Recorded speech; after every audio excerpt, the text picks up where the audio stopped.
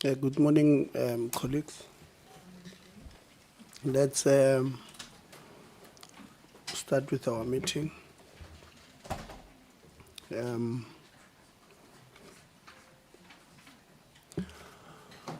So today we are meeting with the Special Investigative Unit, the SIU, to receive a brief on the investigations or investigation cases in the post-school education and training sector. You'll remember that at the beginning of the year or the beginning of the term, when we had a session with the department,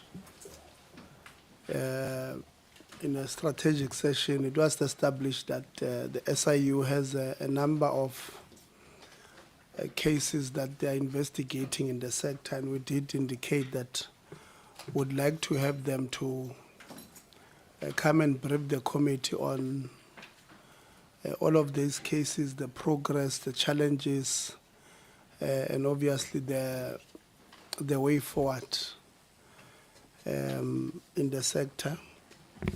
So they are here today. We really appreciate.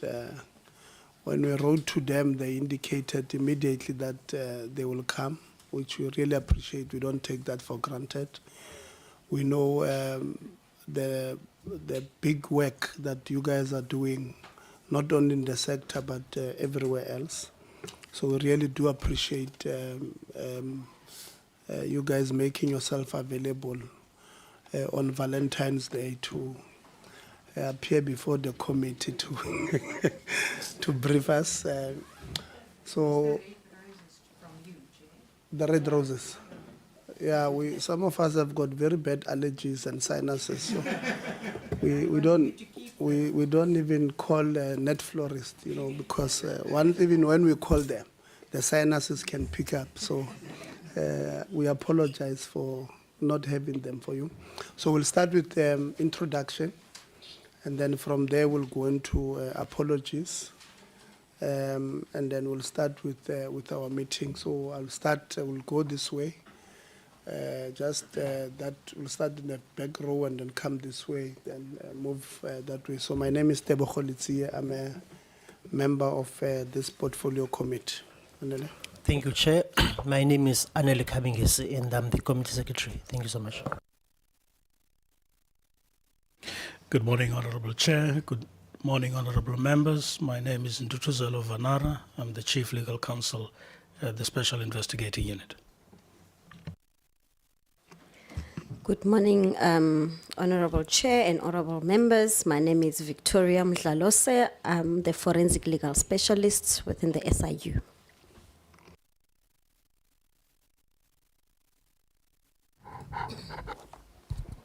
Honorable Chair, Honorable Members, and good morning, the Honorable Deputy Minister.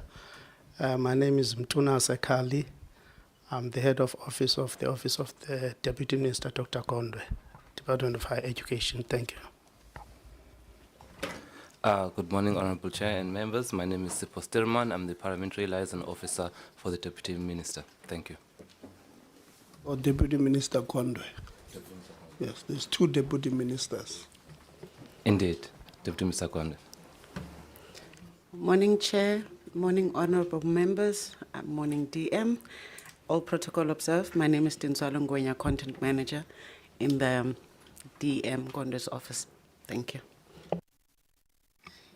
Morning, Honorable Chair, members of the House and colleagues. My name is Luvuyo Ndunyana. I'm a principal forensic lawyer at the Special Investigating Unit. Thank you. Good morning, Honorable Chair and esteemed members, and to DM. And my name is Stanley Mkhize, and I am responsible for risk and fraud in the Department of Higher Education. Good morning, Honorable Chair. Good morning, everyone in the House.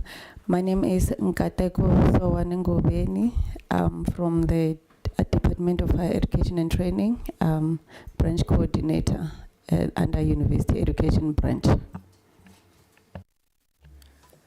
Good morning, Honorable Chair, Honorable members, and the Honorable Deputy Minister Gondwe and colleagues. My name is Melissa Era, and I'm the Acting Chief Executive Officer at the National Skills Fund.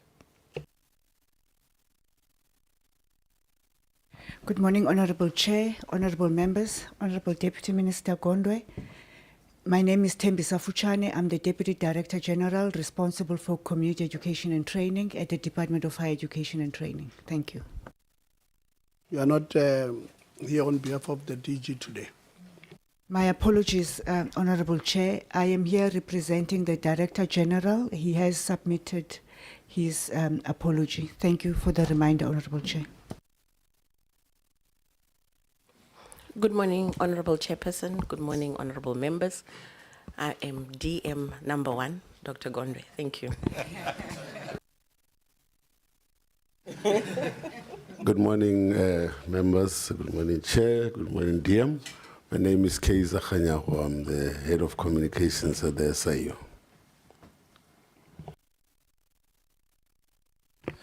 Good morning, Chair, and good morning, members. My name is Mike Koya. I'm Acting Provincial Head of the SIU in the Eastern Cape.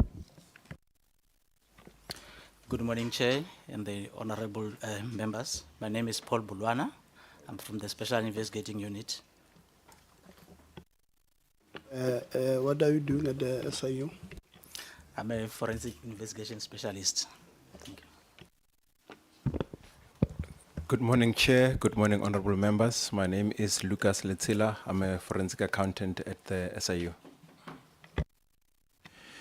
Good morning, Honorable Chair and Honorable Member and Honorable DM. My name is Leonard Lekheto and I'm the Chief Operation Officer at the SIU. And Chair, I just need to put an apology for Advocate Mutibi. Morning, Chairperson and colleagues. I'm Desiree van der Walt and I'm a member of the Portfolio Committee. Thank you.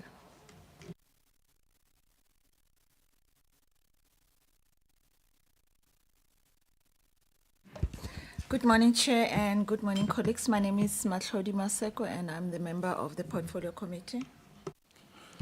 Good morning, Chair. Morning, colleagues. Morning, everyone. My name is Sihle Ngubane. I'm the member of this Portfolio Committee.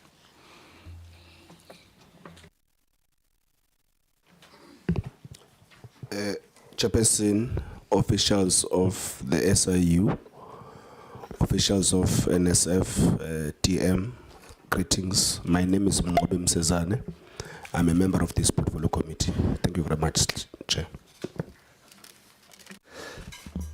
Good morning, Chair, and apologies for being 10 minutes late. Greetings, everyone. My name is Ashley Koike Sols the First, and I'm a member of this committee. Thank you.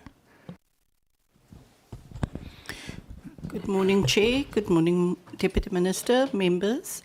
My name is Tanya Kleinans. I'm Executive Secretary to Chairperson.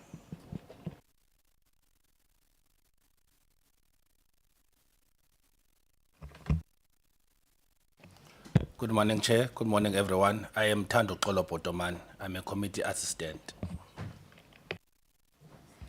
Good morning, Chair. Good morning, everyone. Agnetha Arendse, the researcher for this committee. Thank you. Good morning, Chairperson. Good morning, DM and colleagues. My name is Mampaho Mudiba. I'm the Committee Content Advisor.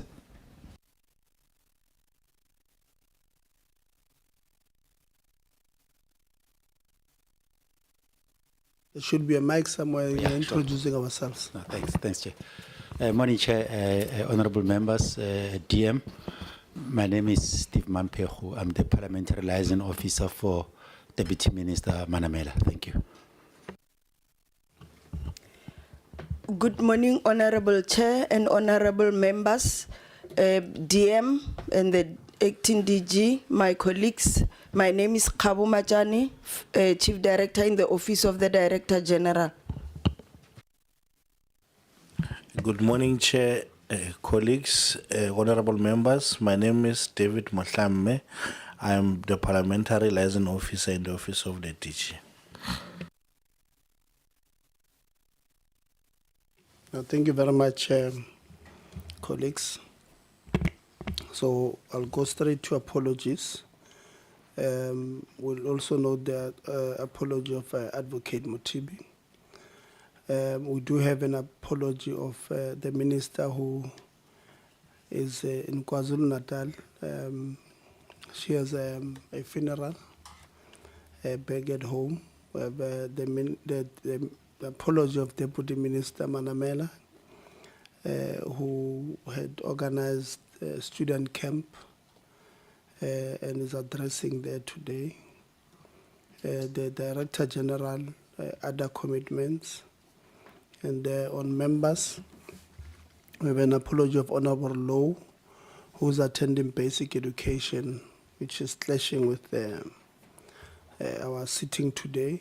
We have an apology of Honorable Younger Governor, who's still not well, and Honorable Khachau, who's also not yet fully back, not well. Then we have an apology of Honorable Zondo, who's also attending a family commitment in KwaZulu-Natal.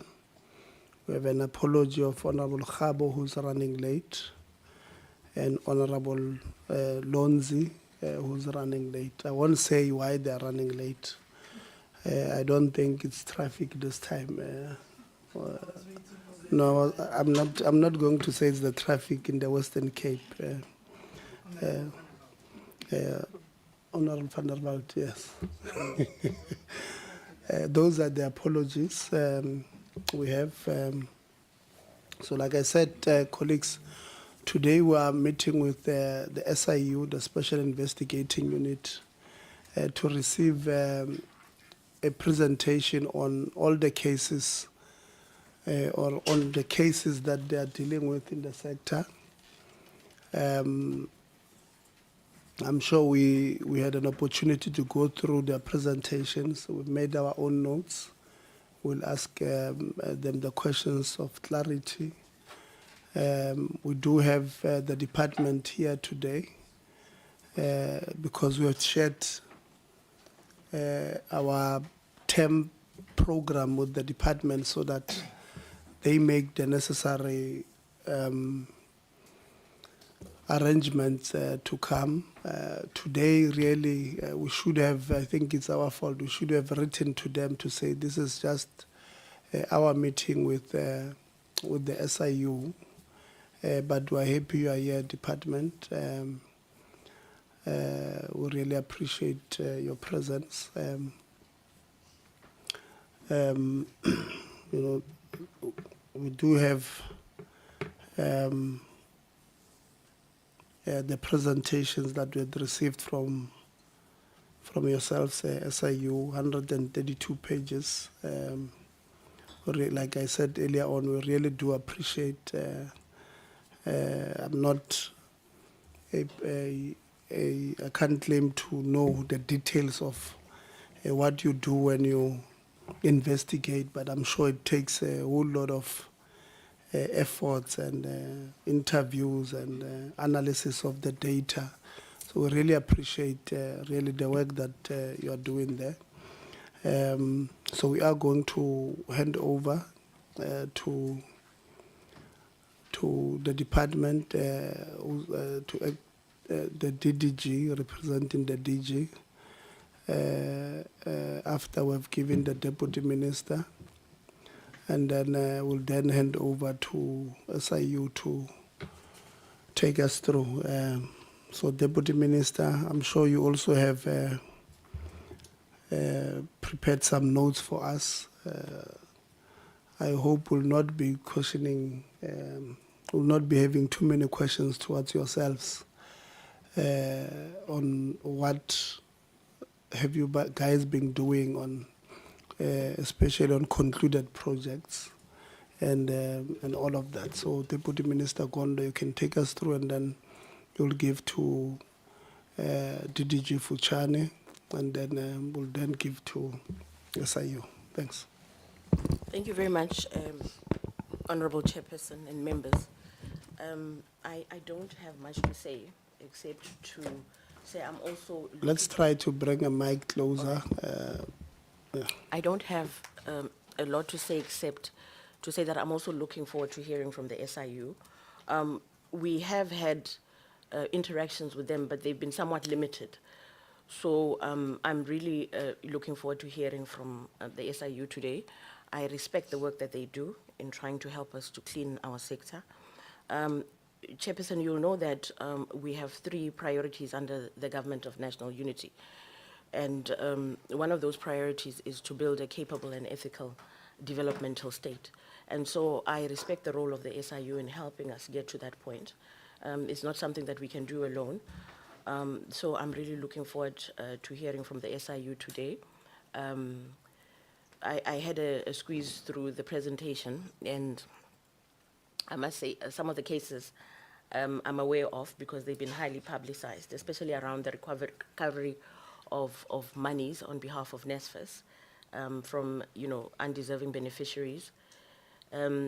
But some, I must admit, I have not been privy to some of the other cases that they're investigating, except those that are widely publicized.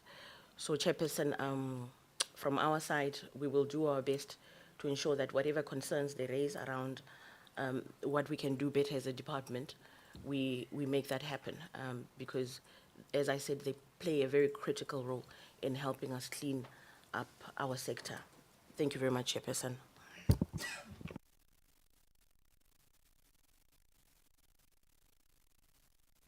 Thank you very much, Honorable Chair. I'm going to be very brief as well, Honorable Chair.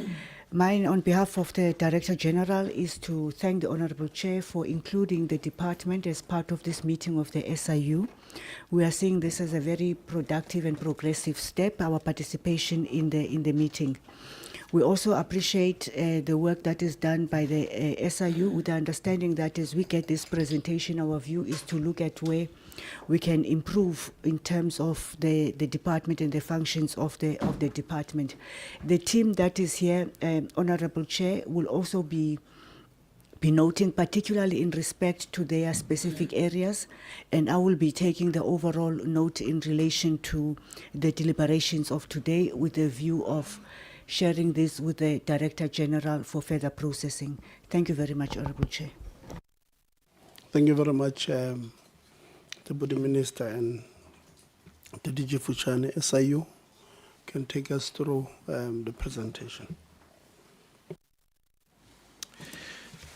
Thank you, Honorable Chair, once more, and Honorable Member.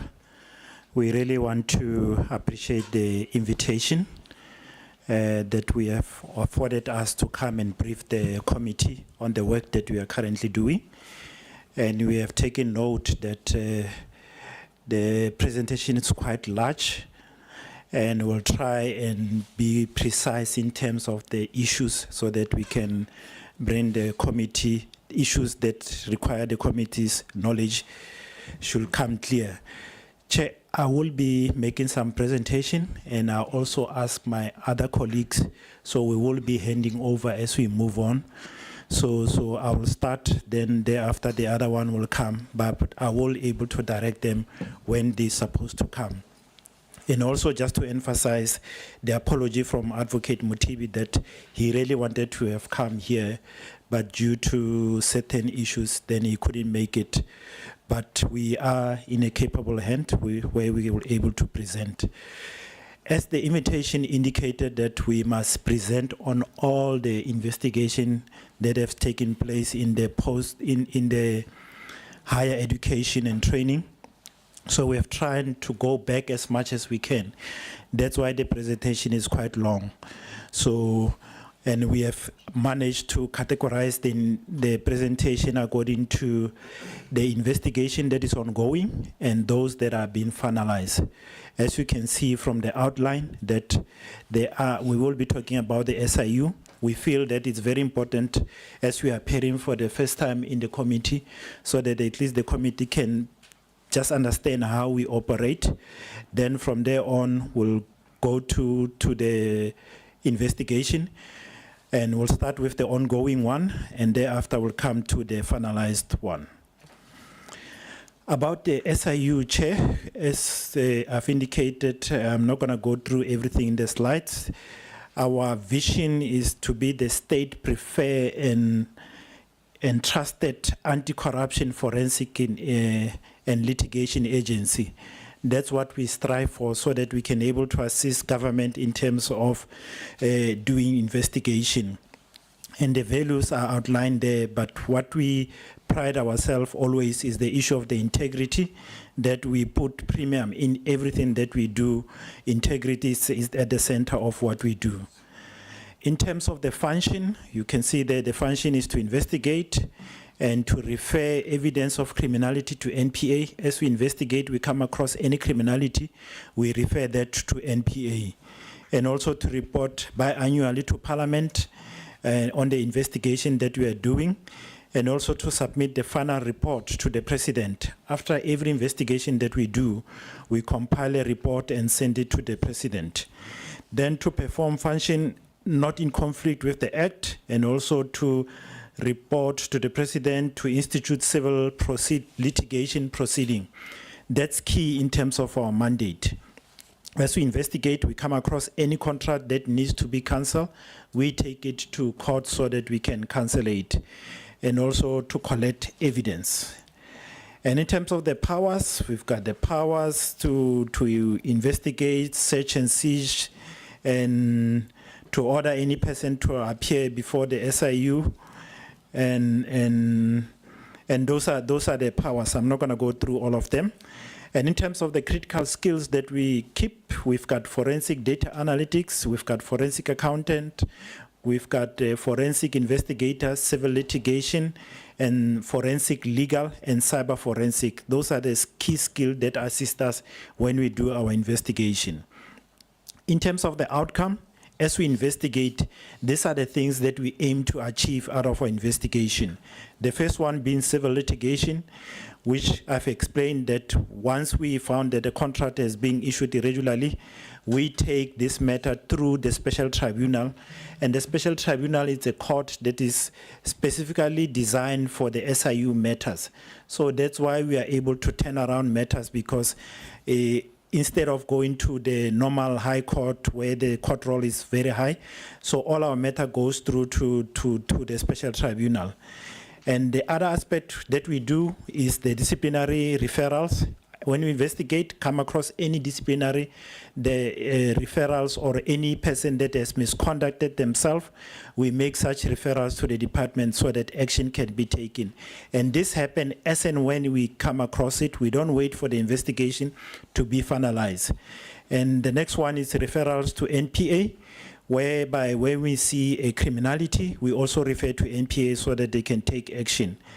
The fourth one is a referral to regulatory authority, such as the South African Revenue Services, Competition Commission.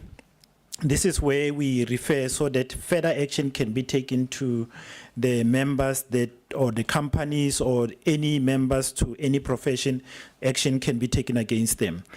And we also recommend for blacklisting, where we recommend to the department so that they can take action against whatever company that will have done anything wrong. And this one, briefly, it just outlines our process. Because in most instances, people ask, how do we refer matter to SIU? We do receive matters or allegations either from the media, or people refer matter to us, or the department can refer matter to us. And once we receive it, we register it in our case registration. And after that, we prepare assessment. And when we assess, we look at whether does the matter fall within the mandate of SIU. And if it falls within the mandate of SIU, then we prepare what we call motivation for proclamation. And the motivation for proclamation, after it has been signed by the head of the SIU, it goes to the Department of Justice. At the Department of Justice, they will do their own process of assessing the motivation. And once they are happy, it's going to go to the presidency. after the minister have signed it. And at the presidency, they will also do their own processes. And once the president have seen it, then they will sign it. Then the proclamation will be published in the government gazette. And from there on, that's when the SIU investigation can start. So that's briefly how we conduct the investigation. Then when coming to the overview of proclamation in the portfolio that is of the Department of Higher Education, those are the matters that we're currently busy with. The one that are ongoing is the National Student Fund, NSFAS, and there's a Fort Hare University where we've got 2 proclamations. And there's also Fal University of Technology and Mpumalanga Khertsi Bande TVET College, Central Johannesburg Technical and Vocational Education and Training College, and that one is finalized. And we also finalized another 2 PSET investigation, Agri-SETA, Tshwane South TVET College, and MICT SETA, and ICALA Further Education and Training College. So those are the matters that we are going to report on in the presentation. So we'll, like I indicated, we'll start with the ongoing one. And the ongoing one will start with the NSFAS, whereby we received the proclamation. And in terms of the proclamation, we are required to look at the maladministration in the affair of the NSFAS in relation to the management of the finances at the NSFAS and the allocation of loan, bursaries, and other funding payable to students. And we also look at any unlawful or improper conduct by employee or official of NSFAS or the service provider in relation to any matters that pertain to NSFAS. In terms of the key objective of the investigation, we really want to review the relevant procurement policies. We look at what we are investigating in relation to when we come into procurement process, where we review the procurement policies and we look at the compliance issue and also identify any irregularities and to collect any lawful and admissible evidence that we can refer to either for disciplinary or criminal, and also to identify and quantify any losses that will have be incurred by NSFAS, and also to institute a civil litigation if we come across any. So those are the objective of the investigation, which is to provide recommendation for disciplinary, criminal, on the implicated official, and also to facilitate the potential registration of criminal cases with NPA, and to provide recommendation on the improvement on systemic weaknesses identified. And also, according to the signed LOE, we aim to complete the investigation by the 31st of March. But based on the magnitude of some of the matters, we might be in a position to continue with other matters. Then when we prepare the investigation, because mostly it's focused on the issue of the NSFAS, the funding, we have prepared the analysis that we have found in terms of what is really happening around the issue of the student funding. So I'll hand over to our forensic accountant, where he will take us through the process so that he can able to explain what is our finding and where do we see the problem in terms of the whole process of the NSFAS, the funding processes. I'll hand over to Lucas.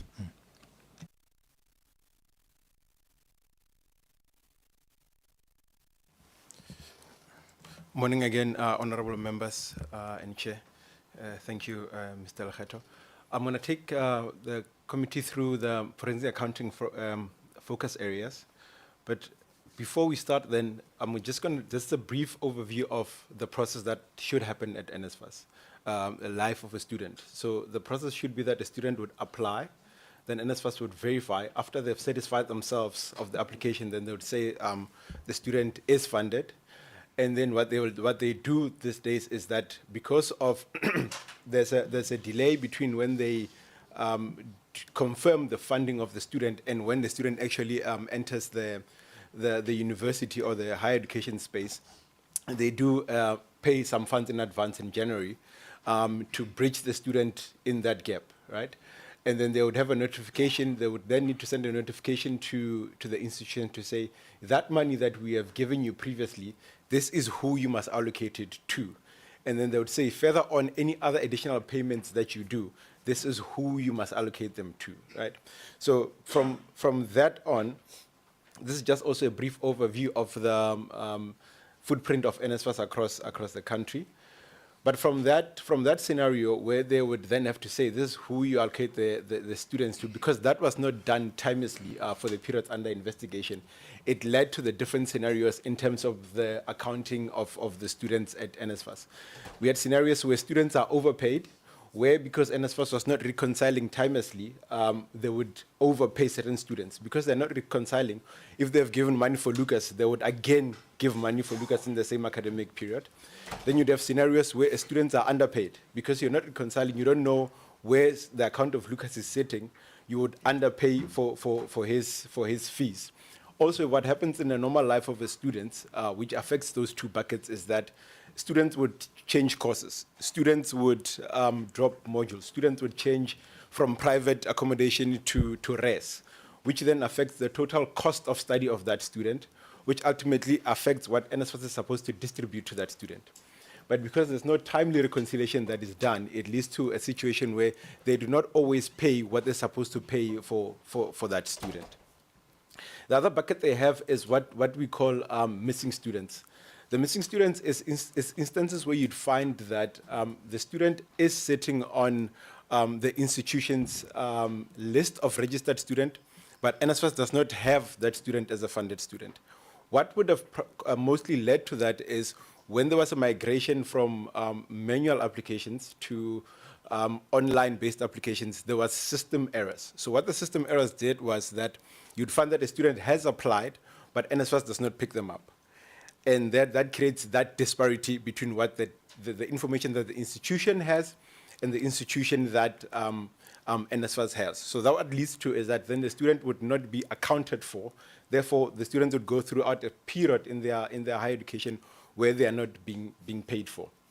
The other bucket what you find is unfunded students. Because NSFAS has not been able to confirm timelessly whether the student is funded, you find that a student would start in their first year, second year. In their third year, that's when they do checks, and then they will say, look, the student that we had initially said in the first year should be funded, should not be funded anymore. So now what that happens, the institutions are saying, look, if you have said to me, Lucas, for example, is funded, and I took him on in the first year, but in the third year, you're saying this student should not be funded, who should bear the cost of the funding of that student? So that leads to a bucket where there is a dispute between NSFAS and the institutions on the issue of what we call unfunded students. So the other scenarios that you'd find also that leads to the misalignment is students that receive more than one funding. There are students that will receive NSFAS, but there will be private funders that come on board. But because there's no timely reconciliation, both people would pay. NSFAS would pay, and the private funder would also pay. And that would lead to a disbursement of more than what should have, but it does not return timelessly because there's no timely reconciliation. The way we understand it, the rule is NSFAS is not the primary funder. So if you have any other funder that wants to come on board to fund you, you take that funder first. And then if there is any shortfall, then NSFAS would come in as to cover the shortfall. And then there's also issue of dropouts. So students that start and then they realize, no, this is not what I wanted to do, then they would drop out. But then because funds have already been distributed or dispersed, then the student would have a balance on their account that is never returned to NSFAS. So mainly in the main, honorable members, those 5 scenarios are what creates the disparities in the NSFAS accounting area. Because there's no reconciliation, at the end of the day, it is not known that between NSFAS and the institution, who owes who. And that also has an impact that because you can't close off a year properly, you can't properly budget for the following year because you do not have a correct allocation of how much was spent in the previous year. Therefore, you do not have a proper basis for budgeting for the following years. That also creates a situation where you find that at NSFAS, they do not know their assets and their liabilities because they do not know how much they owe to whom and who owes them how much. That has the impact also on the students because some institutions have a very hard line to say, if you are owing fees, we do not give you your certificate of completion. So that has a knockdown effect to the students, to say the students would have completed, but because NSFAS has not settled their obligation in relation to that agreement, therefore the institutions are not willing to release the qualifications of the students. So I've went through that one in detail. I've given the example of what leads to double-funded students. And I've also said the problem with this lack of reconciliation is that it ultimately affects the fiscus. Because at the end of the year, going forward, the fiscus does not know how much to budget for in terms of the higher education sector. And in addition, they do not know what the liabilities are and what the assets are in the main. So what we have seen from this process, which is NSFAS calls the closeout process, which is the process that they're currently underway to try and reconcile what they have paid to institution and what the students have charged NSFAS in terms of the total full cost of study for the students. So what we've seen in terms of the process that they're currently undergoing is that it's a very key process in the life of NSFAS, because at the end of every academic year, there would need to be a reconciliation between the total students that are funded and the total amounts of money that are dispersed to the students. So we are of the view that it's because of its nature, there needs to be somebody at NSFAS that is in charge of this process, because it's not gonna go anywhere if NSFAS continues operating in its current model. There is consultants that have been brought in to assist in terms of the reconciliation process, but we are saying that there needs to be a person internally that will be able to speak to this process, that will be able to ensure that this process happens timelessly, so that at the end of an academic year, all things in terms of the reconciliation of the student accounts and what needs to be paid are in line. There needs to be a process where the finalization of funding of student happens timelessly. That once a student applies, there needs to be a point where when a student says they are funded, they're funded. There is no subsequent changes to say, look, you are funded, but 6 months later or a year later, no, you were funded incorrectly, therefore we are withdrawing funds. There needs to be a process that is done so that that does not happen. The other thing that we have found, honorable members, is when we were doing our engagements with all the universities to try and assist in the closeout process, we find out that, especially in the TVET sector, the skills in the finance department are not what they should be. Because you find when you look for data, you look for information, they do not have and they do not know where the information is. They can't succinctly explain how they account for all these funds that they come in and how these funds are then allocated to the student accounts. So we're saying we wanted to highlight that, to say there needs to be a look at how do we capacitate the TVET sector to be able to financially account for all the money that they receive for the students. So we said that the recommendations that we have given already is that there need to be a detailed plan of insourcing of part of the reconciliation process. There was a scheme that was done previously where DHET had engaged professional bodies to second people to the TVETs to help them manage their finances better. We're saying that is something that could also be looked into to see how we help the TVET sector. There needs to be a ring fencing of all the funds that we have collected to be able to settle closeout related liabilities. Because remember, honorable members, from the closeout, there's two scenarios that will come out. The one scenario is that the institution has received more than what they have received. The other scenario is they've received less. So where they've received less, NSFAS needs to pay those institutions. And we are saying that funding for that payment should come from what we recover from the overpayment of other institutions. Therefore, that needs to be ring-fenced to be able to allow that to happen. There needs to be a development of a policy in terms of how that refund will happen. Because as part of what we've seen is that the control environment at NSFAS is very weak. There's a lot of things that happen that there's not policies that direct how that happens. And we're saying this part of the area, you need to develop a policy to say before you pay an institution, what are the checks and balances that you should have done?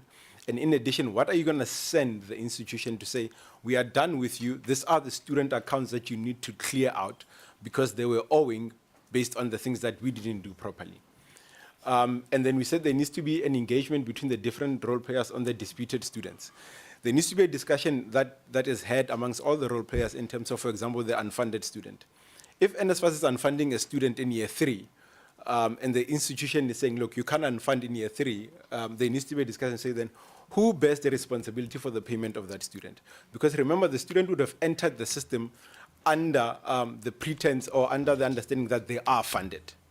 But then later on, you are changing the status to say no, the student is not funded later on in the game. So there needs to be a discussion to say what happens with those students. There are students that are missing between NSFAS and the different institution. There needs to be a discussion to say if NSFAS can pick up the student, but the student is not picked up on the institution data, do we continue with the funding? If the student is sitting on the institution, but NSFAS cannot pick up the bursary agreement from the institution, do we continue with the funding?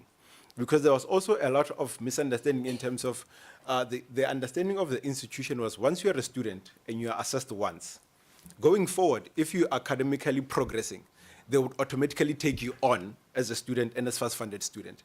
But NSFAS was not confirming that. So there's the students that is on the institution, but they are missing on NSFAS's side. So there needs to be a discussion to say then, in terms of those, the funding of those students, what is the resolution of funding of those students? So we said one of the root causes where there was no reconciliation in the different academic years, as we've indicated before, is the weak design of the control environment, that they do not ensure that there are proper reconciliation, that they are done timelessly, there are proper reviews of disbursements, there are proper reviews of the different student allocations. And then we said there's also an indicator of lack of consequence management by different oversight committees. For example, the question that we have is if you're sitting as an ARC member and there are financials that are coming and then this critical part of reconciliation is not done, how then do you approve the different financial statements that are being presented before you as an ARC member? The other focus areas, apart from the closeout that we deal with as a forensic accounting space, is identifying of possible beneficial owners based on payments based to service providers. If the investigation says there's people that we think, have unduly benefited, then we follow the money to try and see who are the actual beneficial owners of that particular transaction. And then we do independent analysis of funds that have been paid. And then we also do verification of different amounts that have been paid for tuition and allowances. The other areas of interest in that we've recently come across is the reconciliation of allowances distributed by the 4 fintech service providers that will be highlighted in the investigation process, the accreditation of the student accommodation providers, the missing middle funding. The missing middle funding is what has recently come through to say if you're from 350 to 600, you'll not get a bursary. You'll get what is called the missing middle funding, which will be a loan. The concern with that is NSFAS was already sitting on a backlog of loans before the system was changed from a loan to a bursary. And what we've seen is that that system is not working very well. Now we want to add another pressure on the system that was not already working well. Also in terms of the accreditation of student accommodation providers, we're saying the system is not working well. There's not controls in place to ensure that even when this happens, it will happen correctly and timelessly. So we're saying that this should be looked at very carefully because that could lead us to the same situation that we find ourselves in, where there are not timely reconciliations, and at the end of the day, we don't know who owes who how much and what is happening with the life of the student. I will pause there for now to give to my colleague.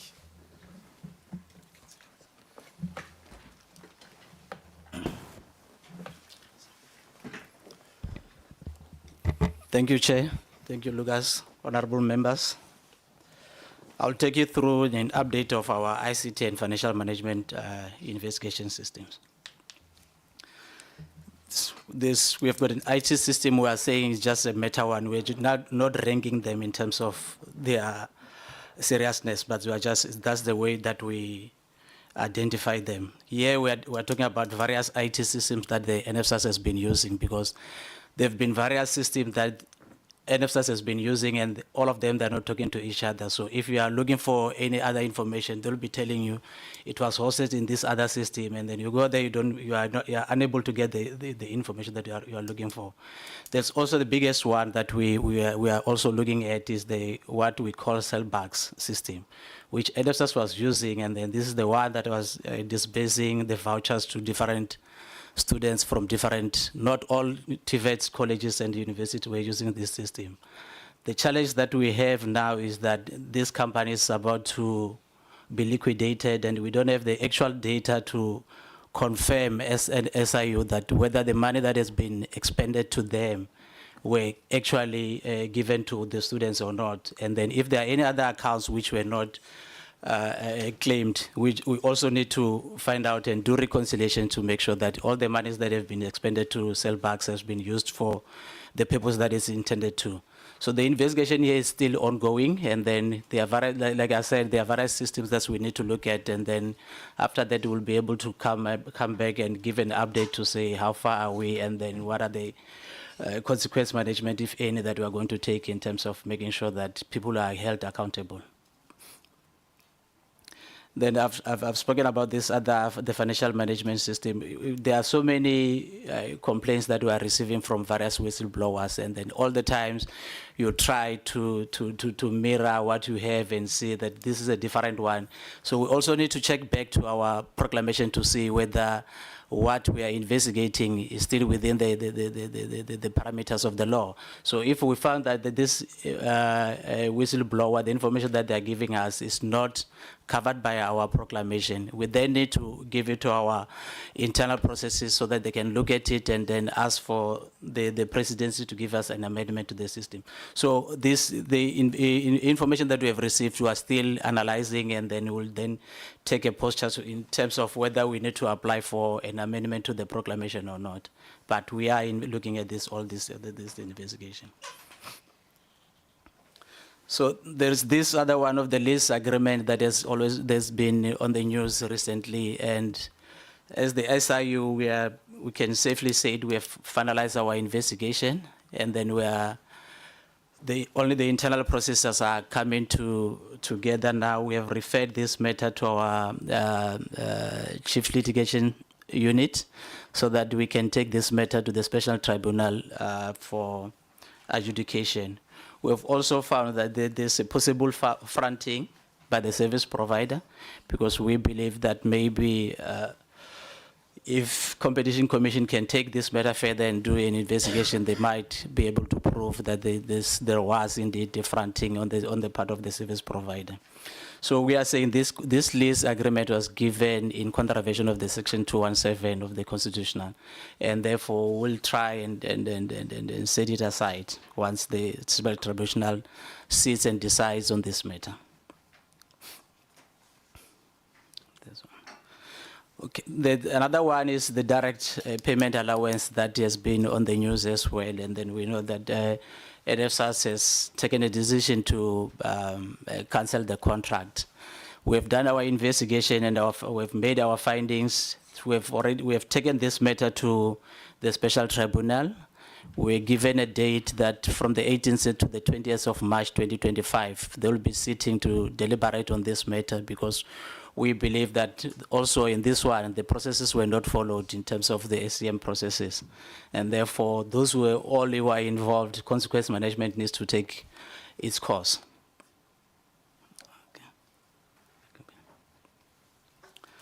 Okay, another, like I said before, that we always receive various whistleblower reports from different people all over.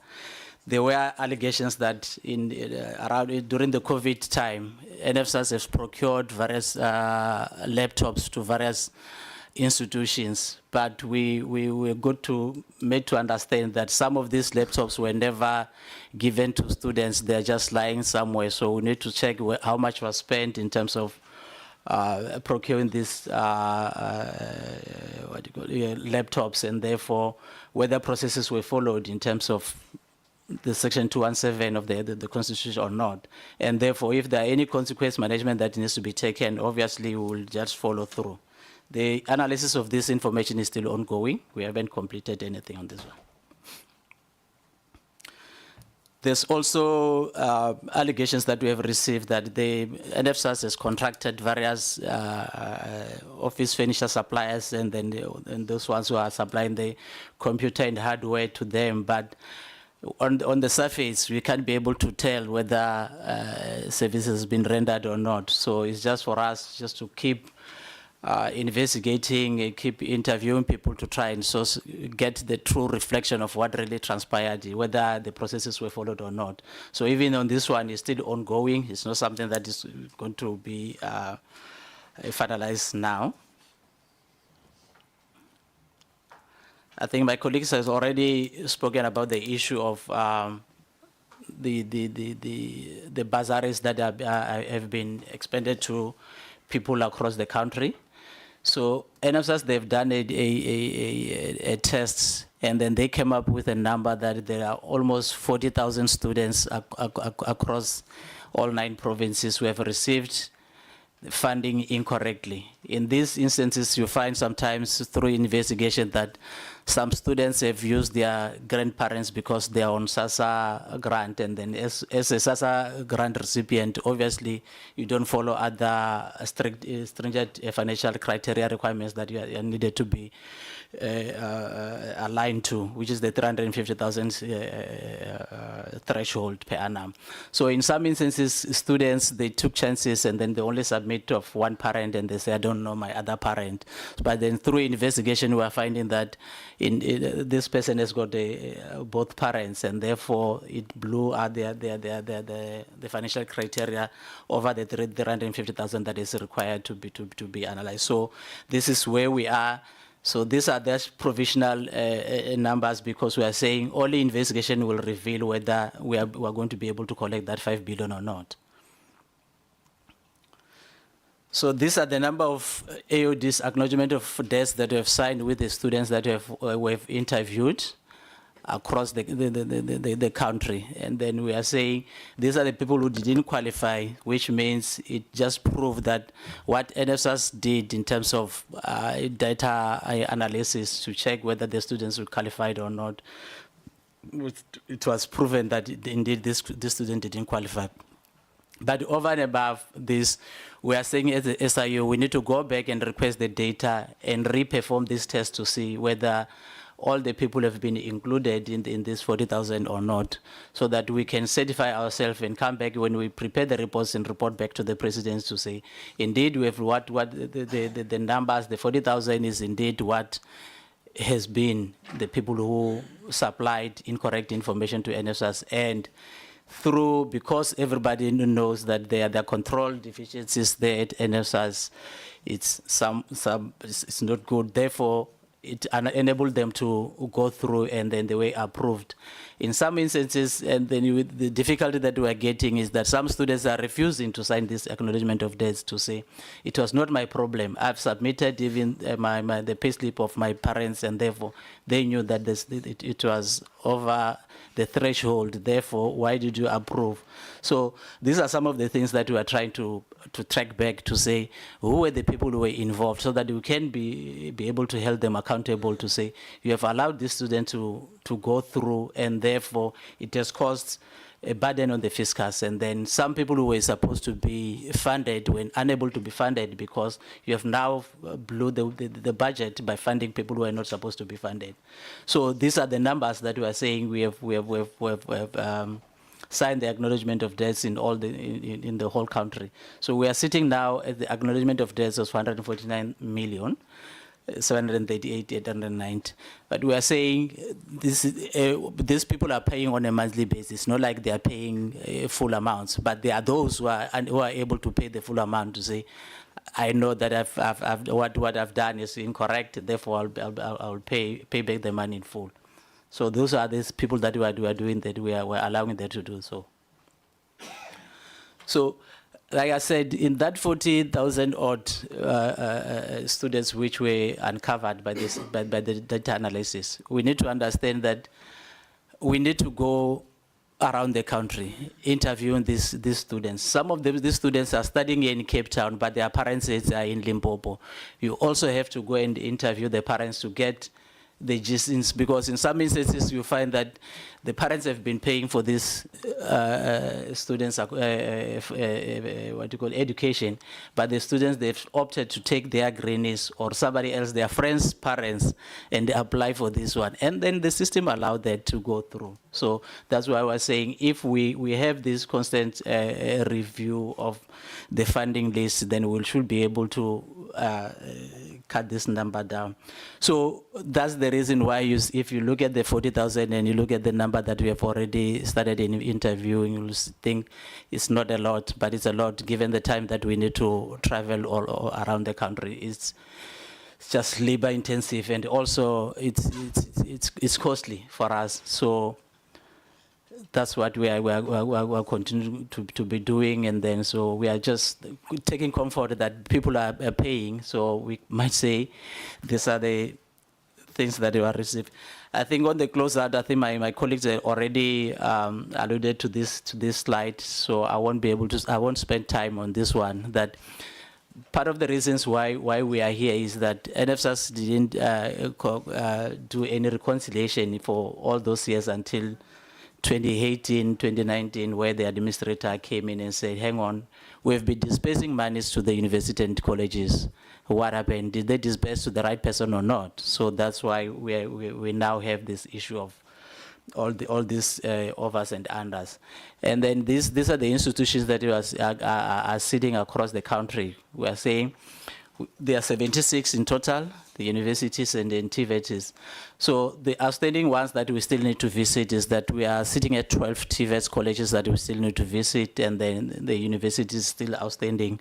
So like I said, this is labor intensive, and you still need to look at the costs, that we don't just travel for the sake of traveling. So we try and use the hybrid systems in order to make sure that we first have those engagement, that when we go to the institutions, we have laid a basis, and then we can be able to agree on the figures to say this is how much we are owing NFSAS, or this is how much NFSAS is owing you.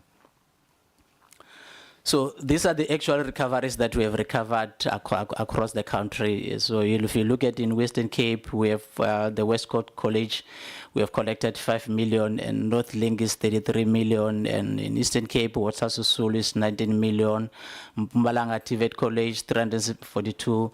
So this amount was paid directly to NFSAS. Immediately when we started engaging them, they decide we do have some credits, we can pay them the money back. Also with the University of Joburg, when we started engaging them, they decided we do have some cash we can pay back. They've paid back 311 million. So in KwaZulu-Natal, University of Zululand, we have recovered 58 million. And SIED TVET College is 4 million.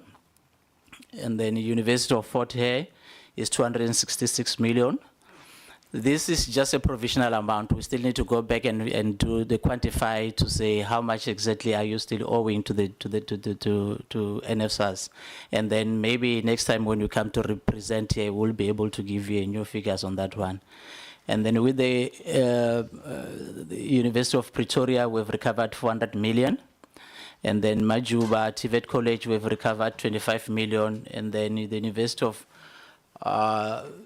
Vets, we've received 450 million. And the University of Free State, we have received 438 million.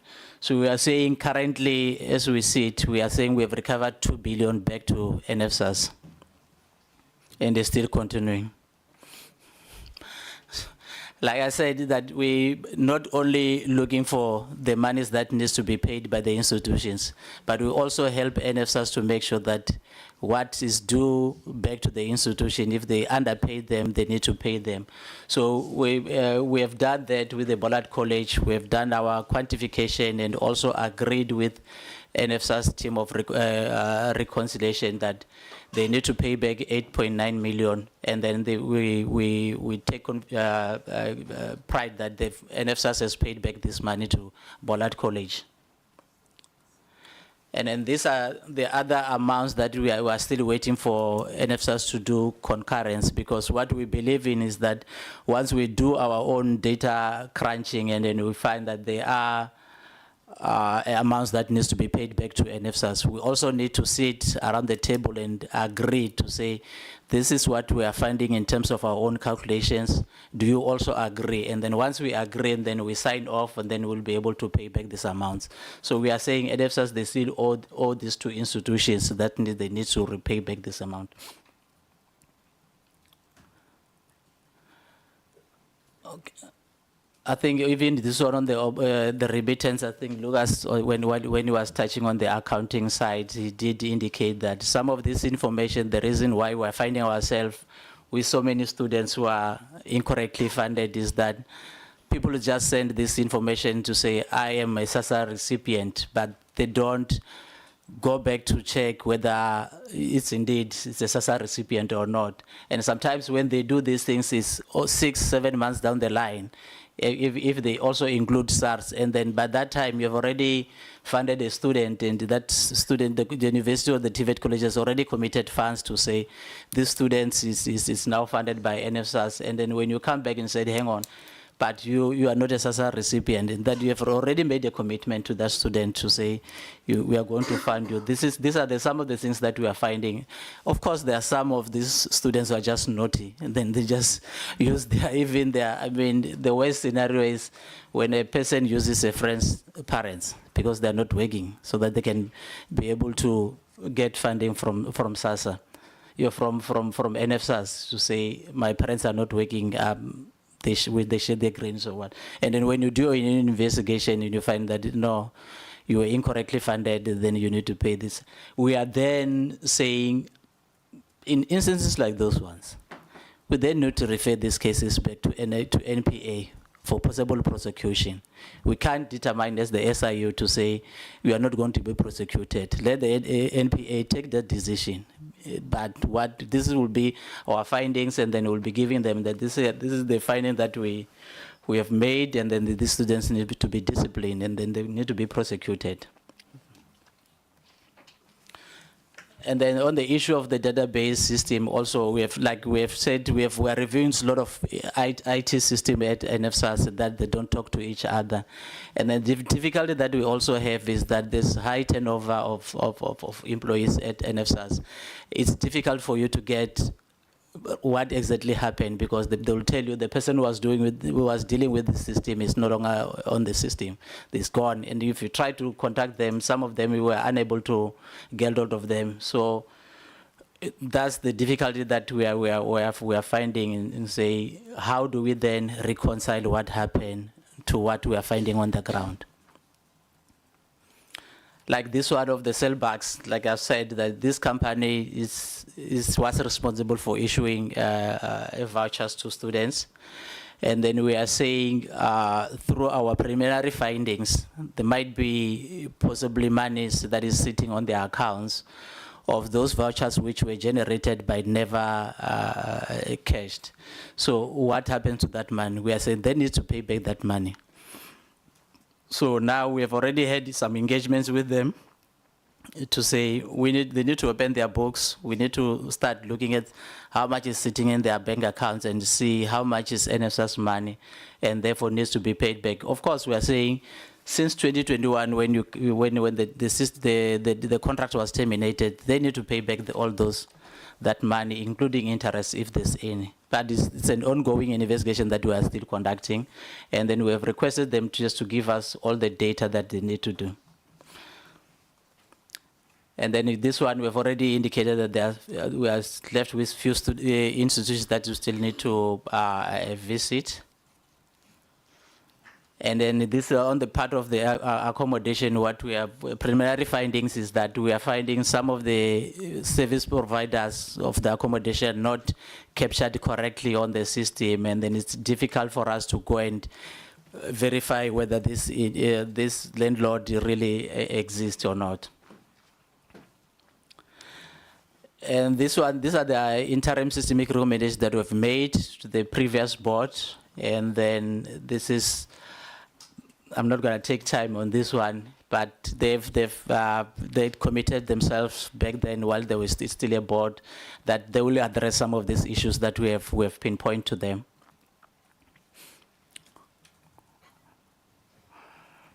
Okay, there's these new allegations, like I said, that we have forever been indebted with various whistleblowers who want to give us information. There's another one that is, it's on our radar now. They're saying the NFSAs have procured a system called a student calculator that is going to assist them in terms of calculating the allowances that a student needs to receive. And then we were being told that the procurement processes were not followed to the latter. We've also received another case that there is an official who's doing business with NFSAS, and then we just need to look at it and then see if indeed it's an official of DHET, and therefore consequent management needs to be taken, and then whatever monies that NFSAS has expended to that company needs to be recovered if processes were not followed. I think I will pause here. Thank you. Thank you, Honorable Chair and Honorable Member. We are done with NSFAS, and the next one is the National Skill Fund. As we know that we have been reporting previously that there's a motivation for proclamation that we have made for National Skill Fund. So in terms of the process, we have gone through the entire process where we received the allegation and we assess and able to see that there's an investigation that needs to be done in terms of this matter. So what happened is that we have motivated and submitted our motivation to the Department of Justice on the 3rd of March. So according to the report that we have received, the motivation is currently being considered by the Department of Justice, whereby once the proclamation is issued, we'll start with the investigation. So that's the progress update in terms of NSFAS and National Skills Fund. Then the next proclamation that we'll give an update on is the University of Fort Hare, and I'll ask my colleagues, Mr. Koya, to come and give progress update, and I'll ask him that he must try to be a little bit faster so that we can able to cover all the aspects.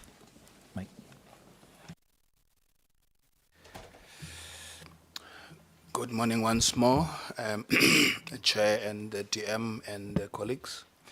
Yeah, I will take the presentation as read, as it was indicated earlier on. We received allegations from the University of Fort Hare around 2019, and we received these allegations from people who are working at the university, very senior officials within the university.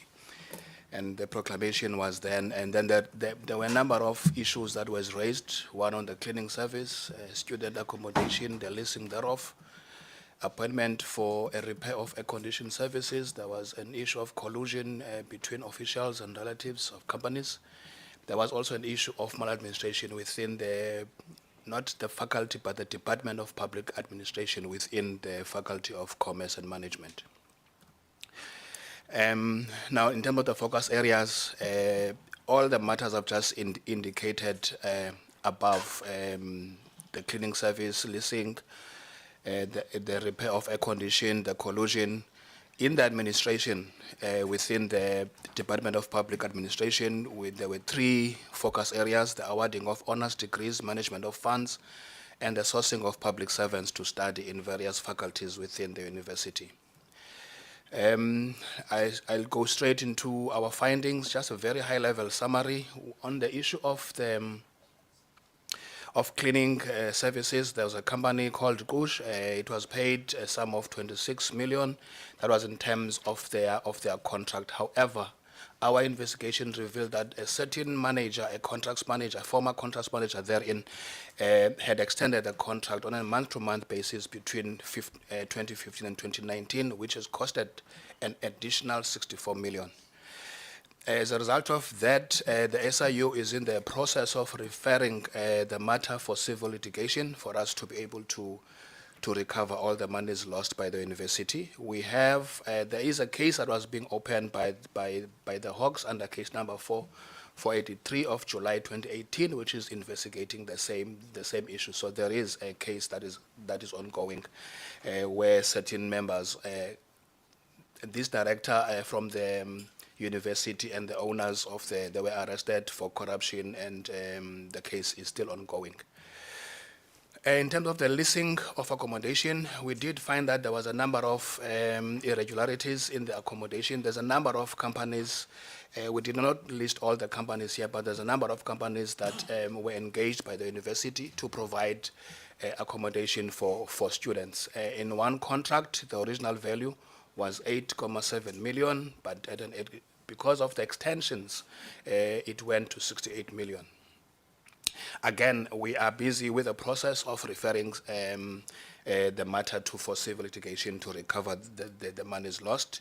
One service provider had signed an acknowledgement of debt for overpayment in the amount of 2.9 million, and that person is paying the money on a monthly basis, 64,000 on a monthly basis to recover that 2.9 million. We are also preparing evidence to refer to the NPA for criminal investigation. In terms of the maintenance and repair of air condition, again, this was around 2019, we have found that the appointment was irregular, and already the university has already paid 479 to the company, and the company had performed very dismally, and as a result, that contract was then cancelled. Also, we are also referring the matter for our civil litigation for the recovery of the funds. We have referred 8 disciplinary referrals to the university against the BEC officials. I mean, I'm talking about those people who were members of the BEC committee that sat and evaluated those bids. Now, in terms of collusion, there's been a number of officials that we have identified that would have worked with their companies or their relatives to siphon funds from the university in terms of awarding work to their own companies. There is one case which is sitting at the High Court in Grahamstown, and also SIU has joined that case. But as we continue with the case, then there was a settlement agreement between the university and that official, and the amount of 2 million was done in full and final settlement of that claim. And there were other companies, I think we can list 7 companies that were irregularly appointed via deviation after the threats that had occurred in 2020 between, I think there's a mistake there with the date, it's between 2020 and 2023. As a result of that, then there was companies that were appointed to provide security services against the threats against officials and senior officials of the university. And as a result of that, 179 million was paid to those service providers, and the implicated officials from the university would have received 18 million from the service providers as we were doing our tracing and following the money. And one service provider had invoiced and was paid around 710,000, which for a drone kit. That drone kit was never delivered, but the money was done, and one official from the university has paid, has approved the payment of the 710,000 to the company, even though there was no delivery. Again, we are also busy there with the civil litigation to recover the monies. And in respect of the above, 18 criminal referrals have been made to the National Prosecuting Authority against the former officials and service provider. The investigation there is still ongoing. Now, in terms of the maladministration within the Department of Public Administration, you will forgive us, Chair, we're replacing the word faculty to department because it is a department within a faculty. There are 68 students that were admitted in a manner that we found was irregular in terms of they did not follow the prescripts, and they were conferred with the honors degree at the university. And the period that we looked at there was between 2006 and 2019. And then as we were conducting the investigation, we then divided those students into 4 categories. The first one, there were 6 students that were admitted to study honors degree program, and those had not gone through the RPL process. And there were also 7 students between 2011 and 2014 that were admitted to the university to study towards that, but without having gone through the RPL. But in this case, they had done a non-credited advanced certificate, which is not equivalent to the required NQF level. And then the category 3, there's 20 students who were approved. These ones were retrospectively approved to be given RPL so that they can study towards the honors degree. And then the last category is there's 13 students whom there was a recommendation for them to be approved retrospectively, but at the end, the Senate has refused to approve those students, and those students were already studying towards the qualifications. In terms of the status, we are in the process of making referrals to the council and the university and the Senate so that we can be able to revoke those qualifications. Out of that, as I said, we had 68 students that had applied for the honors degree. There are 36 students that we will recommend. Out of the 68, there are 36 that we will recommend for the revocation of their qualification, and 26 of those students will either be students that did not attain their qualification or would have been deceased by now. In terms of our high-level observations, we really had a problem that there's a lot of deviations. There's a poor contract management within the university. There was non-adherence to SEM policies. There was inflation of prices by service providers, and the university procurement policy 2013 is outdated. We have now learned that it has now been approved. There was also, as I said, poor poor record keeping within the university. Further, administrator, special programs failing to satisfy the requirements met by potential and prospective students.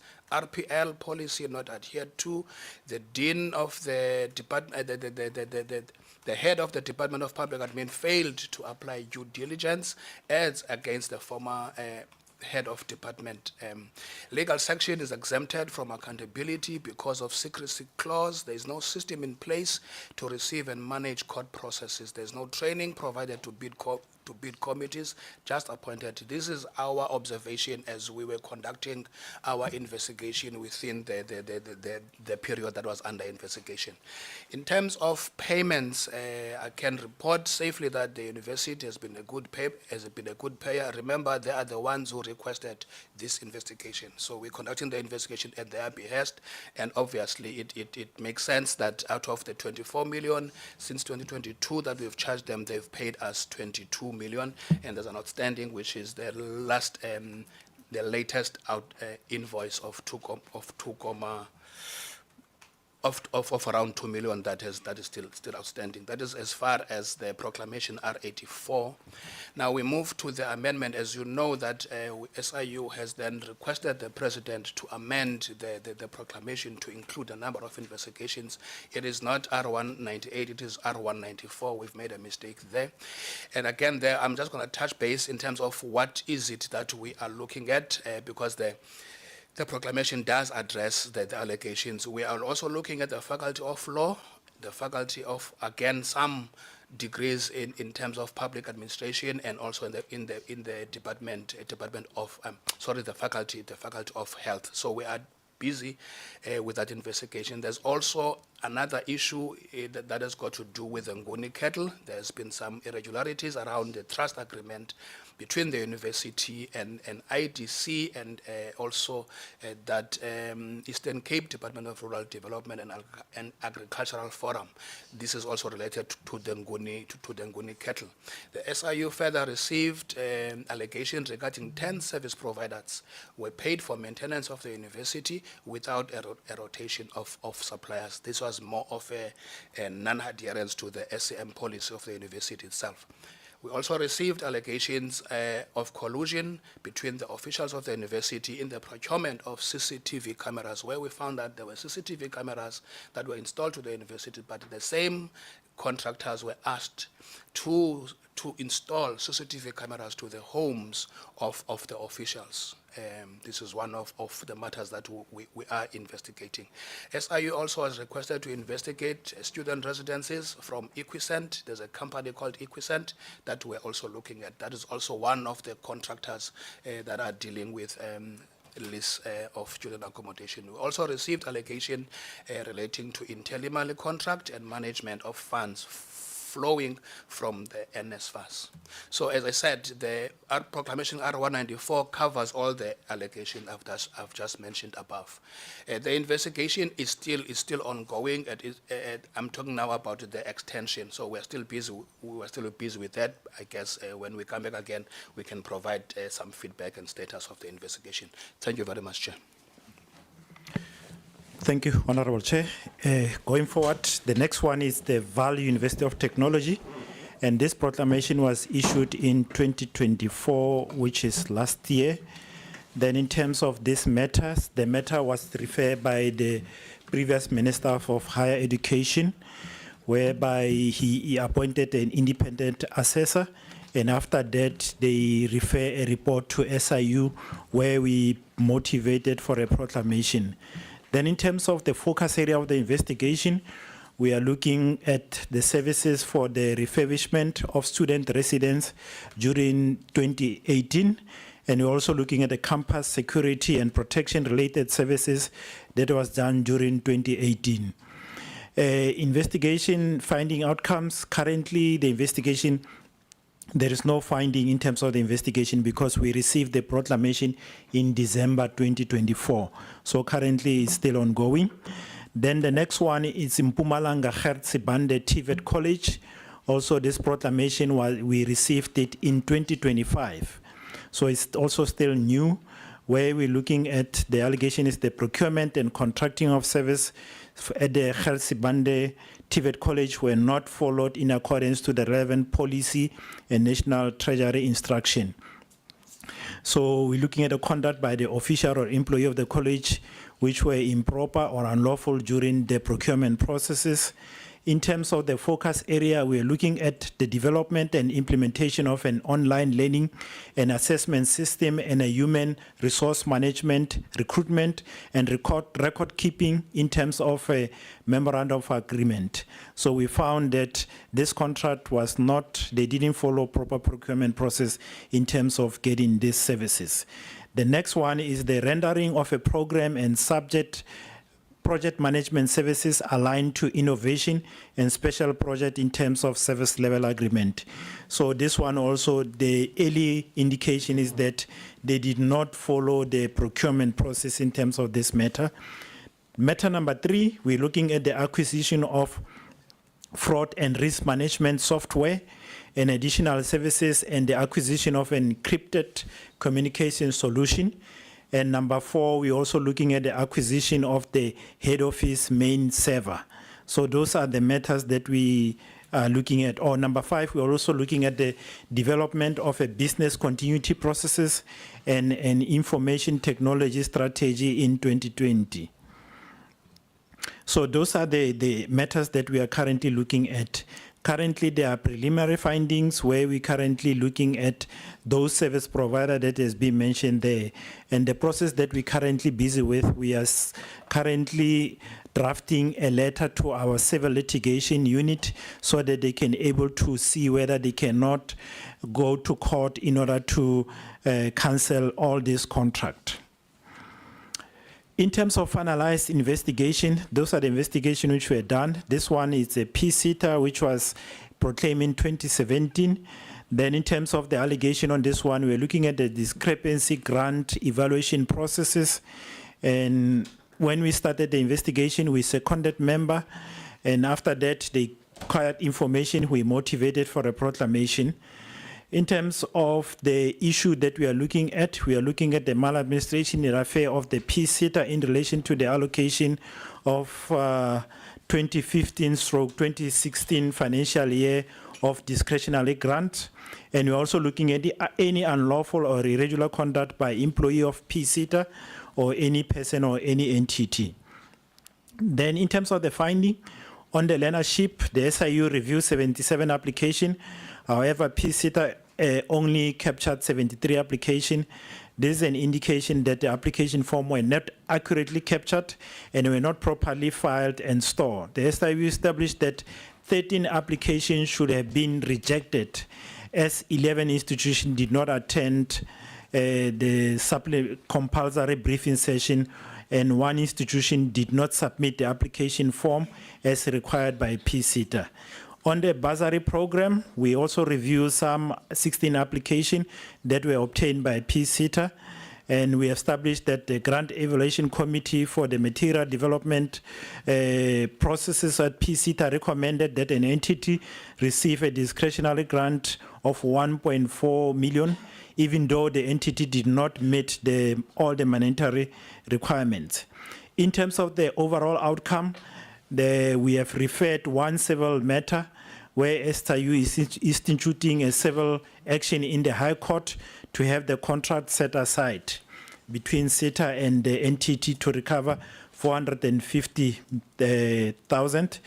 And in terms of NPA referrals, we have referred 2 referrals for criminal to the National Prosecuting Authority, and we also referred to the accounting officer the 6 referrals where it was 6 DC against the PSET official. And administrative referrals, we have referred 1, and we have done presidential report on terms of this matter because it's finalized. And we also refer 1 regulatory authority to South African Revenue Services.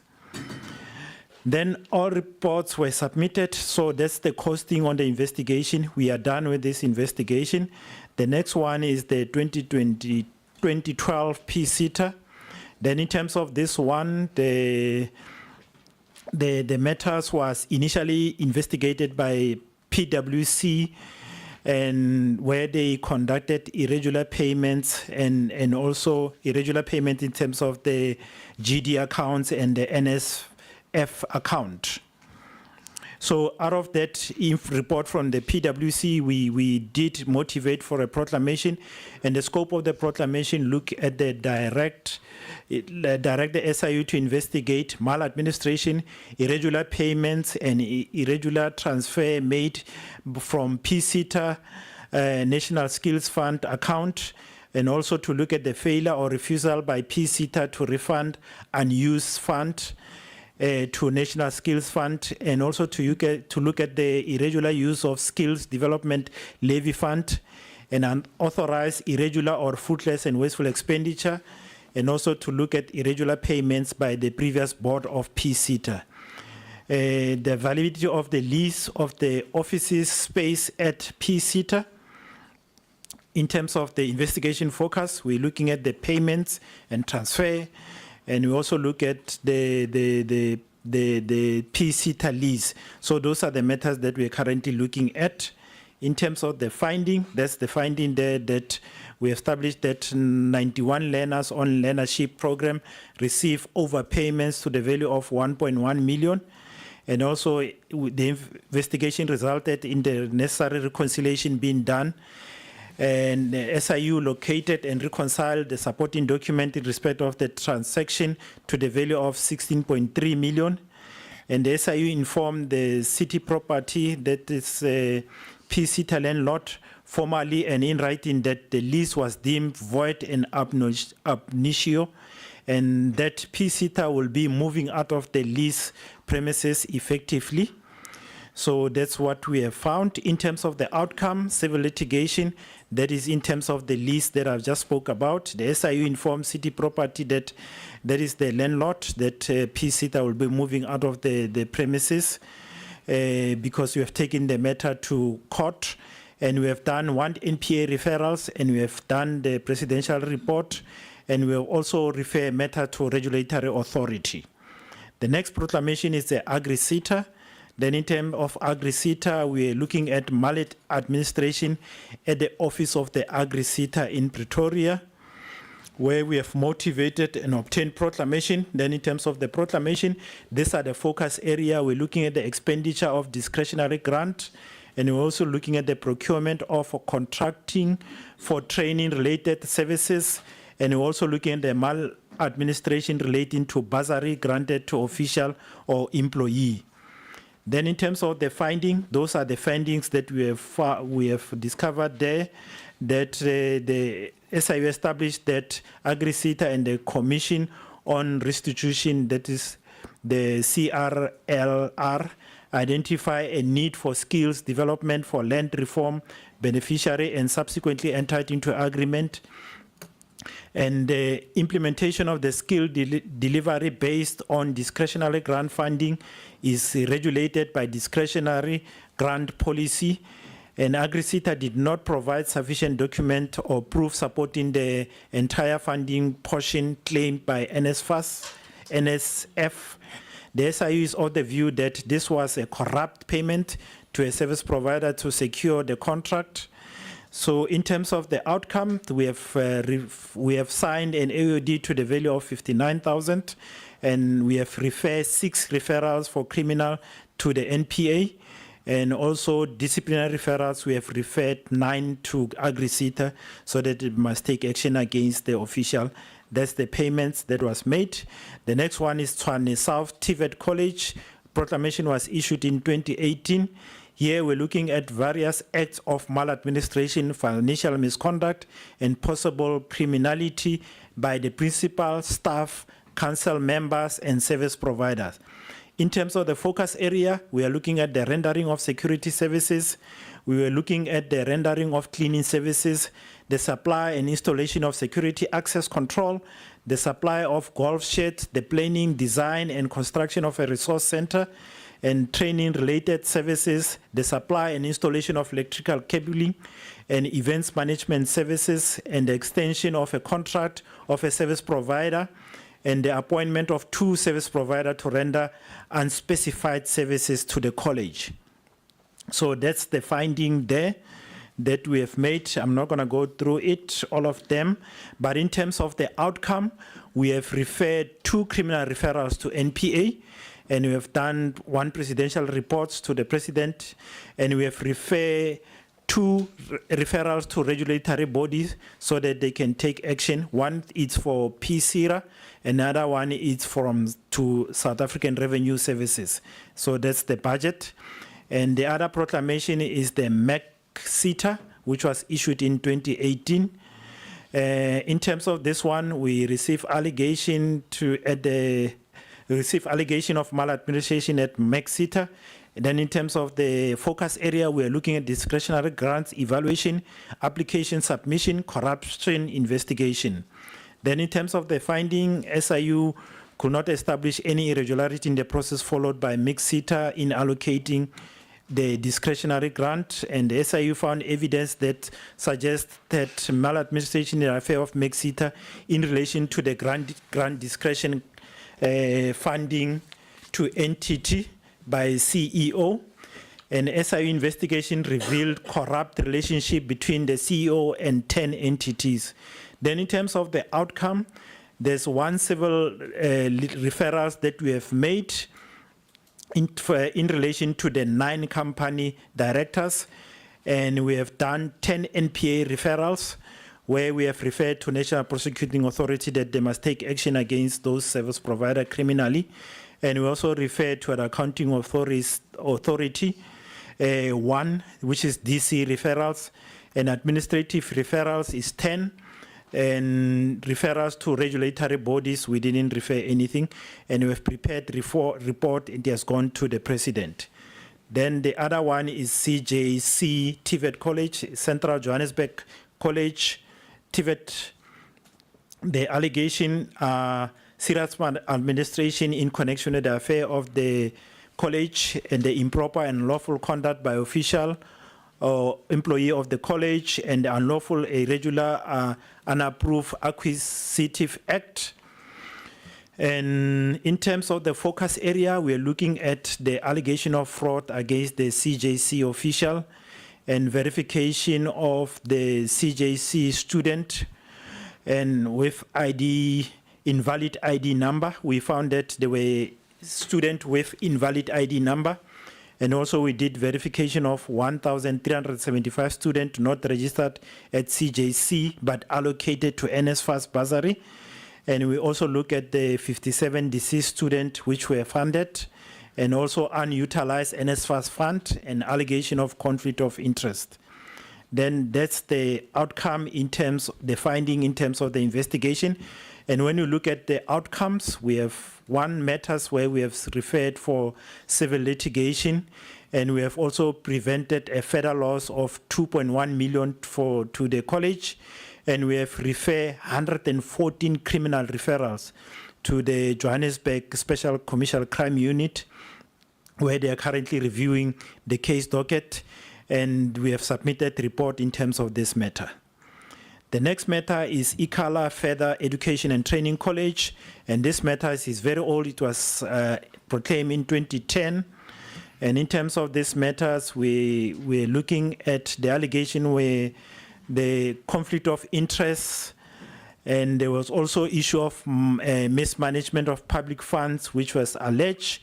Then in terms of the focus area, we're looking at the process that led to the award of a construction tender. And we also looked at to investigate the purchase of a 2 million rand bed and breakfast in the Queenstown district. And we also investigated the conduct of committee member and others charged with the governance at the college, and also investigate any financial mismanagement and corruption or dishonest conduct. And we also investigated the appointment of Lukungo Bo enterprise of fencing activity. And we also investigating the lease agreement signed by the college with the ECDC. Then in terms of the finding, those are the findings that we have made in terms of these matters. Then if I can just quickly go to the outcome, we have referred to the National Prosecuting Authority. The matter is currently being investigated by the Hawks in East London, that is under Zwelicha case 44 of October 2011, where Mr. Kali has been charged for fraud and theft, and a copy of the case docket was handed over to AFU so that they can do the recovery. And the matter is currently investigated in the East London under that case number. And we have also referred to the Accounting Authority for disciplinary action. And on the 9th day of May 2011, Mr. Kali was found guilty and dismissed. And on the 9th of December, he was also found guilty. Mr. Zituta was also found guilty and dismissed. This is all, Chair, in terms of the matters that we intended to brief the committee on. I'll pause here. Thank you so much. Thank you very much, SIU. Members, I hope you've made your notes and you are eager to engage. Just a concern from my side is that sometimes it takes too long for the SIU to get a response either from NPA, as they've said in, I think, 118 slide now, one of the slides, but also from the Department of Justice when it comes to getting a response on the proclamations. Maybe what we must consider doing, members, as you will speak, I want you to consider this point, that maybe we might need to have a joint sitting with the portfolio committee responsible for justice and constitutional development, so that we raise this slow feedback from the Department of Justice, but also the entities, the NPA, on the referrals. Because the longer it takes, I mean, if you look at towards the end of the CJC's one, they started in 2018 until 2021. So by the time they probably respond, the personnel who were in the employ of the college at the time might not be there. They might have long retired and finished even their pension. And therefore you don't have a means to recoup some of the monies there. So we might need to have a joint portfolio committee meeting with the Portfolio Committee of Justice and Constitutional Development so that we raise these matters with them. They can raise them with their entities there so that when the SIU, I know it also forms part of the portfolio committee there, but their sister entities, if they're taking long to respond, it affects productivity. I mean, look at the NSFAS issue now. They're saying what they are, the closeout project they're dealing with now, it's up until 2021, 2022. But those things could still be happening from 2022 till now. And where a student willingly defrauds NSFAS by submitting documents that are fraudulent documents. And those who deserve to be funded are not funded because, people, but there are also people at NSFAS who might still be in the employ of NSFAS who probably, are getting, they are doing corruption or fraud by funding these kids, knowing that they don't qualify, maybe because they've given them something behind or underneath the table. It's a possibility that it might be there because how else do you fund somebody who your own system later on says I was not supposed to fund. So let's have, as you speak, members, I want you to consider that part where you weigh in on the suggestion of having that joint session. Mama Claudia, I'll start with you. And then I will go to Tatengubane. Sihle, you'll be number 3. Ash, you'll be number 4. Desiree, you'll be number 5. Ngobi will be number 6. Why are you giving me a serious look when I'm pointing at Honorable van der Walt? And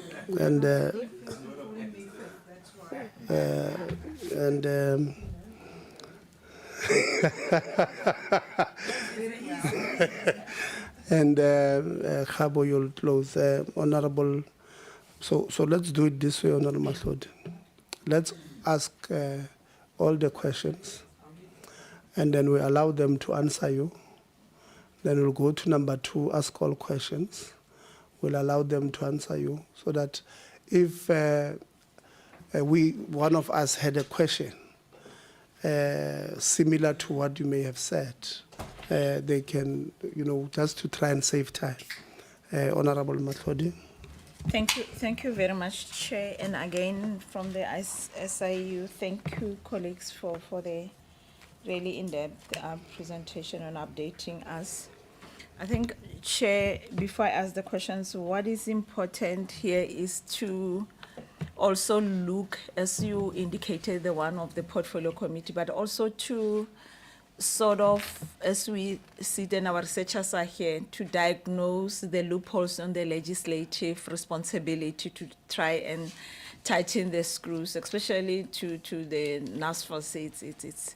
It's really a mess. I mean, it's under administration, and it seems like if all of these are not, we can't get the answers of the loopholes that have been identified by SIU. That means there's no way that it can be functional. We will have an argument of the new model of funding to the students. So we have to look at that. But just a quick one, because I see you and this, we've got the history about these SIU cases. This is the last one to come, and I'm a newbie here. I want to find out the disciplinary referrals records that you have, as you highlighted to the different entities for disciplines to happen. Do you sort of have the monitoring of seeing if that gets to be implemented, or there are some times where you get to hit the wall that there's no action that is taken or your advice is not taken into consideration? And also the question of the timelines of the process from you, which is the second question, is what causes some of the delays? I know it's a big pool for some of the students who can say, where do you get them? And other institutions, it will be that there is difficulty in accessing the information from them. But what are the other, I'm talking just as a legislature to say that what are legislations that can be put in when we engage with the Department of the Justice, that we also have to look at the legislation, because here it's about more of, as I was reading this, more about we need to have the legislations that can really give the policies and regulate that we don't have the scenarios like this. I mean, I do understand the corruption is there. One way or another, criminals, they train to jump a 2-meter high wall, even though they're not going to the Olympics, to make sure when they run away after stealing. But those are the people that should be sending to the Olympics to really try and represent our country. But it's always, there will be in advance, but there must be something that it's a deterrent for that to happen. So I'm going to depend on you, maybe as I listen, to hear what are the legislations that we can put into place. And the last one, Chair, it will be the one of the money that has been paid. Is it inclusive of the interest, or what has been paid was excluding the interest from the institutions that have repaid the money? Thank you, Chair. Yeah, so you can come in. No, thank you, Chair. In terms of the first one, the DC referrals, what we have come into currently, the presidency is currently putting system in place where all our referrals will be tracked in a system, so that we can able to check what is it that they've done. So currently we don't have a tracking mechanism. It depends on us right into the department and say, what have you done to that DC referrals that we have given to you?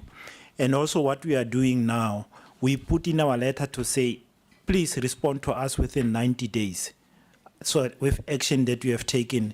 But before, we have seen that it was just a hole where we just putting this thing into a hole, because in terms of the remedial action, there hasn't been any test to say the recommendation of the SIU needs to be implemented. So some of the accounting officer, they implement, some they do not implement, but we do follow and we do make sure that they implement where they can. And when they've not, we also ask, why have you not doing it?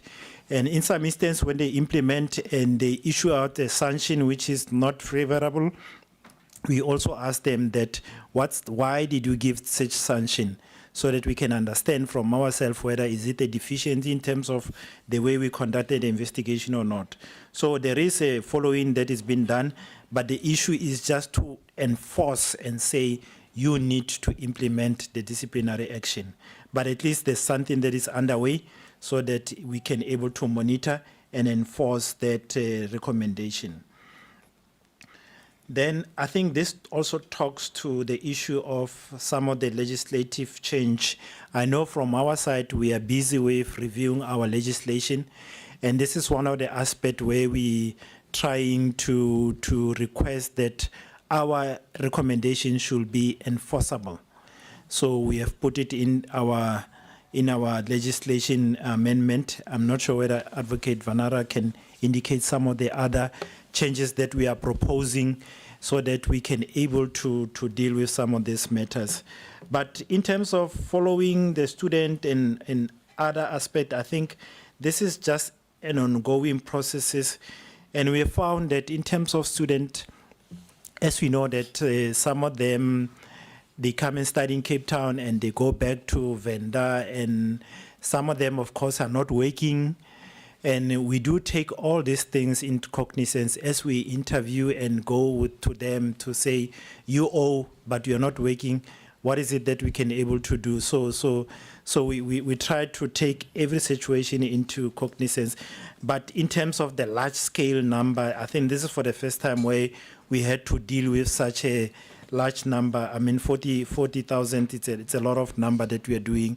But what we're trying to do also, we're trying to use our data analytics so that we can try and identify some of the red flags, merging some of the data so that where we see that indeed student from the Home Affairs data, we see that indeed this student, the parent is this, and based on SARS declaration, these people were not lower. I mean, it will be a waste of time for us to go to them. So we are trying to take this data bit by bit so that we come to a lesser number that we can able to go to.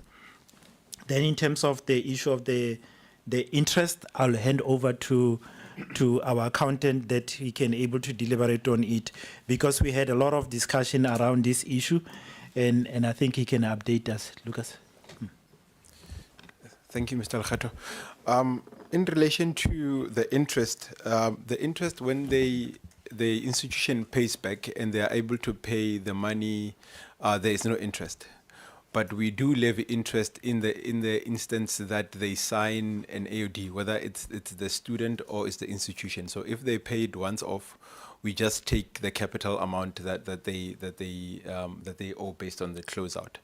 But the discussion that we have had was when we do the engagements, we find that some of the institutions have previously invested the funds that were due to be returned to NSFAS. So you'd find that an institution's treasury policy is that whatever is left at year end as a positive balance gets swept through to a specific account, and that account would be interest bearing. So the discussion that we are having with them is that then shouldn't the interest then come, that capital come with that interest? So that is the discussion they're having. From their perspective, they are also able sometimes to show evidence that, look, we have engaged NSFAS on numerous occasions to say, we do have credits that are due to you. What is the process so that we can reconcile? So they're saying that the fact that we have a policy, treasury policy, that guides what happens to our surplus funds should not then say because NSFAS didn't give us feedback, then you would also benefit from the interest.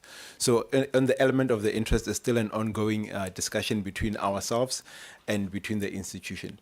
But that is why we, as the SIU, are very adamant that we need to close out, especially the bigger institution.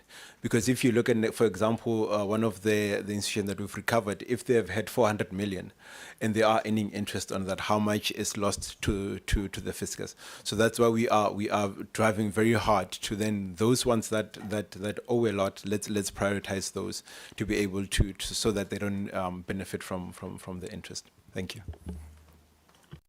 No, thank you very much for your answers. Honorable Ngubane, maybe before you come in, you see on the issue of interest, it's also something we must have, a discussion we must have with USAF. Because when they reconcile their historic debt, they've included a lot of interest on these kids. And I hear their argument that, look, we have engaged NSFAS, they don't have reconciliation systems, no problem, we're here. But the bottom line is they would have gained interest, they would have gained money out of the money that was not theirs. So it's a discussion maybe we must have when we discuss with USAF.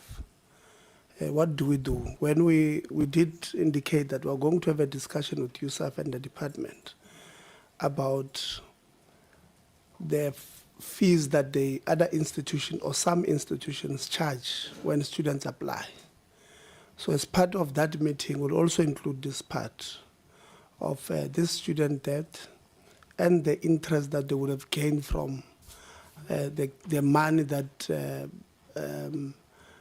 they were not supposed to have, the money that were owed to NSFAS during the closeout project. So that one, maybe it's a discussion. Let's have it with USAF as an institution that represents these universities. Let's have it with SACPO as an institution that represents these TVET colleges.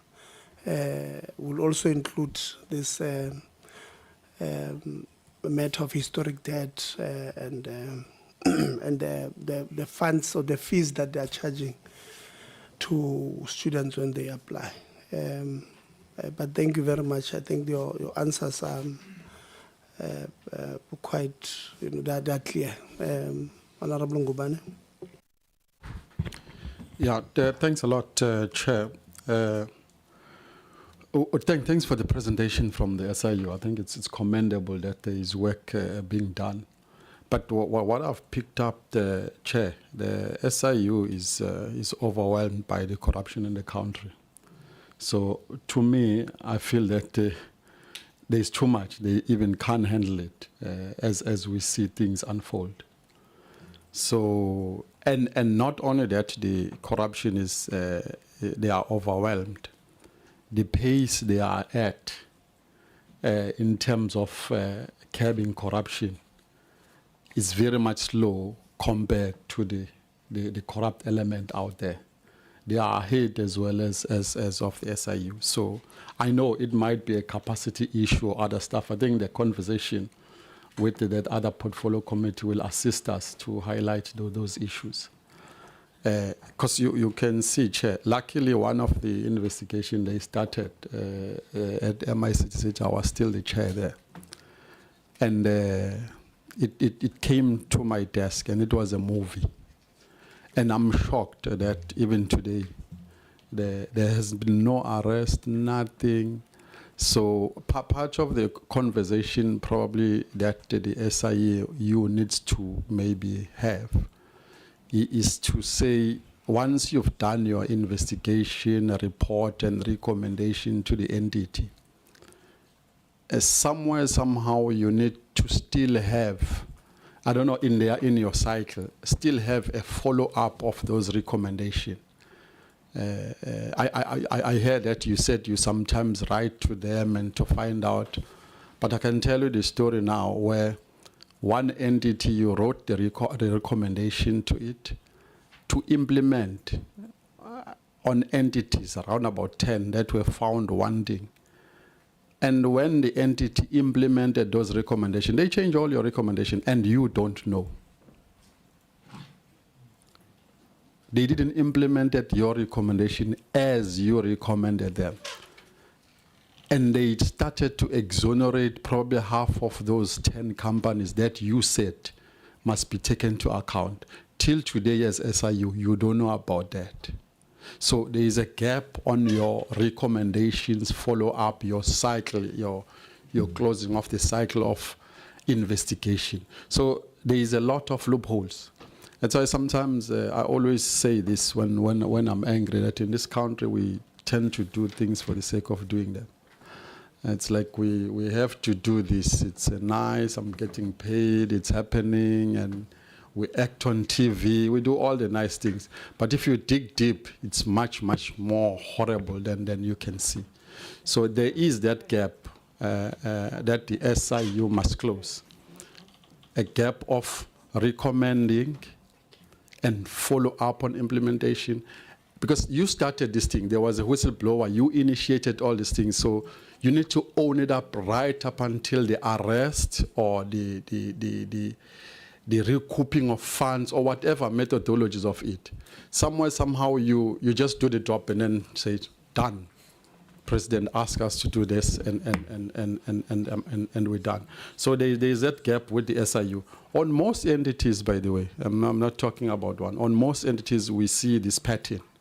It's a good job you're doing, but it is not enough because people are getting out. For example, one of the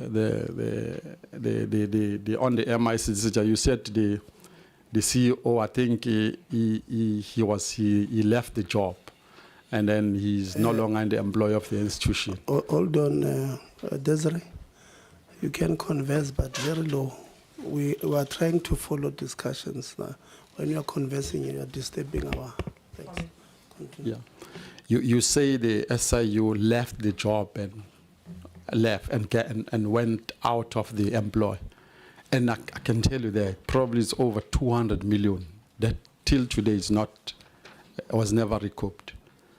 The fellow is still living large, having all his businesses, life, and everything is still like peace of mind and a lot of money.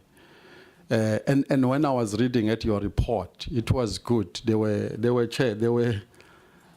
addresses that not existing of the training centers, and there were students that were ghost, but being paid. It was just a movie. So, but till today, all people that you mentioned there, it's Christmas. They're still having their own life. Probably they've got way where they're still servicing those monies. Probably they have their houses somewhere abroad. Again, I'm repeating, somewhere, somehow on the SIU, the work that you are doing, it is not enough. Because these people are out there. So that's my concern. The other questions I would like to ask, the issue of the laptop purchases and at NSFAS, if I can get what happened today, was that investigation involving as well the onboarding of those companies that were supposed to buy that large sums of laptop, if that's part of that investigation? Because I saw you said there is new allegation. Are they involving that as well or not? The monies of the TVET colleges or even the universities, these monies from NSFAS that goes and sit with the institutions, who should be responsible for that according to your investigation? Those monies that are paid by NSFAS, they sit in the institutions of higher learning, and they're unaccountable for whatever those interests that comes up. Who's responsible for that? Is it the NSFAS that must look after the utilization of those monies, or is it the TVET colleges that must say, hey, we've been sitting here for 5 years with your 200 million, and it's not going anywhere? So who according to your investigation, who should be responsible for those monies? And if those monies are unaccounted for, because those monies are not even given to students, they sit for years. So, and while they sit for years, a lot of kids still are unfunded till today. We have all these nice term missing middle, but there is a lot of millions that sits there, not accounted for, that are being paid to these institutions. And then, yeah, Chair, the main emphasis of my thing is that there is a loopholes in the SIUs doing of the work. If you can look into that and try and look at how that loophole can be closed. Because there is companies where you do a recommendation and say institution do X, Y, Z, and the institution doesn't do X, Y, Z, they do their own things. So thanks, Chair. Thank you very much, Honorable Lons. Oh, okay. No, thank you, Chair. And also thank you to the officials of the SIU for that very thorough and to the point presentation.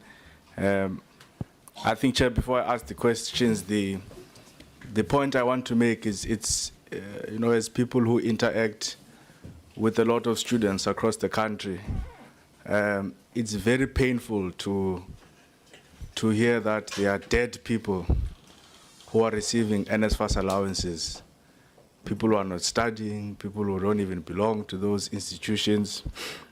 Yet you get students who are sleeping outside at CPUT, you get students who are not funded. So yeah, I was taken aback by that.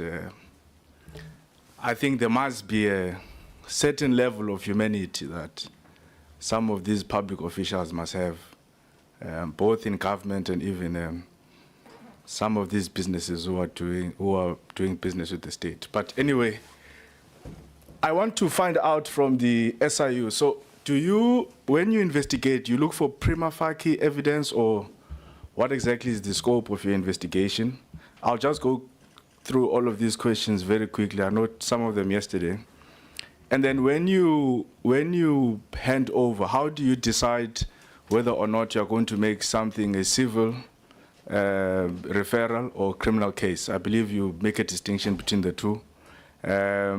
And then what is the scope and of your special tribunal?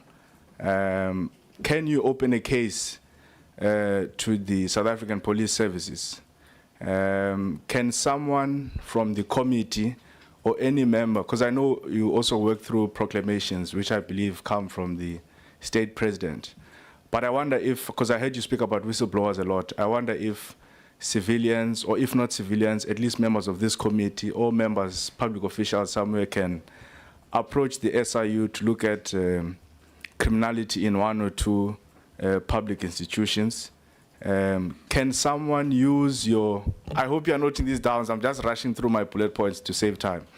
Can someone use the outcomes of your investigation to open a case with the South African Police Services?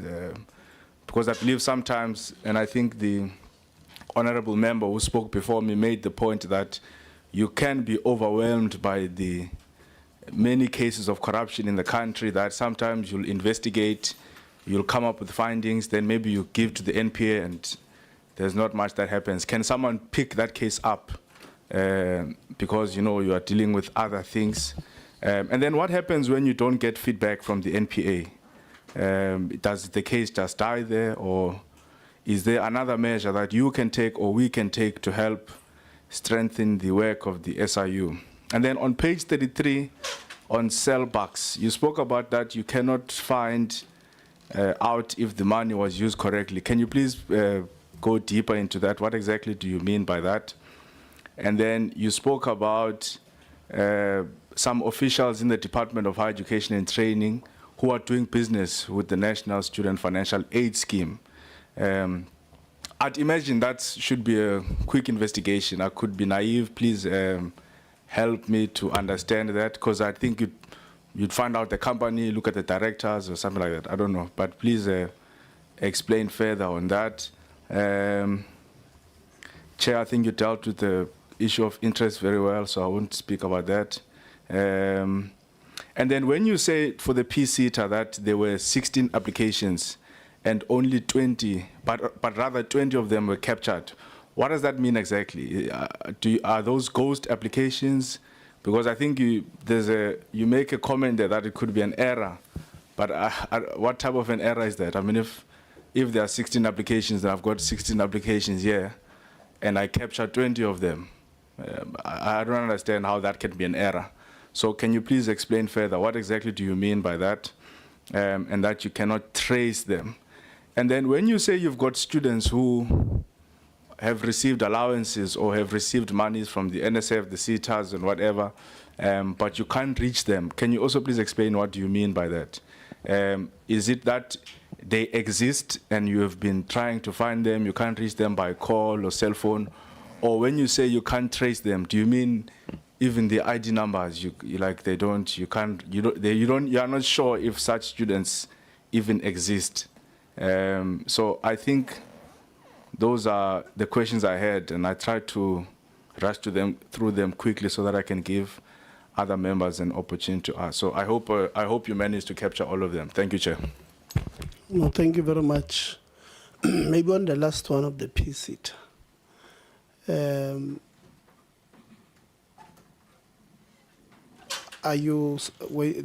Were you suggesting that if there were 16 people who signed, that they've attended a tender briefing and subsequently or submitted their documents, tender documents, but there were 20 were evaluated. Does it mean that there were officials at the entity who got behind, maybe through a window, documents to evaluate after the closing of the tender? I think because that is what I would have assumed, that there would have been some criminal element or elements were part of either the BEC or whatever SCM who then accepted documents after that. You can answer the two. So you'll answer Honorable Ngubane and Honorable Lonsi. No, thank you, Chair. On the first one, the Honorable Ngubane, I think the issue of the loopholes, we have taken note of that, and we can safely indicate that during 2016, when we reorganized ourselves, we took a note that, you know what, this thing of referring to matters to different institutions without us following, it's really not showing the impact that we want to see. So as a result, in our structure, we developed a unit that is responsible for following up, so that at least we can see the impact, because we wanted to make sure that what we do at the end, we see what happened to the referral. So that unit currently is under the operation, where we make sure that we follow. And like you say, that in some instances, the department will just look at us and not implement. And in most instances, we've recovered that the DG or the person that's supposed to implement, they keep on changing. A new one come, no handover. As a result, they request the same thing. When we ask what happened to this, they say refer, give it to us, then we'll take action. Then in no time, the person is left again, or the official that action is supposed to be action taken against them, they are being left to go where no action would have been taken. So one of the aspects that we have taken note of now is that because some of them will be referring for criminal, some will be referring for disciplinary action, and some will be taking the contract to court so that we can cancel it. So if we come to any instances where official is involved and we refer disciplinary and that official decide to resign, we go to court to freeze their pension, so that out of the irregularity that they've caused the department, we should be able to get money out of it, because we realize that some of them, they decide to leave and run away. And the other aspect that we have noted also is that as we were litigating against the service provider, those officials that were responsible, we cite them in the paper individually, so that whatever outcome that we get, they might be held liable individually for having caused such irregularity to the department. But I think on the issue of the loophole, we are dealing with it to make sure that we close it. And we can safely indicate that we even entered into memorandum of understanding with the SAPS and the NPA, so that we can able to track and able to deal with this issue of referral. Because our referrals for criminals go to NPA. From NPA, it goes to the Hawks or the SAPS. So during that loop, we try to look so that there should be a responsibility in between. So currently, we are implementing the MOU, and the MOU make provision for feedback, where they need to give us feedback on a regular basis as to what happened to the matters. So we are busy dealing with this issue so that we can close all the issues that we needed. So some matters will be answered by my colleagues, but so that I can deal with others. The issue of how do we decide on the referrals. Do we look at the prima facie evidence? So the referrals comes from the evidence that we'll have gathered. As we gather the information, as we have indicated that in our investigation, we've got lawyers, we've got investigators, we've got lawyers, we've got accountant. So the role of the lawyers in the investigation, after we have investigated, collected evidence, we give it to them, then they're able to indicate that in terms of the process that followed, there are some irregularities, and that irregularities amount to a misconduct, and over and above, it amounts to criminality. A decision is being taken there and there where we are able to look at the prescript, what has been contravened, and most importantly, as we make referrals, we make sure that we attach the evidence so that as NPA, they look at this matter, they got evidence to say there was irregularity that happened. We also look at follow the money to make sure that every money that was paid from the institution going to a particular company, we go to the last cent to see how it was used. If all the money was used and you find that no purchase of material or anything was done, we could easily see that, I mean, how did you fix the road if you didn't buy any material? And even if you say you bought material at company X, we do go to company X to say such a person bought material for how much and when was it delivered, who would receive them, so that we can see exactly what happened to the whole thing. So that's how we base our investigation. We base it on threefold. The first one, we look at the procurement irregularity to see whether was it followed. And if it was followed, obviously that means we need to cancel the contract because they didn't follow the procurement process. The next level is to look at following the money, to say what happened to the money as it paid from the state institution to the company, who was paid, to see whether any official was paid and what was the official paid for. The third one is the issue of value for money.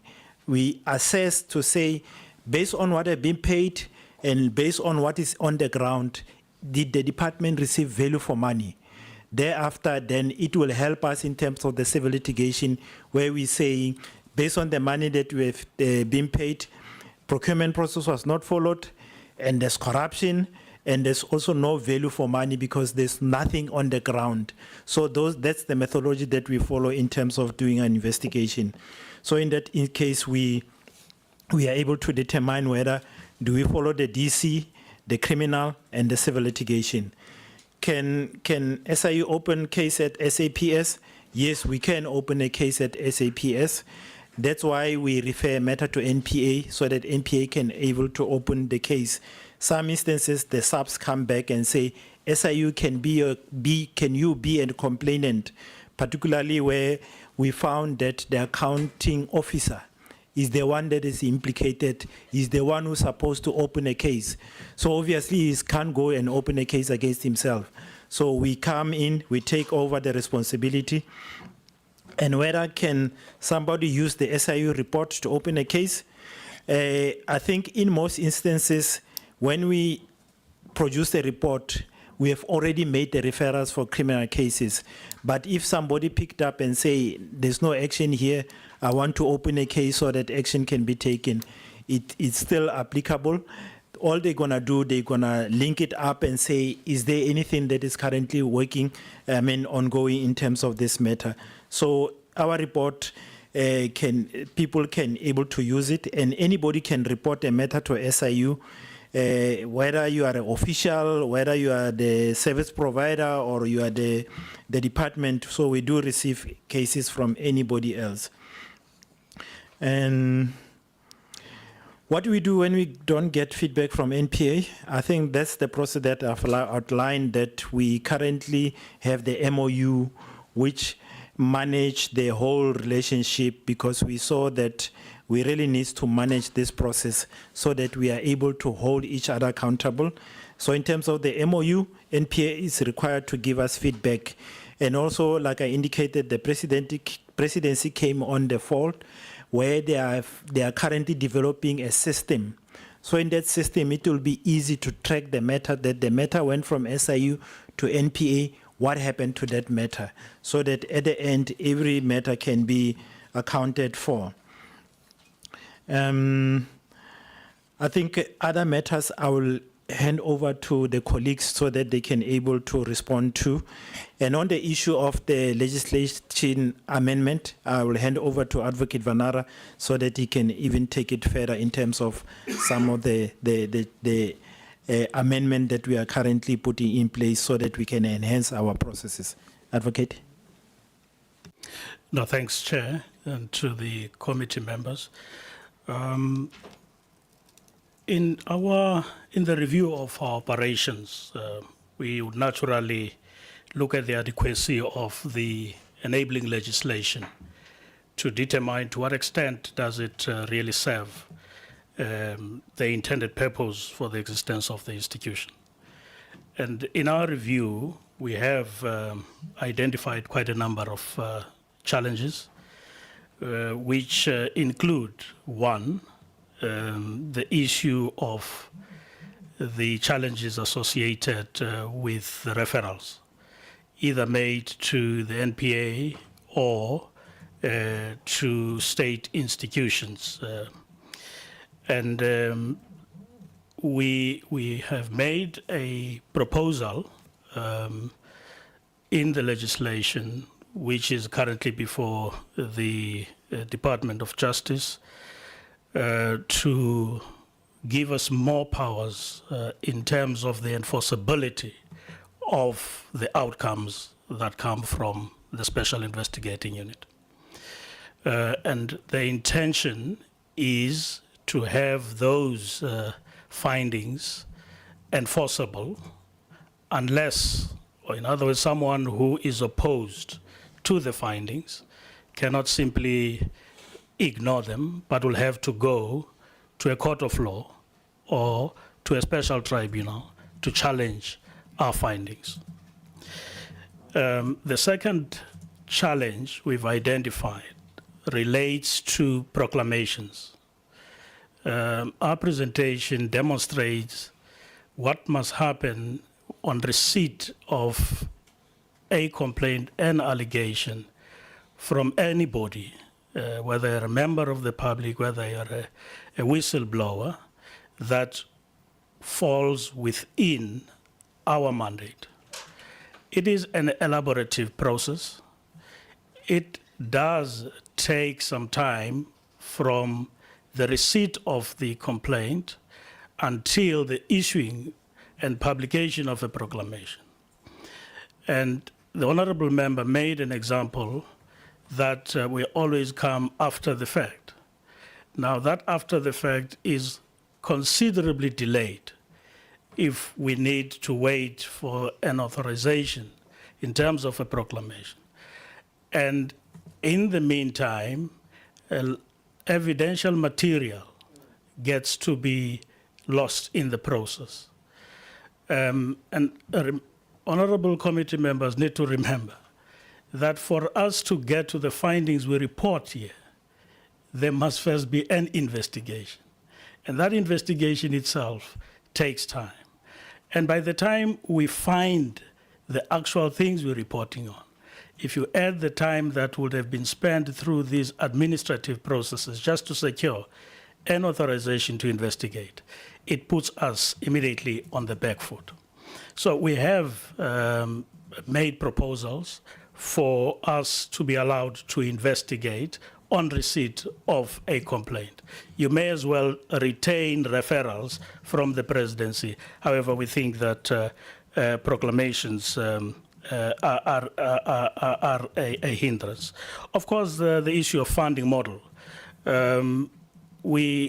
Part of our funding model is through the recovery of the fees that we charge the very same people who investigate.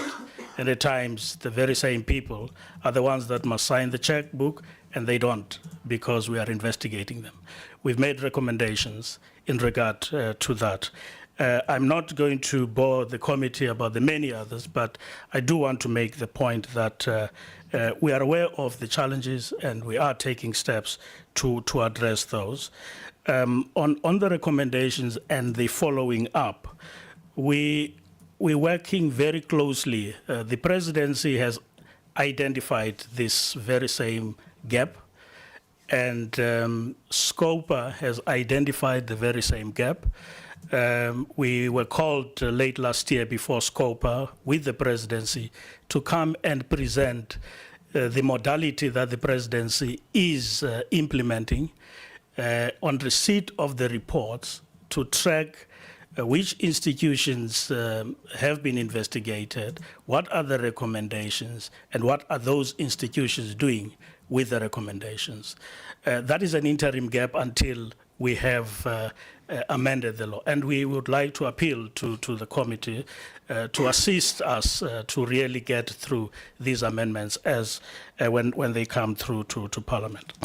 And of course, the presidency is holding accounting authorities and accounting officers accountable for not executing on these recommendations.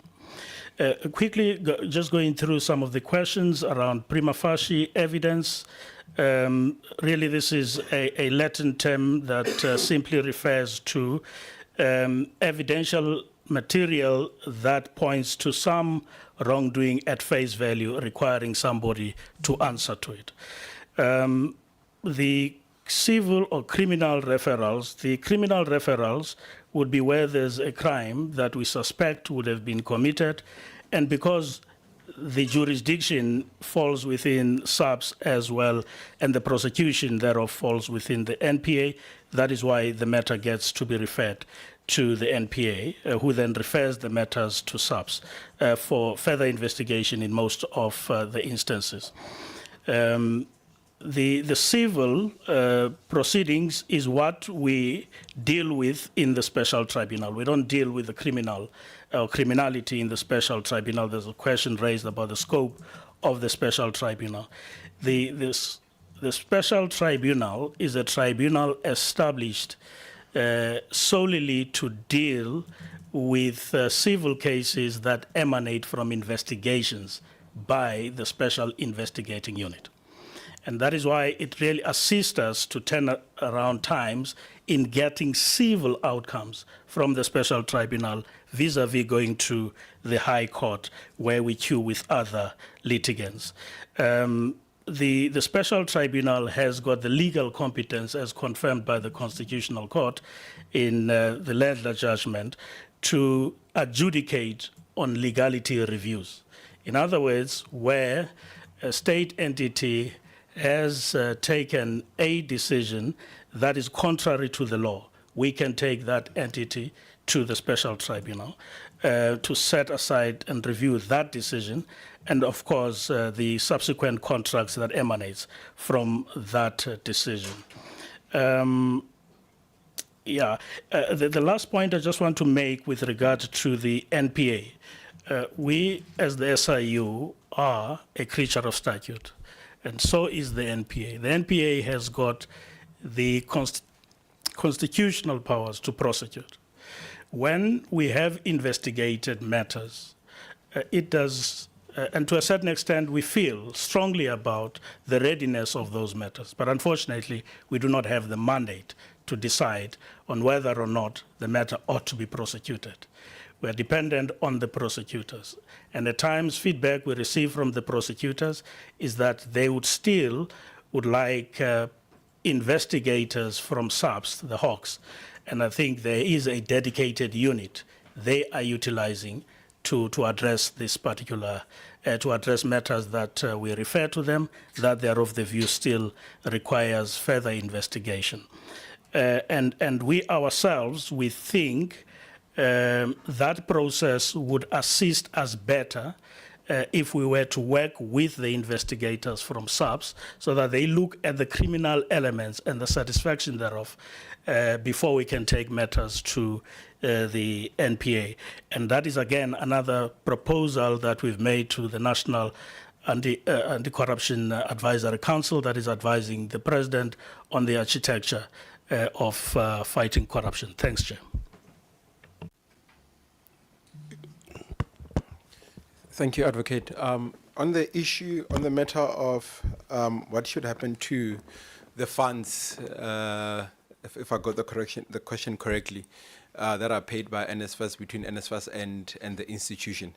So one of the systematic recommendations we have already made to NSFAS and the institution is that we would recommend that going forward there needs to be a separate dedicated NSFAS excuse me, NSFAS bank account.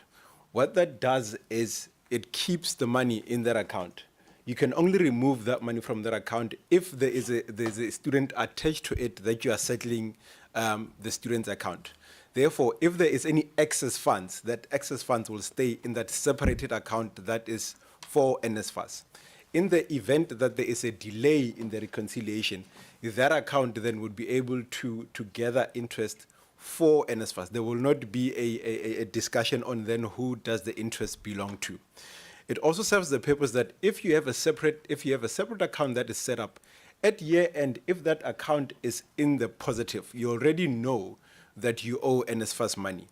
Therefore, even before the reconciliation, you're already in a position to say there is money in this account it shows that I've received more because you would have taken out everything that you needed to take for the student, but there is still a positive balance.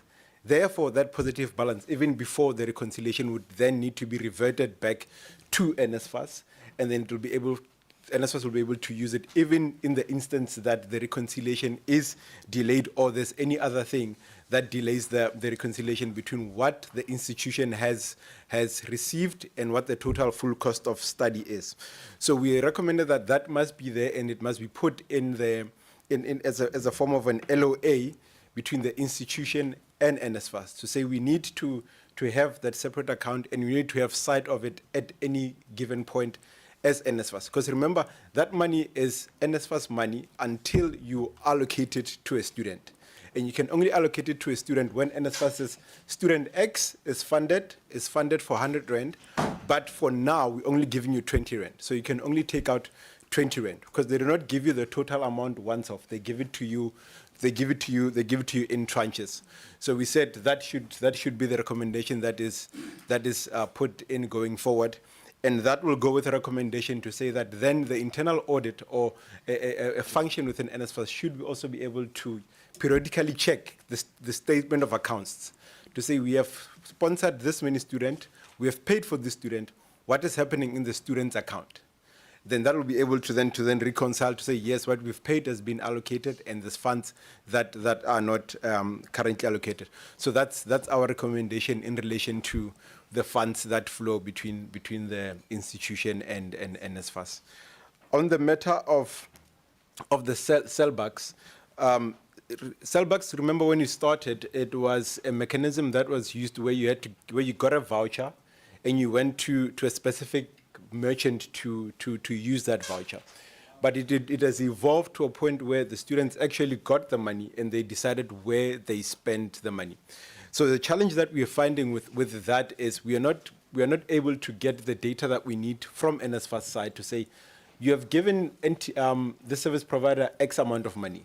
One, for which students have you given this entity money for? Have they given all that money to that student that you have given them money for? If they haven't, what have they returned to you? So we're struggling to find data that would satisfy us in terms of doing that reconciliation. But we're in the process of saying then what are the other alternative procedures we can do to be able to reconcile that data to satisfy ourselves that one, sellbacks does not have any funds that they didn't give to students, and if they do have, can they return that funds back to NSFAS? So we're still in the process of saying what other alternative procedures we can perform on sellbacks in the light that we do not have reliable data that we can use from NSFAS. Thank you. Thank you, Chair. On the issue of laptops, I've mentioned that we do receive allegations from whistleblowers, This time around, the whistleblower just said computers were procured irregularly during the COVID time. But we then felt, because we do have our own internal processes, although we do have a proclamation, but we still, once we receive any allegations, it still has to go through our own case assessment to see whether we're still operating within the proclamation or not. So in these instances, when we submit to the case assessment, they said, go back and get more information. We went back to our whistleblower to say, can you give us more information, what really transpired? So we have asked NFSAS just to give us more information on this COVID procurement. So it's a whole lot of information that we have received from NFSAS, and we are currently analyzing. Then I think next time when we come to PSET, we should be able to say how many companies were involved in terms of procuring those laptops, because it was not only in one province, but it was countrywide. So we want to see whether the processes were followed or not, and how many companies were involved, and then of those companies, which ones did bigger than other companies, and what was the reason why those companies were given more in terms of purchasing of those laptops or not. Thank you. Lastly, Chair, the issue about the official from department was doing business with NSFAS, also that's the new allegation that we have received. And I do agree with the honorable member that this one shouldn't take long. It's a very simple investigation that we can easily do it. But it's also in the bucket where we are looking whether the period that they are talking about, is it within the mandate that we have? But even if it's not in the mandate, there's something that we can able to deal with it, because if it's irregular, it will be irregular. We need to take action against. And with regard to the student that cannot be traced as to what happened, as you know, that's the student go to university, they study, after that, then they look for a job. Some of them, they might not have credit where we can able to trace them through the credit facility that they obtain somewhere else. And some of them, they are not employed, so it might be difficult to find some of them. But what we do, we visit the addresses that they've put forward in terms of the home address or where they can be found, particularly during the study period. So we are trying all we can so that we can able to identify and locate some of the student. So like I indicated, that we are also using the data analytics, getting all the open source information that is available that we can able to trace. Some it has worked for some, and some that are not in social media or anywhere else, it become difficult. But our zeal is to make sure that everybody is accounted for, and we obtain verification from everybody whether they received the money properly. And the other issue that was raised was that issue whereby there was unaccounted forms. One of the issues, the observation we have made was the issue of record keeping. We don't know whether is it the issue whether there were no applicant, there were ghost applicant, where we go and we want 77 application and we are given 73, and when we ask for others, they cannot be found. So those are the aspects that we look into, that there was the issue about either record keeping or either some of those students are not existing. So that's some of the issues that we have highlighted. Like we also highlighted the issue of the deceased, that some of the people are continue to be sponsored, but while they, according to the register of population, some of those people are deceased. So it's a whole encompassing process that we are trying to unfold in terms of this funding of students. Thank you. Yeah. Cellbacks. You can't get data from NSFAS, sufficient data. But NSFAS gave Cellbacks money. Was Cellbacks able to give you the data of the distribution? Because they can't distribute and say, we did not know who we distributed to. Internally, what was the response from Cellbacks? The difficulty that we have with Cellbacks is that they are saying that the data that they have from all those years they started running with NFSA's voucher system is that is sitting at Google Cloud. Then we said, can't you do data dump to NFSAS savers? Because they are saying, we can give you a space, you can do this data dump, we can just bring in specialists to come and try and decode that information that you have, NFSAS has given you.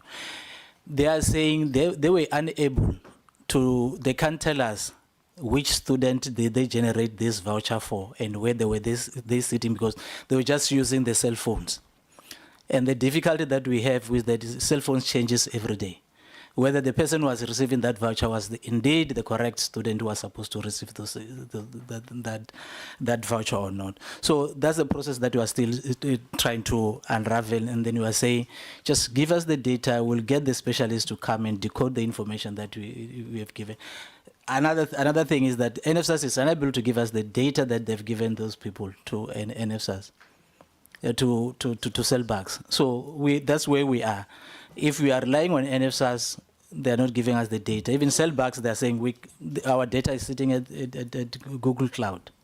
But they are also not willing to release it because they are saying there are contractual issues that they have with NFSAS, and then NFSAS needs to pay them money. But we said, we have the proclamation to investigate this thing, and therefore you need to give us that information. So now we said we need to call them back again to come and clarify some of the issues from our side, because if NFSAS is saying we never advance any money to them, we need to look at the financial statement to see how their balance sheet was looking like. Were they able to service all those vouchers that they've created or not? So those are some of the things that we are trying to do. We've also enlisted the services of SARS, so that we can check whether this company has indeed filed any financial statements to SARS, so that we can be able to check if there was any money which was expended to them, or whether their balance sheet indeed had money, because there were other issues that between them and NFSAS, that whatever services that they've rendered, they were supposed to split whatever income that they're generating from the merchants when these people cash those vouchers. So it's an ongoing investigation it might take some time. Thank you. Chair, just to add on, we are not handicapped in terms of this aspect. We have legislation, and for now we are in the process of trying to resolve this issue without enforcing our legislative mandate. So it's not like we are unable to take any action in terms of this matter. I just need to emphasize that we are still at that level where if it comes to a point, then we will be evoking some of our section. Thank you. No, thank you very much. I think that gives me a lot of comfort. Advocate, you said on the referrals, you are polishing the legislation, which is good. Wanted to ask, when you send these referrals to, let's say, page 66 or page 69, let me see, just confirm, page 69 or slide 69 of your presentation. Are we okay? Is it TikTok? You know, in our meetings we have a problem with people opening TikTok. Oh, it's Valentine's. Oh, I forgot. Oh, they are sending a video. They are sending you a video when the flowers are being delivered. We understand. So advocate, I was saying, on slide 69, you're saying, for an example, 8.2, referrals to accounting authority or officers for disciplinary action. The investigation team referred 8 disciplinary matters. Are you sending the referrals only to the institution concerned, or you then send to the mother department? So in this case, did you send the referrals to the Department of Higher Education so that they are able to monitor the implementation of these things, or it's something that probably we should do moving forward? Chair, I know you've addressed that question directly to me, but your question is more operational, and I would like to get the colleagues that do the actual referrals just to clarify that so that I don't mislead the committee. Thanks. Thank you, Chair. The referrals, as we do, like in the slide, we're saying the referrals to accounting authority or officer. If it's the referrals to the department, we refer to the Director General as the person that is responsible, or the accounting officer. And it's for the Director General to decide how does he implement that referral. So that's how it is. Then the one of referral to civil litigation. Civil litigation is our internal unit within the SIU. So there's investigation unit, there's also civil litigation unit. When they are done with the investigation unit, they take it to civil unit, which is headed by Advocate Vanara. Then they take them through the process. But referrals is the accounting officer who is supposed to take action. Yeah, in this case, the accounting officer will be the vice chancellor because it's a Fort-Hare issue. So my question was, because you are sending it to a university, but there's a mother department called Department of Higher Education and Training, do you also send the referral to the department so that they are able to then follow it whilst you are busy with other matters? And if you are not, is it something that you probably can do moving forward? No, I think it's something that we can consider, Chair. I think particularly where we want to see the impact, we can send it to the department to say, these are the referrals that we have done to the department. And normally also what we encourage where we do briefing to the minister, to say the minister in your entity, these are the entity that we are looking at, and this is what we have referred, and so that the minister also can also follow in terms of the action that we have done. No, thank you. Ash? Thank you, Chairperson, and thank you to the SIU for the presentation.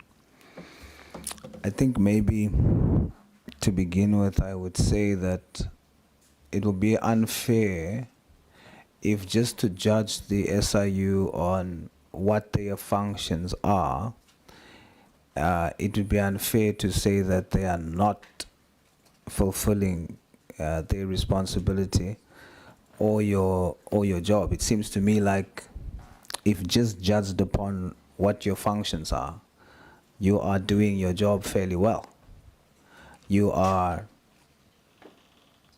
collating evidence, getting evidence, doing the investigations, and then you do the referrals to the prosecuting authorities.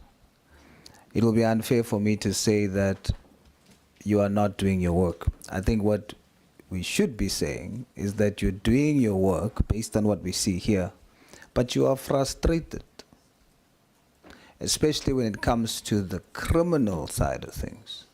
When you have investigated, have evidence, but nothing comes of the work that you've done with regard to the criminal side of things. And so that seems to me like, when I listen to what is being said, that it's not expressly said, but I'll say it expressly. You are frustrated when it comes to the criminal element of things. And Chairperson, it seems when you look at it logically, when it comes to the civil litigation part of things, and you report on the recoveries that you have made and the money that has come back, again, your competency is shown by how much money you have been able to recover. But I think then the frustration comes in again, because it looks like you are recovering money to be stolen again. It seems like that's the cycle. And it's frustrating to me as well when I listen to it, because we have constituency, and there are many people, good students, that are suffering because of what is going on within NSFAS especially. Let me put two faces to the situation. There's a young girl currently in Cape Town, part of the protests that has gone on and having to sleep outside of the institution. Kiabetswe Nkosi. She has received a Dean's Merit. She is performing academically above 70%. No response from NSFAS. No support in terms of funding. And then you have another young girl from Eldos, her name is Rihanna van der Nest. Same thing, but thankfully chairperson is assisting to assist these two students. But you have students like that, and then you come and you see a presentation that deals with over 40,000 students that is not meant to receive funding, has received funding. And then you have these good students having now to sleep outside and beg for accommodation at the institutions. This is unfair.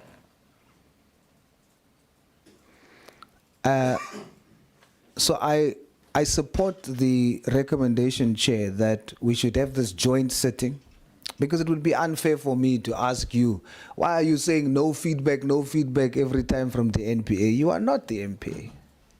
You have provided evidence, you have done an investigation, you refer it to the prosecuting authority, and there's no prosecution. There's no feedback on how far the process is. That can't be on you. So it makes no sense for me to try and delve into that element.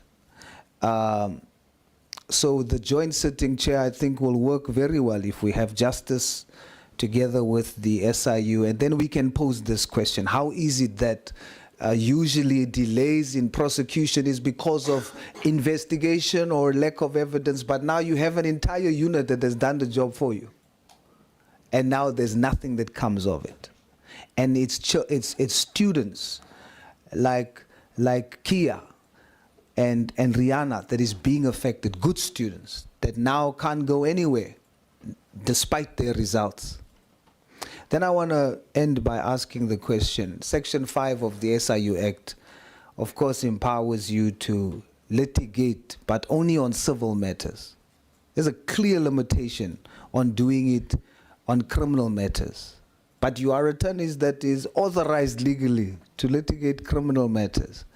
I want to know honestly, do you think that the spirit of the Act seeks to avoid duplication, or you think it wants to keep you away from solving the criminal issues? I thank you, Chair. No, thank you very much. On the two students that you are saying were helping, they are not the only two. We're helping many others who continue to send. I'm clarifying this so that we're not accused tomorrow of helping others and not helping some and not others. And the last part. Maybe it would help, Chair, that I said there are many students, but I'll put two faces to it. It's very important. And maybe on the last part, just to protect SIU, when you say the spirit of the Act, is it to avoid duplication or to protect? Maybe if they don't have to answer, you don't have to answer, because we don't want, you know, I think it's trapping you. Yeah, it's putting traps for you. You don't have to answer. But I think we understand where it comes from. You can just take it through.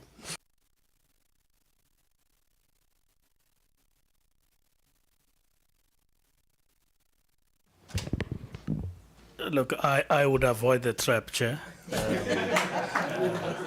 And I prefer to stick to my script. And really my script is that our mandate, which was determined by the predecessors of the members in this meeting, was to confine our mandate to an investigation that focuses on civil recoveries and the remedies that are appropriate to enable us to discharge our responsibility. Thank you, Chair. Thank you.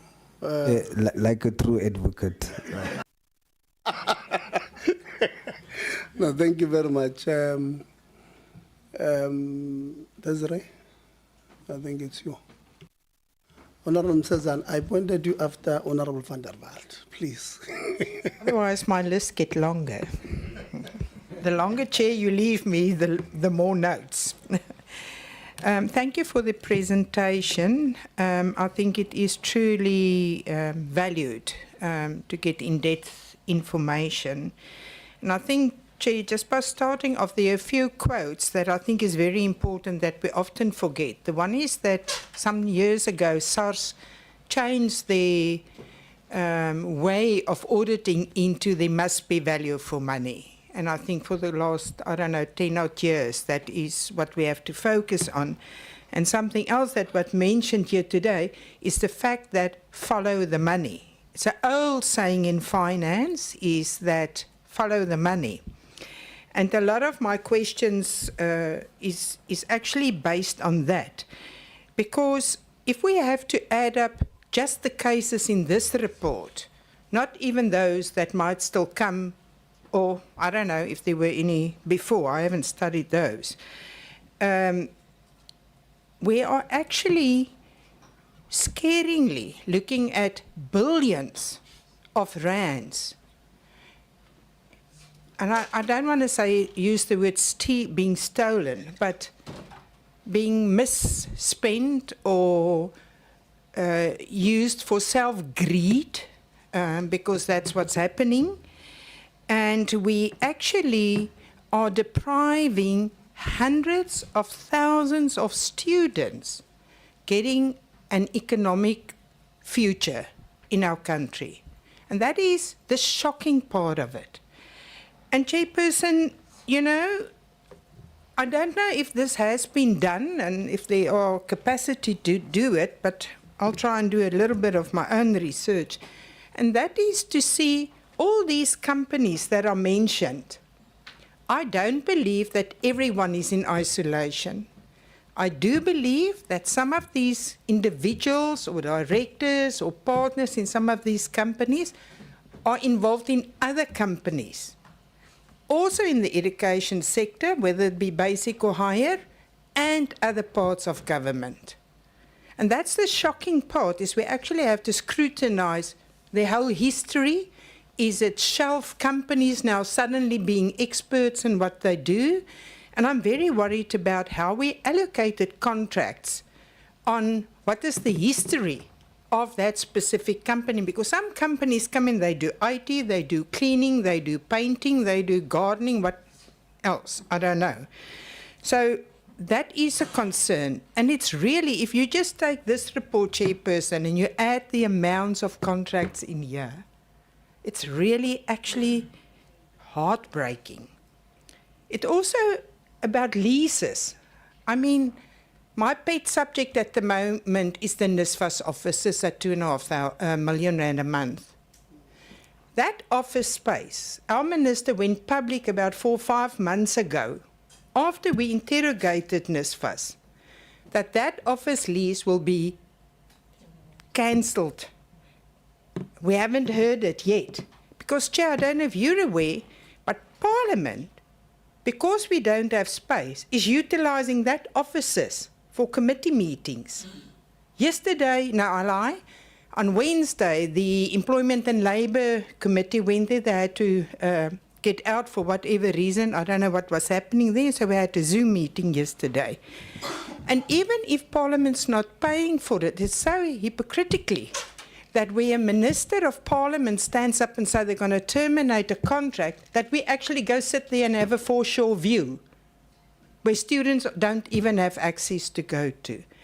But I'm shocked to see that there are many other leases that should have been utilising public works buildings. They can clean them, they can maintain them, and they can utilise them much cheaper, and I guarantee, Chair, it will be much more accessible to those that we cater for in this specific environment. And we must get that information.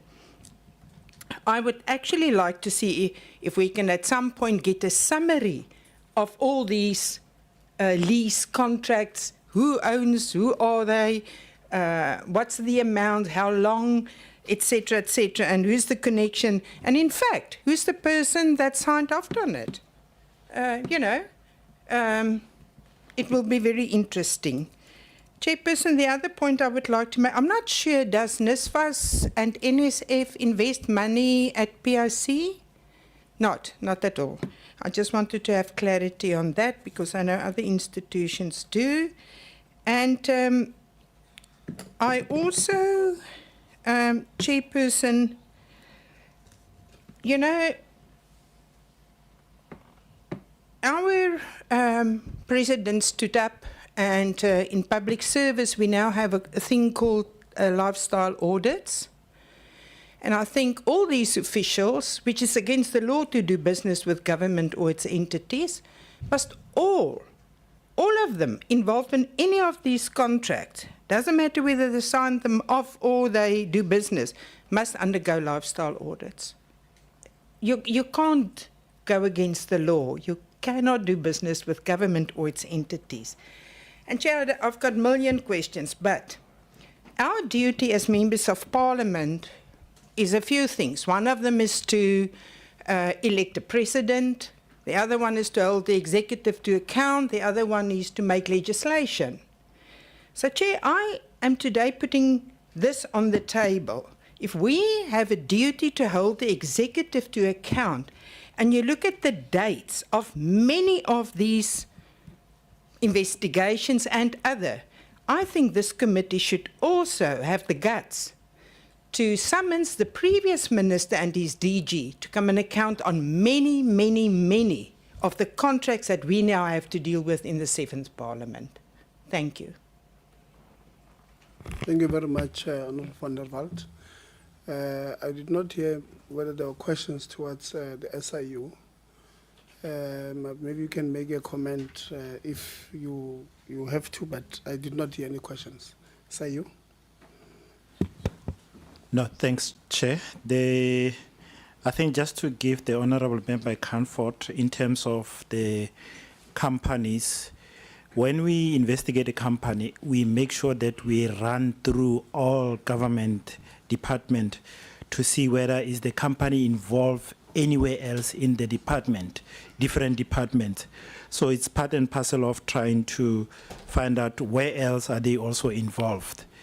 And the issue of the lifestyle audit, we were in discussion with the administrator that we should be able to implement it within the NSFAS official. And also within the SIU also, we have established a unit that deals with lifestyle audit. Currently, we've got many departments where we are currently assisting them with a lifestyle audit. So we have designed it in such a way that it's quite comprehensive, and we look at the previous financial year for 3 to 5 years, where we are able to analyze and able to see the expenditure, the income, and to see whether the people are living within their means. So as a result, there are many departments that we are currently doing lifestyle audit on.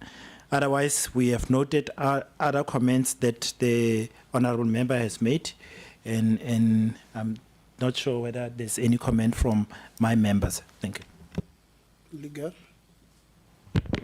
No, thanks, Chair. Regarding the office lease,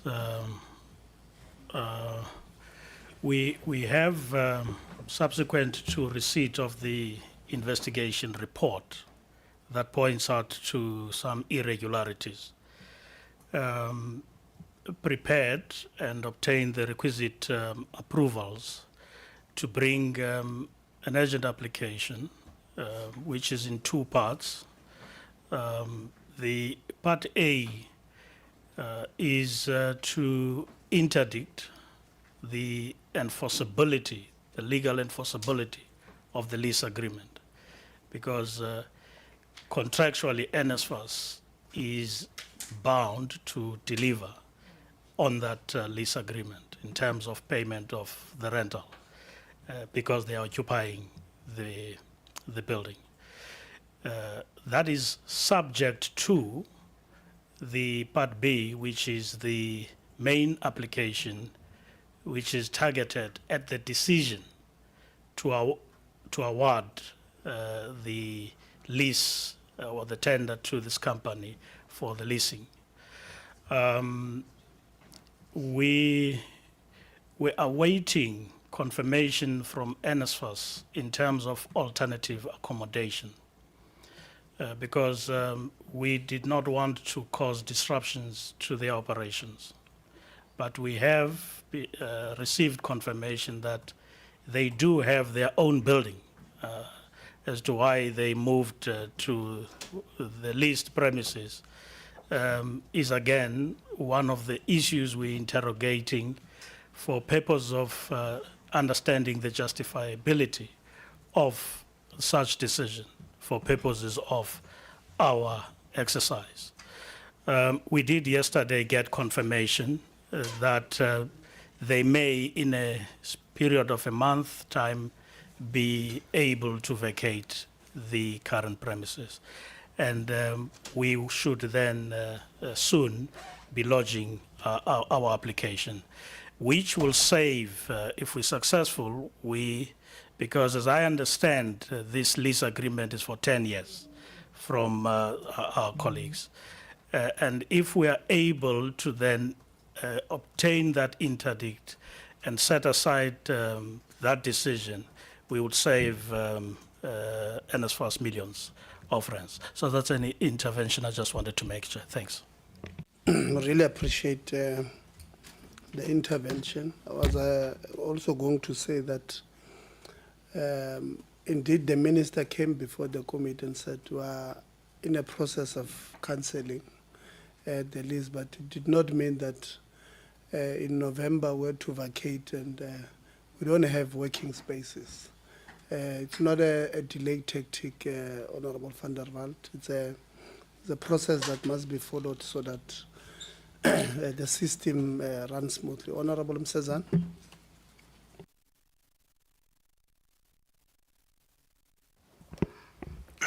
No, thanks, Chairperson.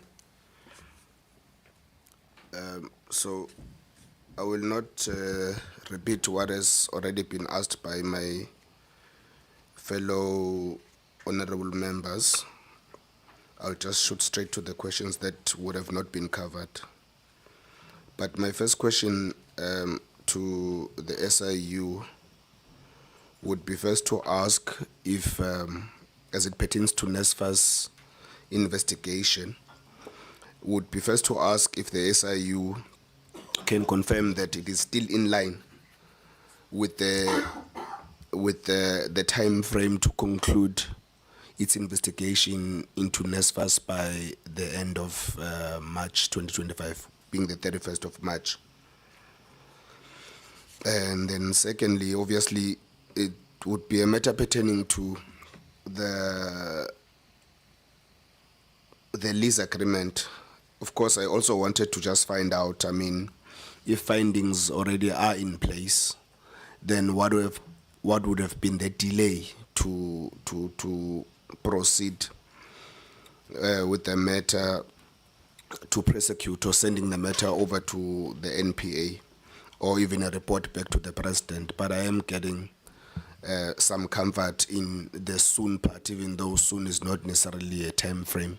It would be ideal to get an actual time frame in terms of when to expect what and all of those things. And then with regards to the laptop investigation, which I believe would have been an investigation that relates to the procurement of laptops during the COVID-19 year. Again, as it relates to that particular investigation, there are no time frames as to when likely could that investigation be concluded. The reason why I'm speaking a lot about time frames is because it's very costly. In fact, it was even highlighted in the presentation that the work that SIU does is very, very costly. So on those bases, we would want certain time frames to be put in place or highlighted when we are getting a presentation. So I would want a time frame as it relates to that particular matter number 5 on laptops. And then on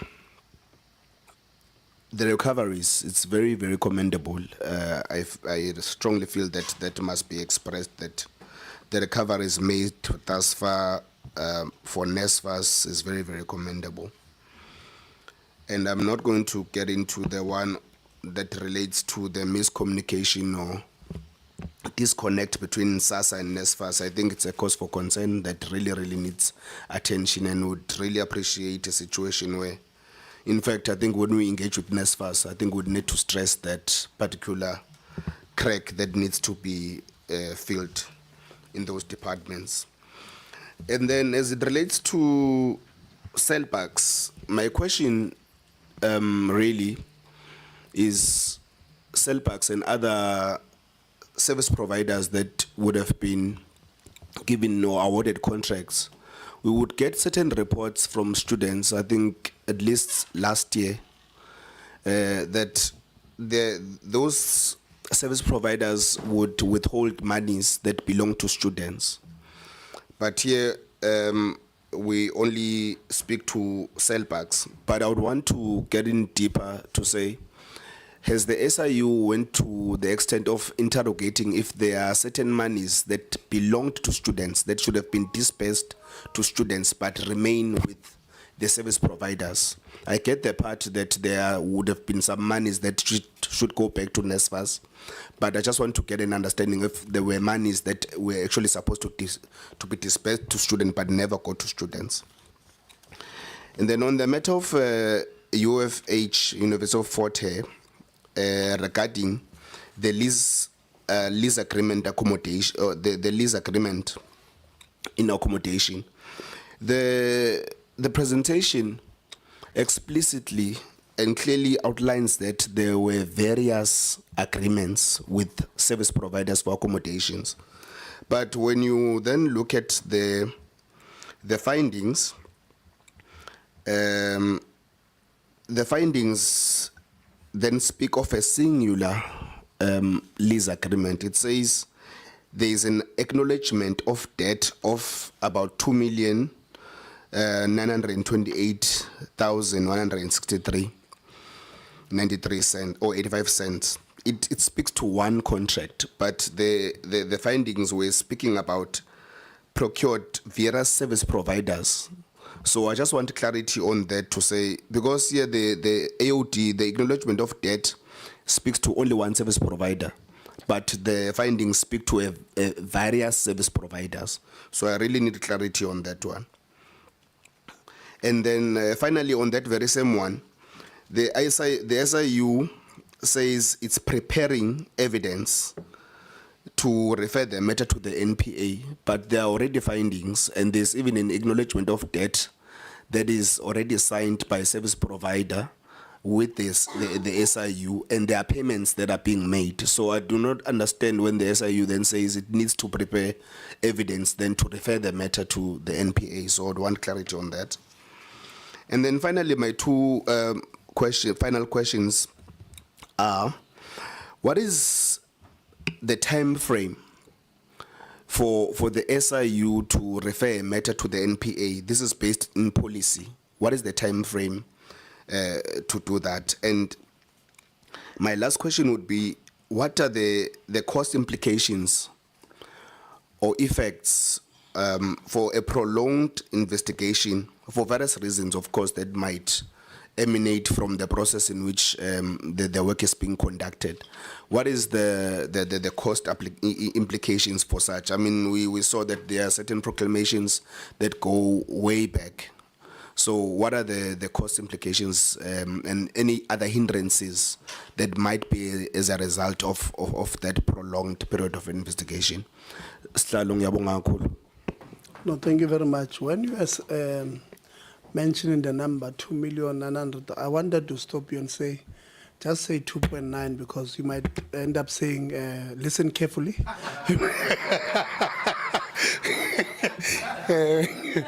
You know, because of the political part, you know. That was on a lighter note, SIU. No, thank you, Chair.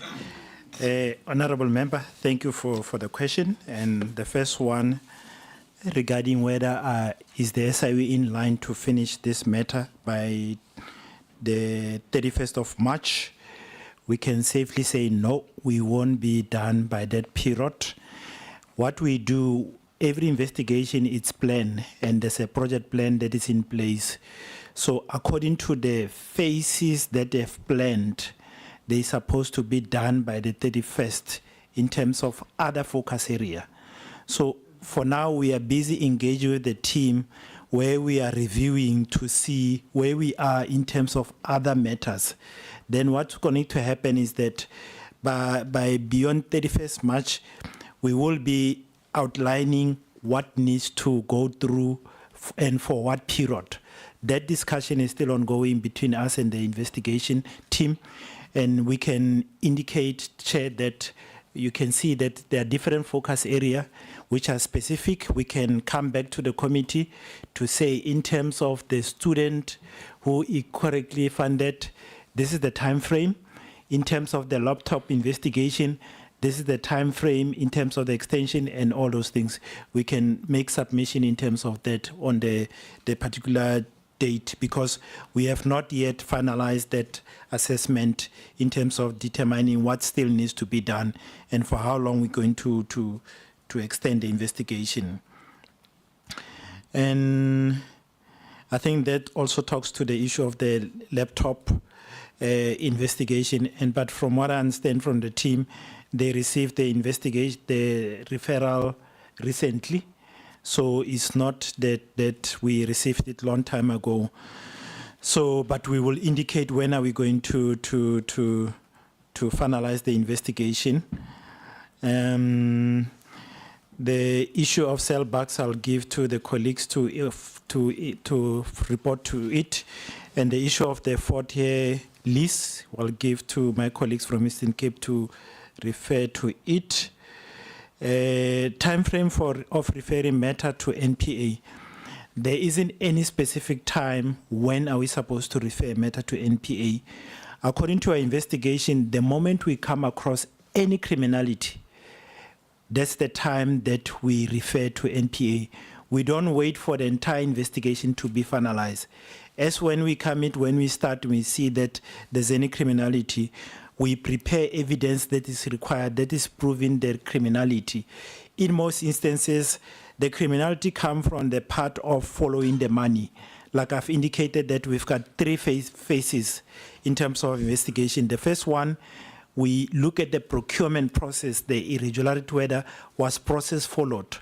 The outcome mostly from there is the issue whereby we go to civil litigation to say proper process were not followed, this contract needs to be cancelled. The next one is the issue of follow the money. Follow the money, we are able to follow it, and you find that some of these people, they've got 100 bank accounts, and the money flow from this account to that account to that account. So for you to get into the last account, it's going to take you a long time because those accounts are not easily available, freely available. Every time you get bank statement, you analyze, you find another account where money went to, you write to the bank, and the bank will give you 10 to 15 days to say, this is our response time, because we are not only servicing SIU. You wait for that period, they give you, again you see that there's another transaction, you need to follow it until you get to the bottom where you see how the money was spent. Was there any official or money went to any official? So that's how we deal with this thing. So there isn't any time frame that we can say this, it should take you this much. But the issue is, once we see criminality, we refer to NPA immediately. We don't wait for the investigation to be finalized. And on the issue of the cost implication of prolonging investigation, we do agree that the longer investigation it takes and the long cost it's going to have on the institution. What we normally do, if we start investigation, we prepare a project plan and letter of engagement where we say, we are planning this investigation and this is how long it's going to take. And if we get documents and everything cooperation in time, this is how it's likely to cost. And the costs come from the resource that we allocate to the investigation. If we allocate 2 resources and you find that the cost of each resource is 50 Rand, then you during the investigation, whenever they do any activity on the investigation, they complete timesheet to say, today this is what I've done on this investigation. As a result, at the end of the month, we collate and able to see how much this cost. So we always emphasize to the department to say, if you delay in giving us document, it's going to have implication in terms of the cost. So we always tell them that whenever you receive our request, give it to us so that we can able to finalize the investigation on time. So that's the implication in terms of the prolonging investigation. But in most instances, we don't want the investigation to be prolonged because there are issue of prescription and there are issue where the official might leave the department, because we want to make sure that as we investigate, everybody's there, action can be taken against those who are still there. So that's some of the implication. And also, like they've indicated, that some of the people that have knowledge of the matters, if we take long, they leave the system. And when we arrive, we found that nobody knows what happened, where are the documents, and all those things. And also the fact that documents get destroyed. If we take long, people destroy documents. So the sooner we get in, we get everything, we investigate, we finish, we go to court, we recover, we take action against the people, the better for us to when we do investigation. So I'll hand over to my colleagues to deal with other matters that they've highlighted. We have highlighted. Thank you very much, Honorable Chairperson. Through you, sir, I need to respond to the question that was raised by the honorable member in respect of the University of Fort Hare, relating to those discrepancies that may be appearing in the report. Indeed, honorable member and colleagues and chairperson, that amount of 2.9 million relate to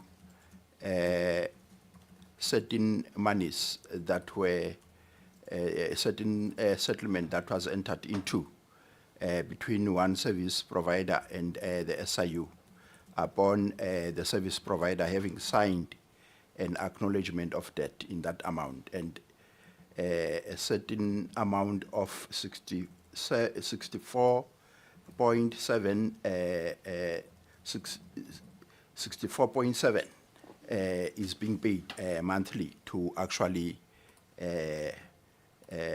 liquidate that debt of 2.9 million. No findings have been made with regards to criminality, with regards to that matter by our investigators. The issue related to some form of overcharging and some form of this entity also in some instances undercharging at the university for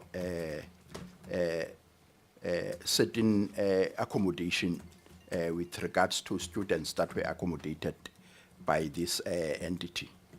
The referral relating to criminality is with regards to KUSH, an entity that had actually received a contract that ballooned to 68 million.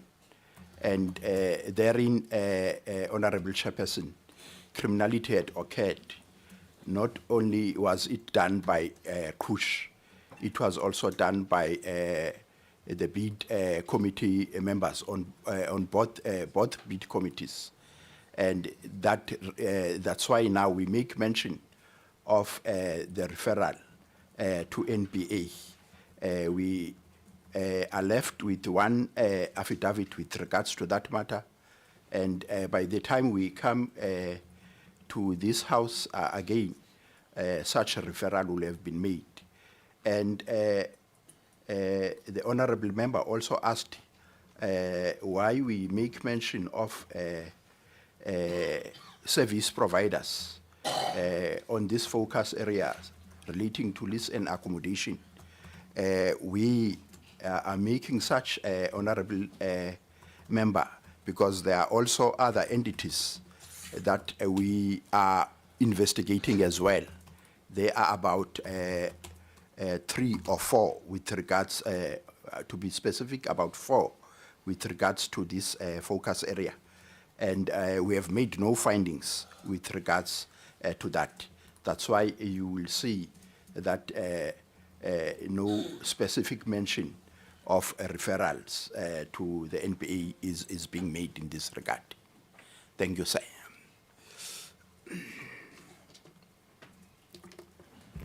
I just wanted to add, Chair, that yes, we are mentioning several companies that or service providers that are dealing with the university, but in terms of the AOD, it's only one.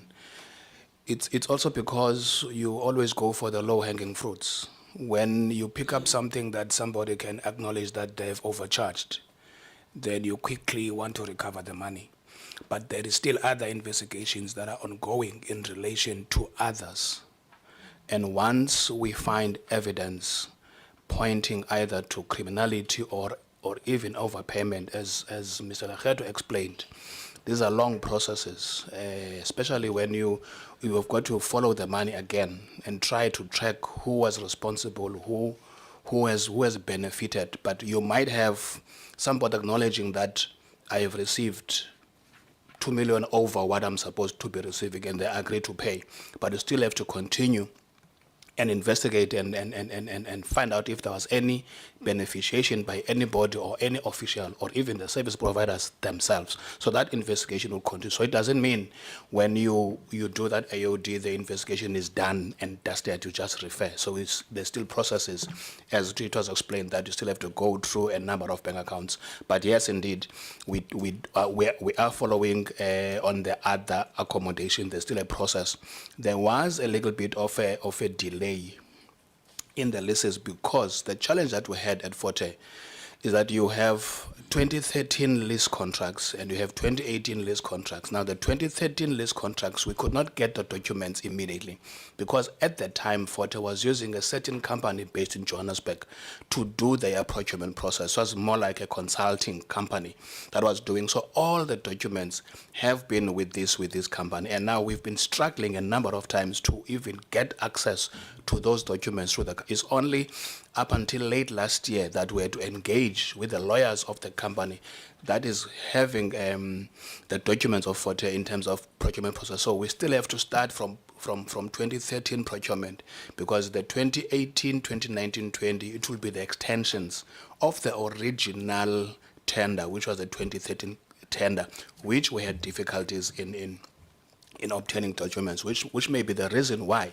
you will start the investigation in 2022, but you still find in 2025 we're still investigating. It is because of that challenge that we had in terms of Forte itself not having the documents physically, but are sitting elsewhere. So that was one of the challenges why perhaps there was a delay. But yes, we are packaging and preparing that evidence to refer to the NPA, which will have additional information outside of the overpayments. Thank you very much, Chair.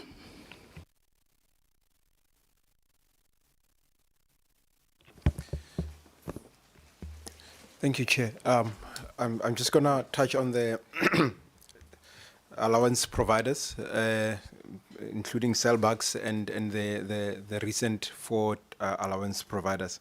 Our interest in both matters is twofold. We are interested in balances that might be sitting on a student's account. For example, a student has received, let's say, 100 rand, but in that academic year they've spent 90 rand. And then there's 10 rand still sitting in that student's account, and the student has gone through the whole cycle and they haven't used that remaining 10 rand. So we're interested to say how much is sitting in the different student accounts, and if they're still sitting there, why is the money not being refunded to NSFAS? The second part that we're interested in is where a student might have received the money, but the student never accessed the money. It might be that the student didn't KYC, the student had cell phone issues like it was indicated before. We are also interested in that cohort of student.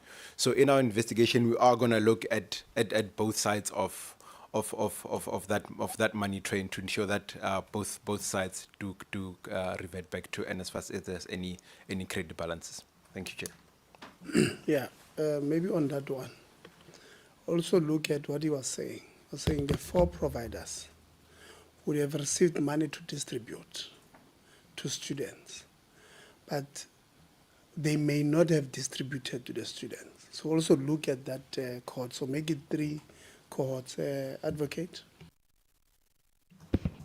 No, thanks, Chair. There was a question on the time frame for the issuing of the lease application. Our target is really to issue this application during now in March.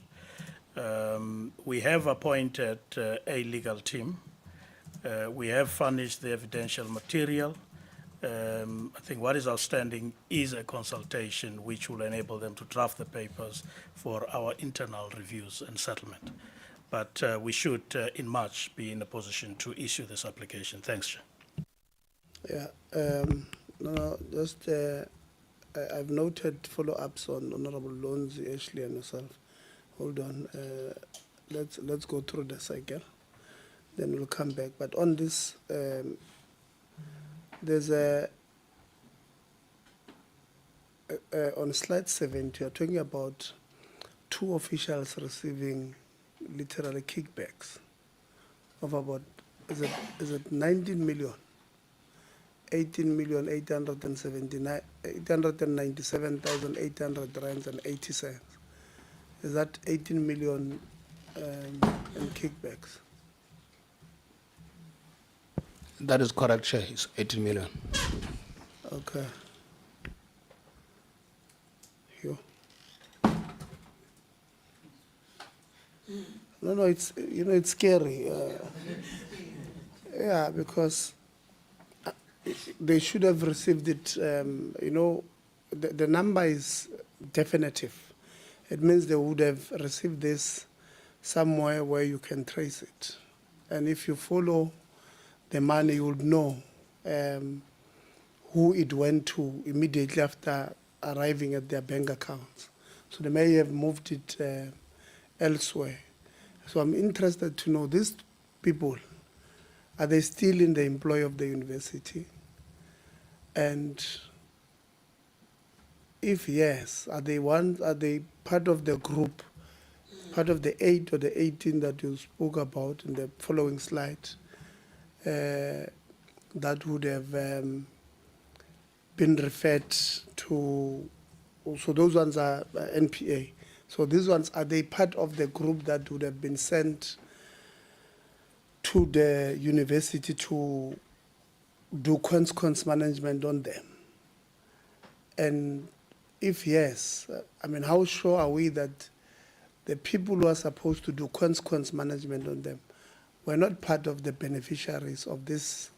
It's 19 million rands. It's it's not change. It probably bought everybody at the university who's supposed to do consequence management on them. So maybe if you can just unpack this one a little bit.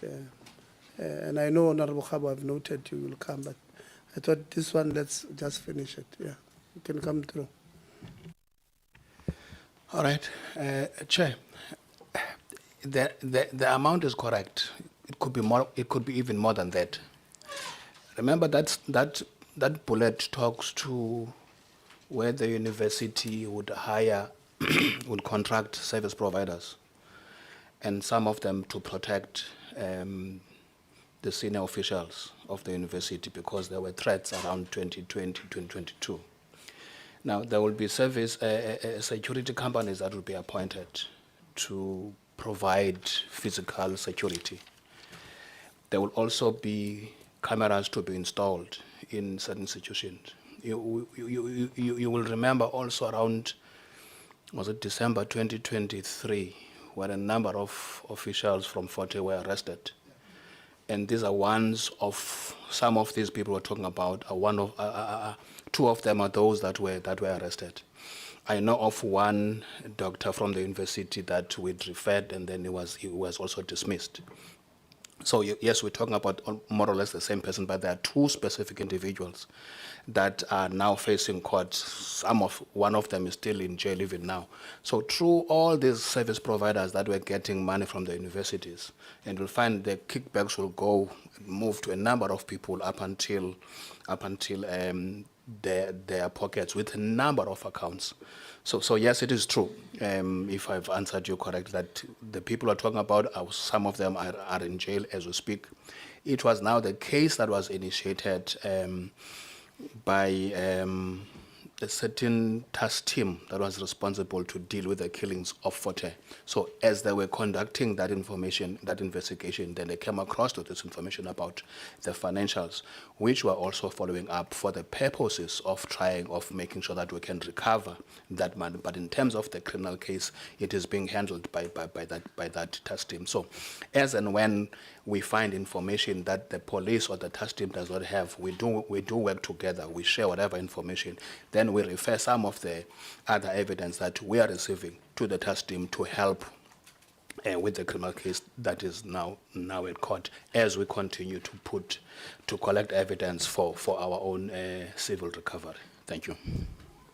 Yeah, so I know we have interacted with the University of Fort Hare, and the one of the people we are talking about would have been the one who was hired without a process there to be the head of investigations and what. We know. You don't have to say his name. We don't have a problem saying his name because the university confirmed to us that there's a certain Mr. Plakis who, if I'm not mistaken, who was hired without a process into this particular position. But the question is, that one is in jail, no problem. The question was, out of these people who are there, we don't have some who are now referred to the university's internal process to discipline, who may have been part of this chain of many accounts where this money would have flown. We don't have, so the question is, don't we have some of them who are still in the employ of the university as we speak?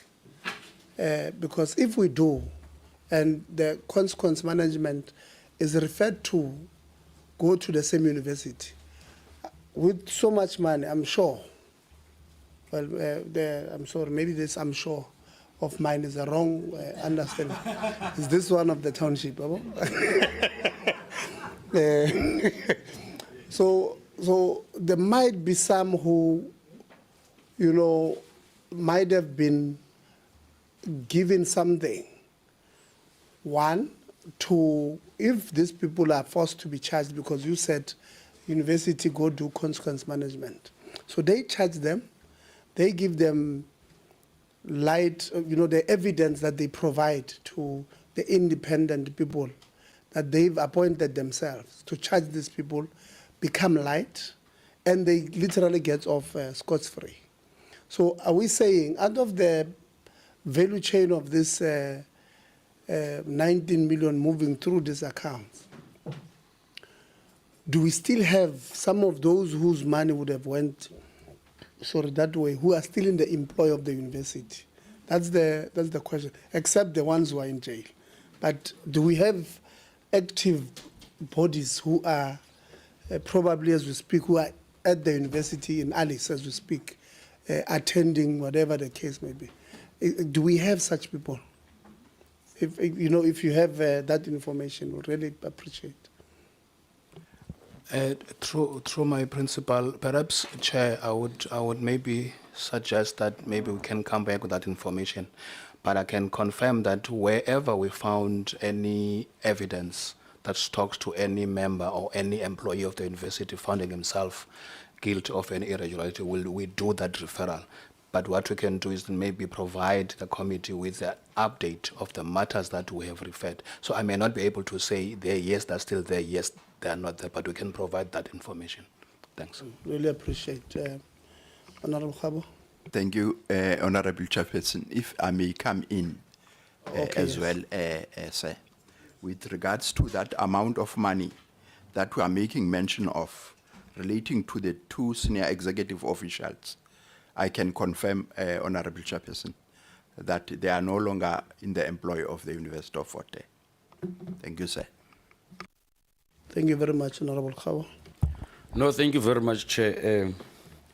I think we must agree that as much as we want to follow the money, we are not only interested in the money. We must also make sure that there is prosecution. People are going to jail in the process. So as much as those two officials are no longer part of the university, it's important to follow that money. I'm convinced that that 18 million, 19 million, as part of managing patronage in institutions of higher learning, it's highly possible that there must be some transactions that has happened from that 19 million. I doubt. We can't stop the investigation on that too. Let's analyze where did that 9 million flow to. If it happens that they are two, they have decided to grab 9 each, they must have accommodated others who are on lower levels. Because we are dealing with a serious syndicate here. I think I must add on that one firstly. Chair, one part that we need to agree on is that it's a bit difficult to interact with you, given the statement that you are always uttering that you are creatures of statute. To a large extent, we've got limitations, so I'll try and raise issues in line with the limitations that we are confronted with. First and foremost, Chair, let us appreciate the report, but as much as we appreciate the report, there are serious worrying factors that are emanating from that report. First and foremost, let's agree that apart from any other department, I want to put it to you that the Department of Higher Education and Training is a crime scene. It's a crime scene, yeah. Yeah, it's a crime scene. There is a serious network of corruption and unholy relationship taking place between those who are leading the department itself, those who are leading its entities. Hence, it's very difficult for those who are leading the department to apply consequence management on those who are leading entities. And the reason is one, it's a syndicate. In Afrikaans, you are saying it's Ian Port Sedexel. Yeah, you are basically confronted with a serious syndicate. And I'm raising this because of, it's a worrying factor that you'd get proclamation signed from the president. You know, let me tell you what is happening in South Africa.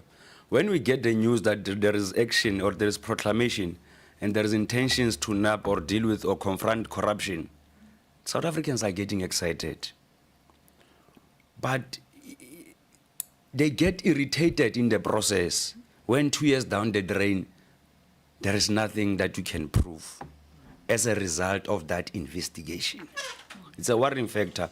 And that on its own speaks to your capacity. I want us to reflect on your capacity. You've got 9 provinces in South Africa. Given your mandate as a creature of statute, you've got powers to investigate. Apart from local government and any other departments where we know also there is some relations that are unholy and extremely corrupt, I want to check with you, how do you manage these investigations per province? Do you have people managing in terms of your internal capacity? Remember, we are now on a quest of building in internal state capacity. Do you have people in every province managing issues related to that province? Secondly, do you have ways of analyzing or curbing a corrupt relationship between those that are from SIU and those that they must investigate? You know, there are allegations there in the public that SIU, you are selectively investigating. And when you are selectively investigating, after you're investigating, you are colluding with the hawks so that prosecution must not happen. It's an allegation that we need to look into. We are told that some of your people are having that relations. And it might look or sound funny, but if you are an honest person, you'll know that there are such allegations in the public. So So we need to get that clarity as to how are you managing the issue of conflict management amongst yourselves and those that you need to investigate. The other question is related to the one that was asked earlier on in terms of your policy, your turnaround time on investigations. Is there a particular time, or you are just doing it as and when you are, as and when you are, as much as there are terms of references, are there no time frames or duration linked to your investigation? Looking at the financial implications of your investigations as and when they are dragging too long, can we get clarity? Also, man, as much as you don't have powers to prosecute, that one is understandable to a large extent, otherwise you must refer them.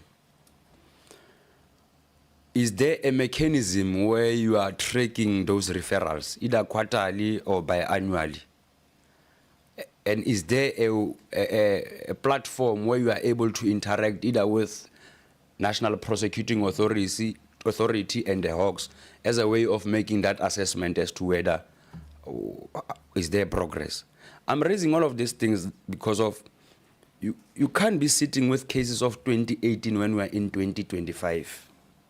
Hence the question of capacity. You can't be sitting with cases of 2022.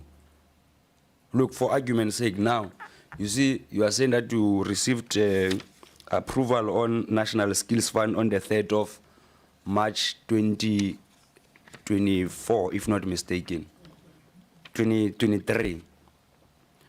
It's almost 2 years now, almost. What informs the delay? By the way, we agree with an idea, Chairman, that we need to expand their mandate in terms of NSF. There are current issues now. We have met NSF, I think, yesterday or 2 days ago. We told them straight in their eyes that you must still be subjected to SIU. And from where I'm sitting, I'm convinced that as much as we'd have to allow the process to unfold, there's no way that the president would have a problem on augmenting. And that's one thing I want to check. In terms of augmentations,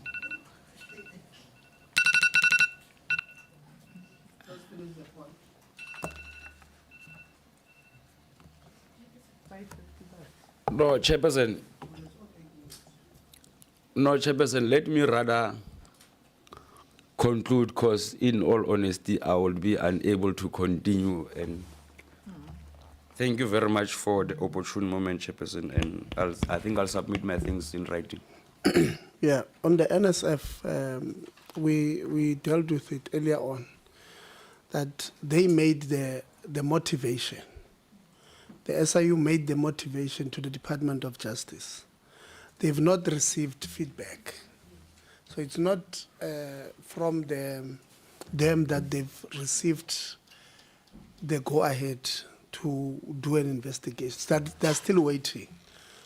So how we concluded on it earlier on, we said we will have a joint committee meeting with the department, with the Portfolio Committee on Justice and Constitutional Development, so that we are able to get this part on the delay in investigating certain things.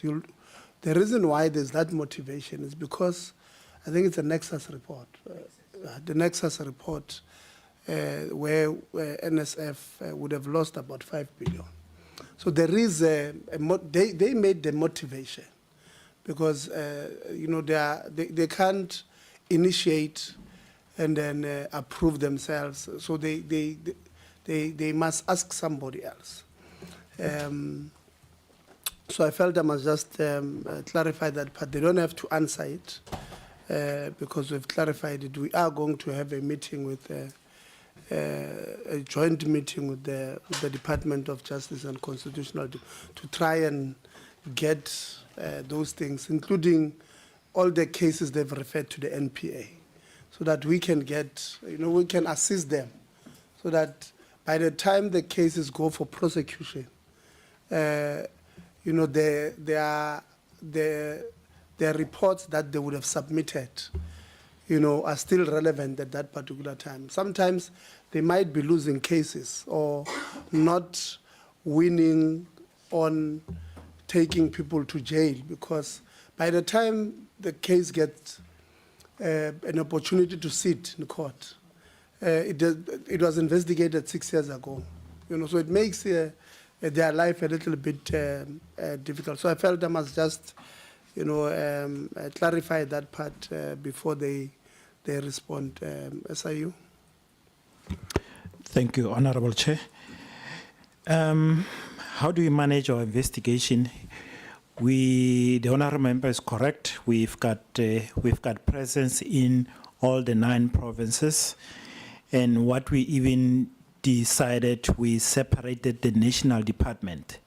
There's a team that is also looking specifically at national department, and there are teams that looking at different provinces.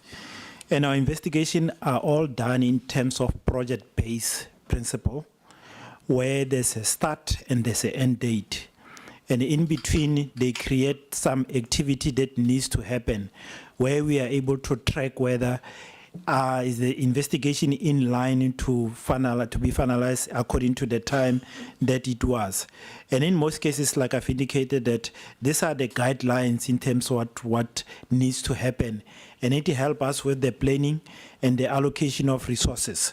So sometimes it finish earlier, sometimes it take a little bit longer, but by the time that we finalize, all the referrals and all that needs to be done will have gone through. It doesn't wait until we finalize, then that's when we can refer criminal or civil or any other matters. And most other thing is the SIU members. We always make sure that SIU members work in pairs, and there's a manager that manages those people. And the other thing is we've got internal integrity unit. The internal integrity unit, their purpose is to make sure that they screen our members at random interval, where they look at their affairs to see whether their integrity is still intact. So that's the purpose of the internal integrity, to make sure that our members are still in line. And we even have the hotline that we put out there to the public to say, if there's anything that SIU member want money or anything from you, report it, phone it in the hotline. And we even make sure that the hotline is managed by external service provider, not SIU members, so that whatever is reported, it can come raw as it is, so that we take action. So we do keep check and balance in our members to make sure they are in line with the integrity that we are really professing for the organization. Because for this work, you really need people with high integrity, because you look at the amount that we are dealing with, it's a high amount. I mean, if 2 people can steal 18 million, it's a lot of money. But we do make sure, and some of the investigation, we flag them. And as we flag them, we make sure that we scrutinize whoever team that is in them, so that there isn't any leak or any issue that comes out of it. And the turnaround time of investigation, every investigation has a turnaround time where we indicate that this is the time that you need to take on the investigation. Like I've indicated, that we are busy with the NSFAS team to say, let's look how much is still left for you to do. But in terms of what needs to be done, you can finish it within this specific time. So that's how we impose it to them, to say, investigation needs to be finalized in time. And what we did, Chair, is the issue that every 6 months we produce a report that goes to the President on the investigation, so that we keep update on what is happening on the investigation. So that's the measure that we've put in place to say, even if you have not finished, because some of the investigation, the contract are huge, and it's multi-year contract. And in some instances, the proclamation say contract issued from 2013 until 2024. And if you imagine how many contracts were issued during that period. So it's a lot of them that you still need to go through. So we make sure that regularly produce reports, so that we can give update on what is happening to the investigation. And on the issue of the tracking mechanism for matters with the Hawks, like I indicated, that we've got a MOU with the NPA, the Hawks, and SAPS. We all signed that MOU. And in terms of the MOU, there's a mechanism where the NPA needs to report back to SIU on a quarterly basis of what is happening. And there's also provision that on a monthly basis, the SCCU, the Special Commercial Crime in each and every province, they need to come together so that they are able to thrash any issue that is relating to the referral that we have made. So that's how we're trying to track the feedback mechanism. Can SIU amend the proclamation? Can the SIU proclamation be amended? Yes, it can be amended. It happened many a time where we apply for a proclamation, and once we apply for a proclamation, then we are able to announce that to the public to say we have received proclamation in terms of National Skills Fund. Then we found that a lot of allegation comes in that were not coming in. And this thing of announcing, it really makes the people who've got information to come across. Because once we announce there, we always found that there's a lot of allegation, a lot of information that comes in. And it really helps us in terms of making sure that we turn around investigation, because some of the people are involved or they know the issue of what happened. They come and say, I know what happened, look at that conduct and that conduct. And in some instances, you find as they come in, we look at them and we look at that these are the serious matters and they are not covered by the proclamation. So what we do, we amend. We send an amendment to the President to say, President, you have issued the proclamation, but we have received further allegations which are not covered by the current scope. Can you please amend the proclamation so that we can deal with the new issue that we have uncovered? So that's how we deal with it. So amendment can be made in terms of the proclamation that are issued. Thank you, Chair. Okay. Chair, maybe I need to come in, especially when it comes to the issue of the reputation of the SIU around people making allegations on the issues that are there. We get a lot of that, especially when we deal with people that we're investigating. They sometimes bring politics into it to say, yeah, this is political and all the others. And we want to emphasize here that our investigations are based on facts and the law. It has got nothing to do. Therefore, all those allegations, we take them seriously. We look at them like the COO has indicated. But we get a lot of it because when people are being investigated, the first thing they think of is discredit the SIU around those issues. And the other thing that I think I need to talk about is this issue where you have raised around proclamation being in 2018 and now we're in 2025. In some instances, you find that new allegations come up. And then we, instead of doing a new proclamation, we then look at the proclamations that we had. And if this matter is falling within that, and we can go back to a proclamation that was already there because the matter falls within that proclamation. Therefore, that proclamation will still remain a 2018 proclamation, but the matter would have been reported in 2024. Thank you very much. No, thank you very much, SIU. There's a matter of,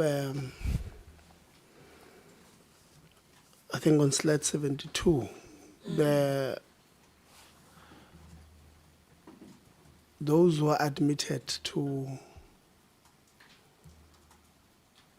do, I think it was honors or masters, yeah, but honors, without meeting the requirements, either or following the RPL process or meeting the academic requirements. And I know you've also made the outcomes that 36 students, you have recommended that the qualifications must be revoked. And 26 of them, even though they were admitted, they could not finish or they were deceased. But you are saying that there's 68 students, or that was the total number of those students who applied. So you are saying from the 26 plus 36, that's 72. What is it? 62. That's 52. 62. 62. But if you look at, so there's are you saying the remaining 8 or the remaining 6 of those students? What happened to them? Because if 26 passed, 36, you are revoking out of total of 68. There's 6 that are missing. Or you are saying they met or they did not meet according to your slide before, but you are not saying what happened to them. The 6, I think it's on slide 72. You say the 6 were admitted and registered to study that honors program, but without meeting the requirement. But on the following slide, on 73, there's no mention of them. You only mention the 36 and the 26. Maybe what happened to those ones? If you can just clarify so that it's on the, it's very clear to us. No, thanks, Chair. Chair, the investigation is still ongoing. There are still others. Remember that paragraph 12 talked to the current outcomes. So you have those 68, that is the total of the students we're investigating. We have made findings against 36 and 26. So the remaining, we're still investigating them. Okay. No, I think it makes sense. You see, there's a case almost similar to this one in one of the universities that was reported to the committee, and we tried to deal with it last year. We've still not gotten to the bottom of it. In that instance, students, well, at least on the 2 that I would have, the university did not answer us, so it's very difficult to take it as fact. But from what we could read on the newspaper article, the problem there was the university not understanding the qualification framework. Just don't understand how that thing works, because they then disallowed or not allowed the students to graduate masters because of their understanding or lack of understanding between a advanced diploma and what was it called, BTech, between BTech and advanced diploma. Just so I was asking because, you know, of that particular thing. So you are saying, I could not really get a clear answer on what Honorable Sikhe said earlier on about how do we go about reporting cases, either of, because I mean as members of parliament we get millions of whistleblower writing things to us about what's happening at that institution and that. I mean, on my email, I don't know, Anil, how many you have, but I've got many of them. So how does one go about asking for the intervention of the Special Investigative Unit?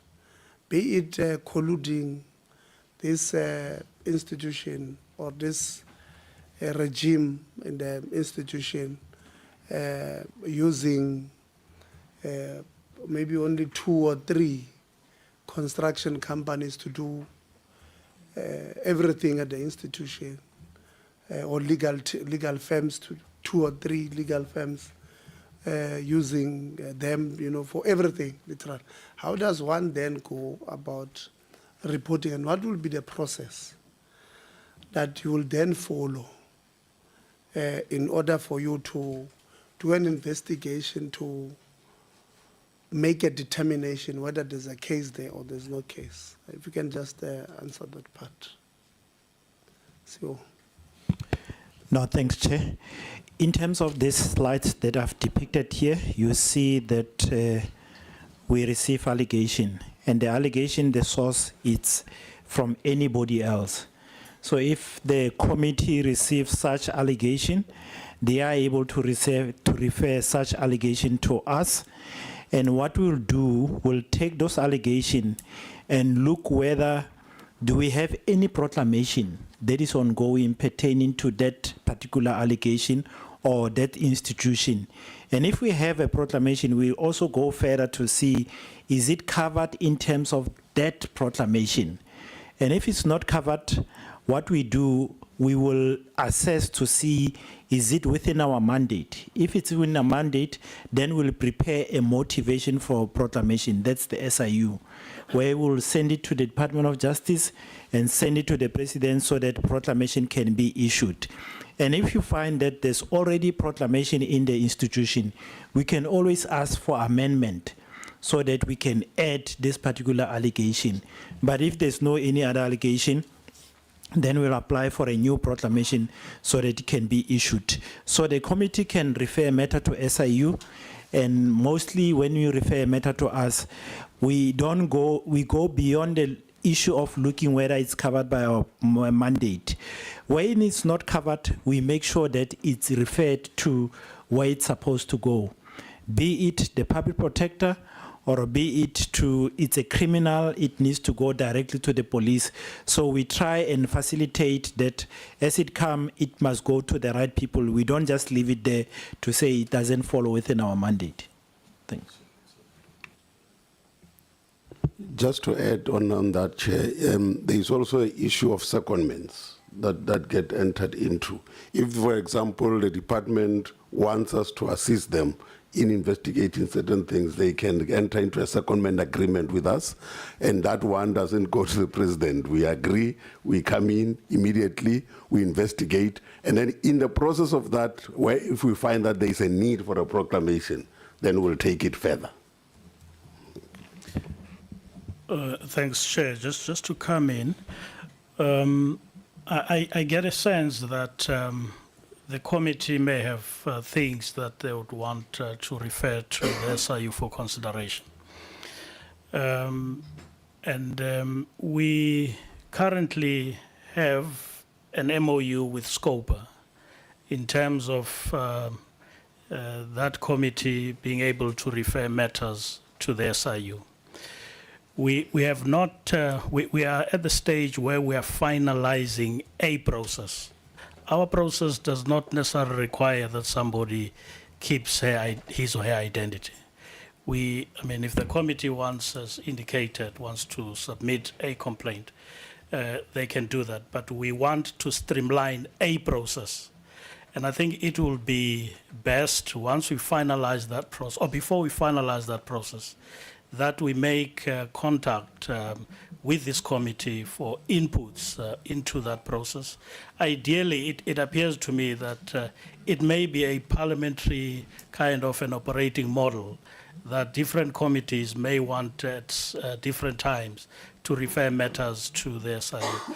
And perhaps it may be something that the parliamentarians themselves may want to look at a way that is common for all committees, if there are issues to refer, that there is uniformity in that regard. But with regard to the specifics in relation to NSF, as I understand, the proclamation has not yet been signed and proclaimed. And I do think there is an opportunity that perhaps outside this meeting we can engage with the chair and see to how far is that process from the committee's side, and look at our own process and see perhaps will it not be appropriate, rather than process the current motivation and then have a proclamation to amend, which takes a lot of time, that we consolidate these issues before the proclamation gets signed so that we have one proclamation from word go. Thanks, Chair. Yeah, no, thank you very much. I think that's the part we would want to participate in, because you know, NSF generally is, you know, on Wednesday I did not even eat dinner because of NSF. They are just too stressful. If you go through half of the things that are being alleged there, so we will take maybe comments from members on that particular thing, consolidate them, and then maybe engage with yourself on the NSF. On the closeout project, so we are doing the up until 2021, the closeout project. Are we doing it until 2021? Yeah, that's correct, Chair. Yeah. But then we are going to look at the subsequent years, 2022 and 2023. The reason being that we need to verify that whatever controls that the entity says they've put in place for the subsequent years do happen. We also, when we were looking at 2017 and 2021, we made the suggestion to NSFAS that maybe separate, do 2017 and 2021 as a separate project, and then make sure that from when we come in going forward, at least that is done. So we are going to follow up to say, yes, we understand 2017 and 2021, or maybe 2022 is a separate project. But for example, 2023 was a year where we were there, and we recommended that you keep that in line. Did you close out 2023 in line with our recommendations? And if you didn't, why not? And who was responsible to make sure that that happens and it didn't happen?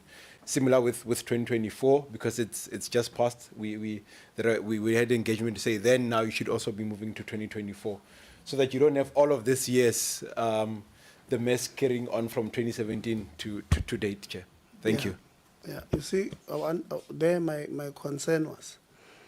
Well, maybe let me first tell you. I don't think they don't have that reconciliation. I can tell you, they don't have. That's the reality. So, but from a reputational point of view of the SIU, I would maybe urge you to move quicker to close this 17 to 21 or 22 COP, you know, because the longer it takes, you know, the institution, SIU, suffers a reputational damage on a number of issues. On, you know, your logo has got a snake, the cobra. You know, people will say that snake does not have a venom. So I loam in Nochalona, you know, because we are taking long to finish even, you know, so that already now we have 2022 to 2025, which if we finish this one now and say, let's not start with 22 to 25 until the end of the year, when we would have covered or we have recovered to get to that point. So I want to urge you, maybe let's close it as quick, especially the closeout project. Yes, there are other investigations that the COO spoke about that are popping up. It's understandable. But these ones, let's close it. Maybe also on that report, we'll be interested to find out what would have been the challenges, especially from institution side. Did you get resistance from some of these institutions, from these TVET colleges refusing? You know, there's something not having data, but there's another where people just don't want to give you. And when you do your forensic audit, you realize they did have data all along. They just did not want to give us.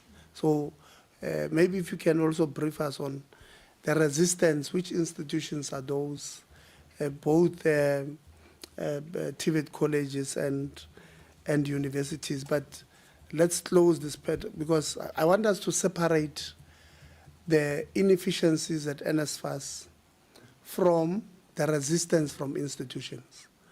Because from where I'm seated, including with us, we do have those ones. Some inefficiencies from NSFAS, but also some resistance from institutions where a student, NSFAS says, the portal says you are funded. We have sent a funded list to Northwest University. a child leaves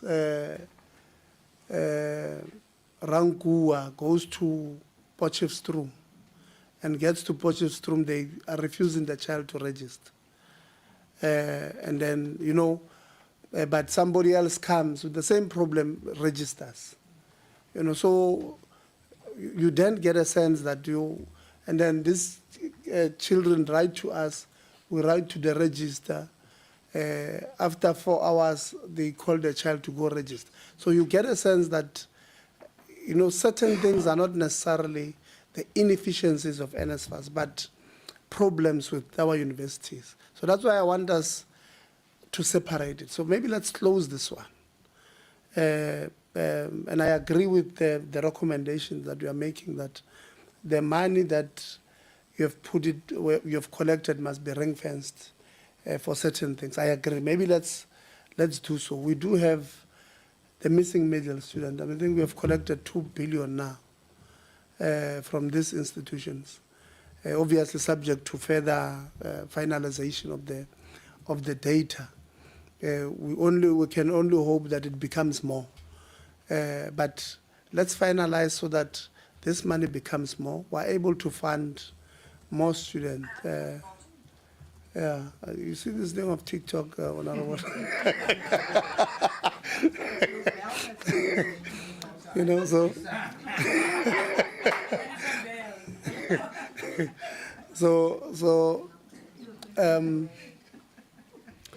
We're able to fund more students who are both in the bursary but also a loan.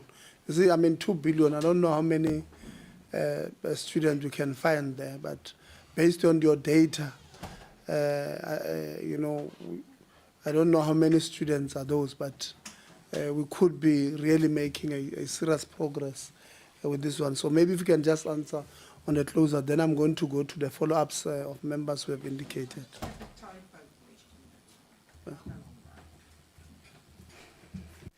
Thank you, Chair. I agree on the closeout, but we had a recent engagement with the administrator at NSFAS, and we also highlighted the fact of the importance of the closeout. And what they have recently done, I think they've recently gotten a CFO that should help somewhat in terms of when you escalate such matters. Hopefully, if it's somebody that you're speaking the same language, it will help address those concerns. But in relation to the data, we find that the challenge is more in relation to the reconciliation on the TVET side. The universities, there is some form of data that we can reliably get and do our calculations on. That's why you'd see most of the collections there are from the universities. So we said let's take a two-pronged approach to say, in terms of materiality of the figures, who would make the most impact. Let's address those. But in the same instance, what we are doing is we are engaging with the TVETs to say this is what we are looking for, and this is the format that we are looking for it in. Whilst we are busy on the one side, we require you to prepare on the other side, and we keep on checking on them to say whatever we are requesting, are you getting it, and are you getting it in the right format that we want? That's why I highlighted earlier that you'd find that there are inconsistencies, because what you get from NSFAS is what you would build your financial statements on. Therefore, there should be a follow-through in that regard. But then you'd find that somewhere there is a gap where you say, yes, you got the money, you used the certain information to prepare your financials. We're not asking you to give us new information. We're saying, what information did you use to prepare your financials? On your financials, you are saying you had 2,000 students that were funded by NSFAS. NSFAS gave you R1 for the students.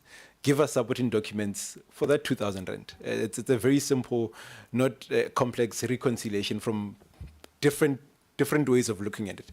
And we find it very difficult to even reconcile from that perspective, especially for the TVETs. but we are getting good progress on the universities, and we are going to prioritize 2017 to 2021. There are even those that have said we because we have worked with SIU for 2017 2021, let's put in 2022. Because now we have a methodology going, they are comfortable to put in 2022.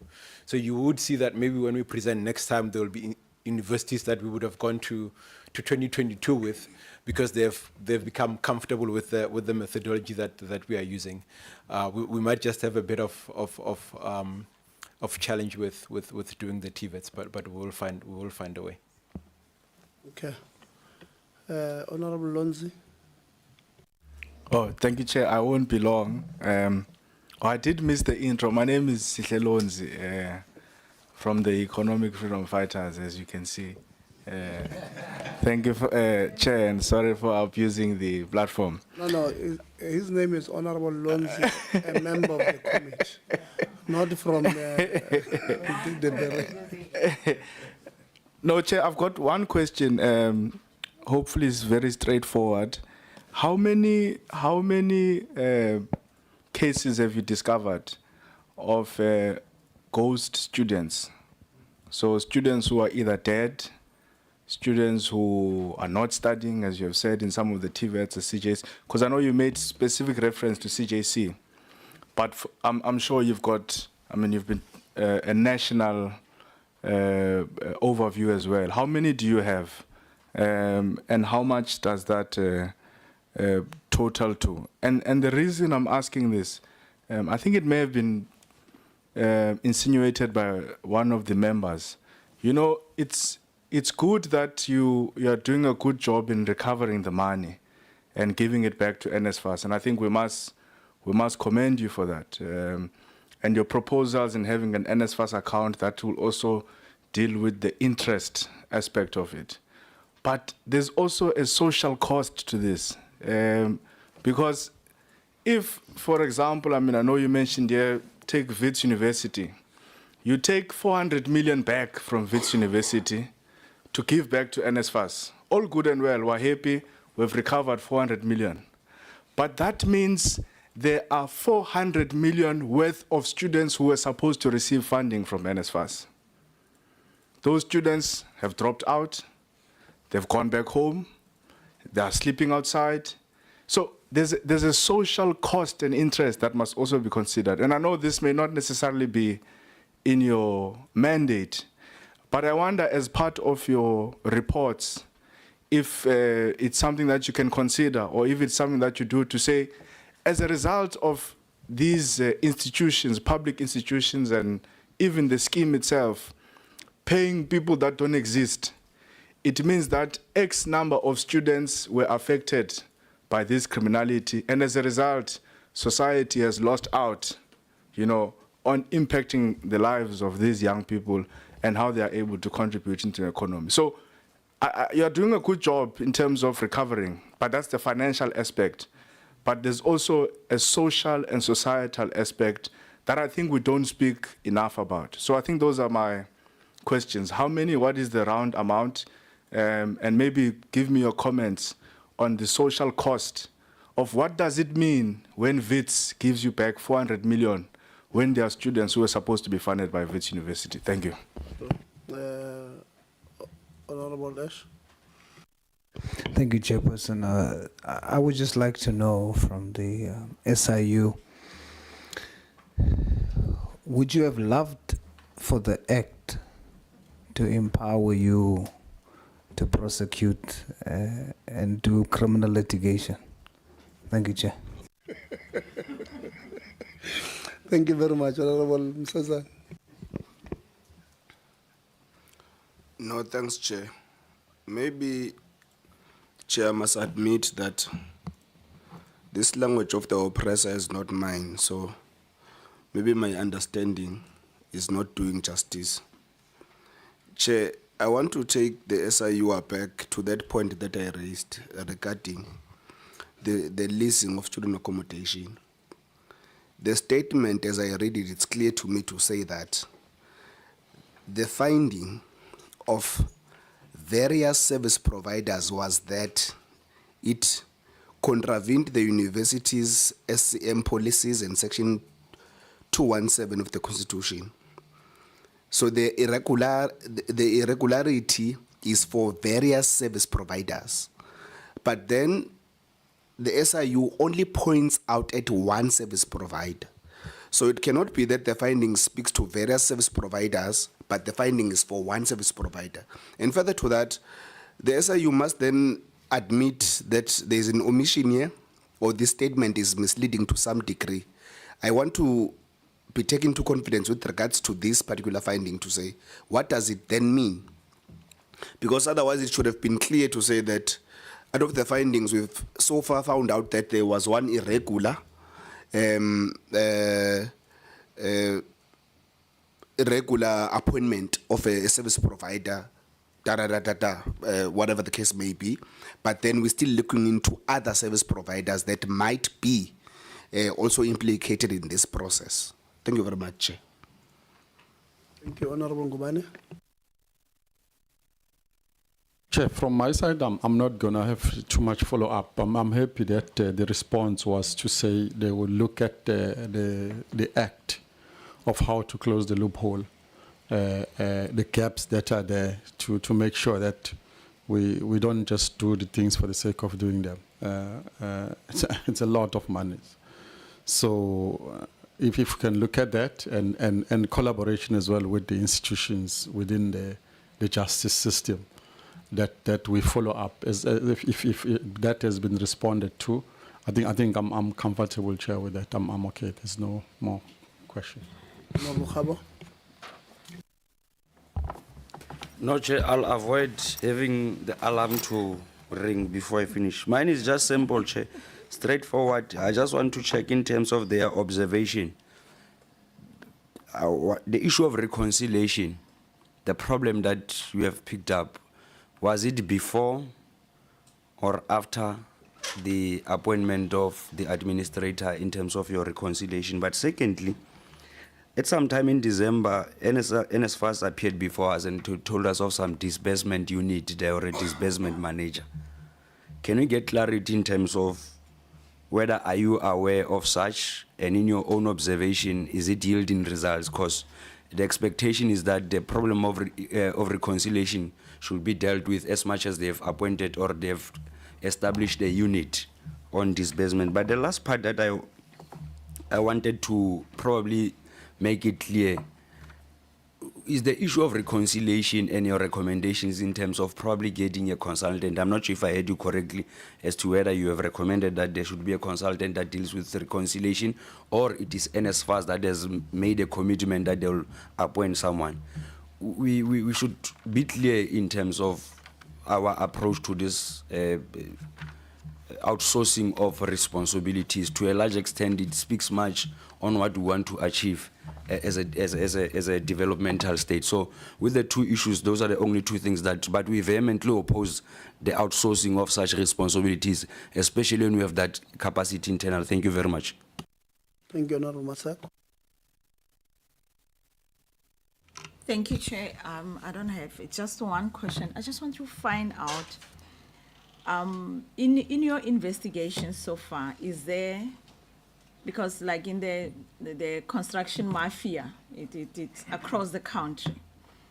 And here we have identified, like my honorable member has mentioned, that it's a very, very unholy ground when coming to higher learning centers or the tertiary institutions.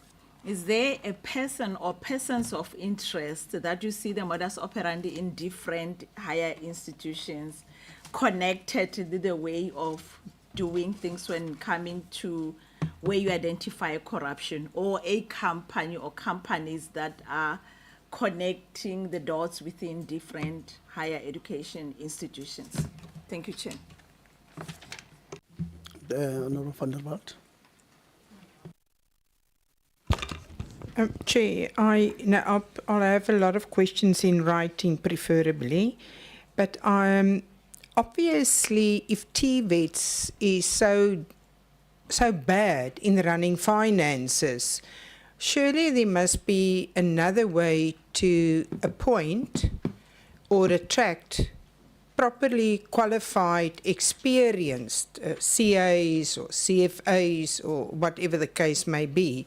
And with that, Chair, I actually question how we appoint people to work with millions and billions. I have a simple other question, and that's on slide 37. I'm not sure if I'm reading it right or wrong, but under civil litigation, there's a thing about supply chain management. If it can just come up in the second line, we say it's set down for a hearing on 18 to 20 March 2024.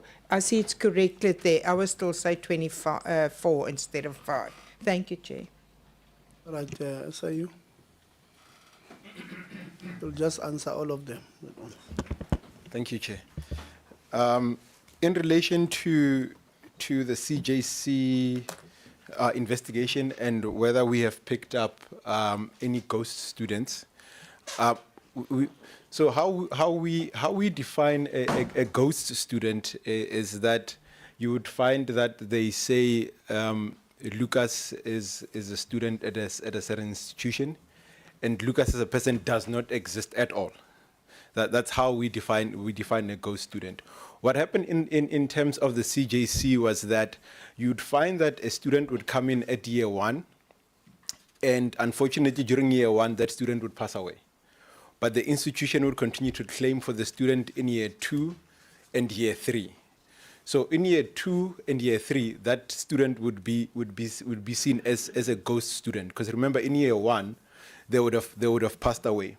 What should have happened in the system was immediately when that happens, the institution should have let NSFAS know to say that from the cohort of students, unfortunately there's 1 or 2 that has passed away, so that NSFAS stops disbursing funds for those students.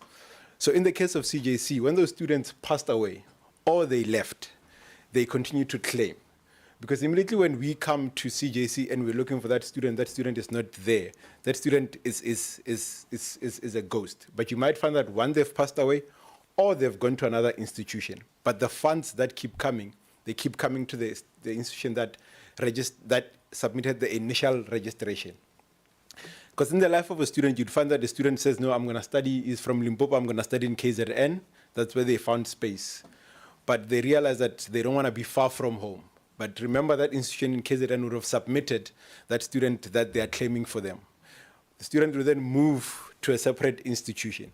But what would happen is then NSFAS would keep paying from the old to the old institution. And sometimes they would pay both sides. They would pay to the old institution and they would pay to the new institution. But when we go investigate, we can't pick up this student at the old institution.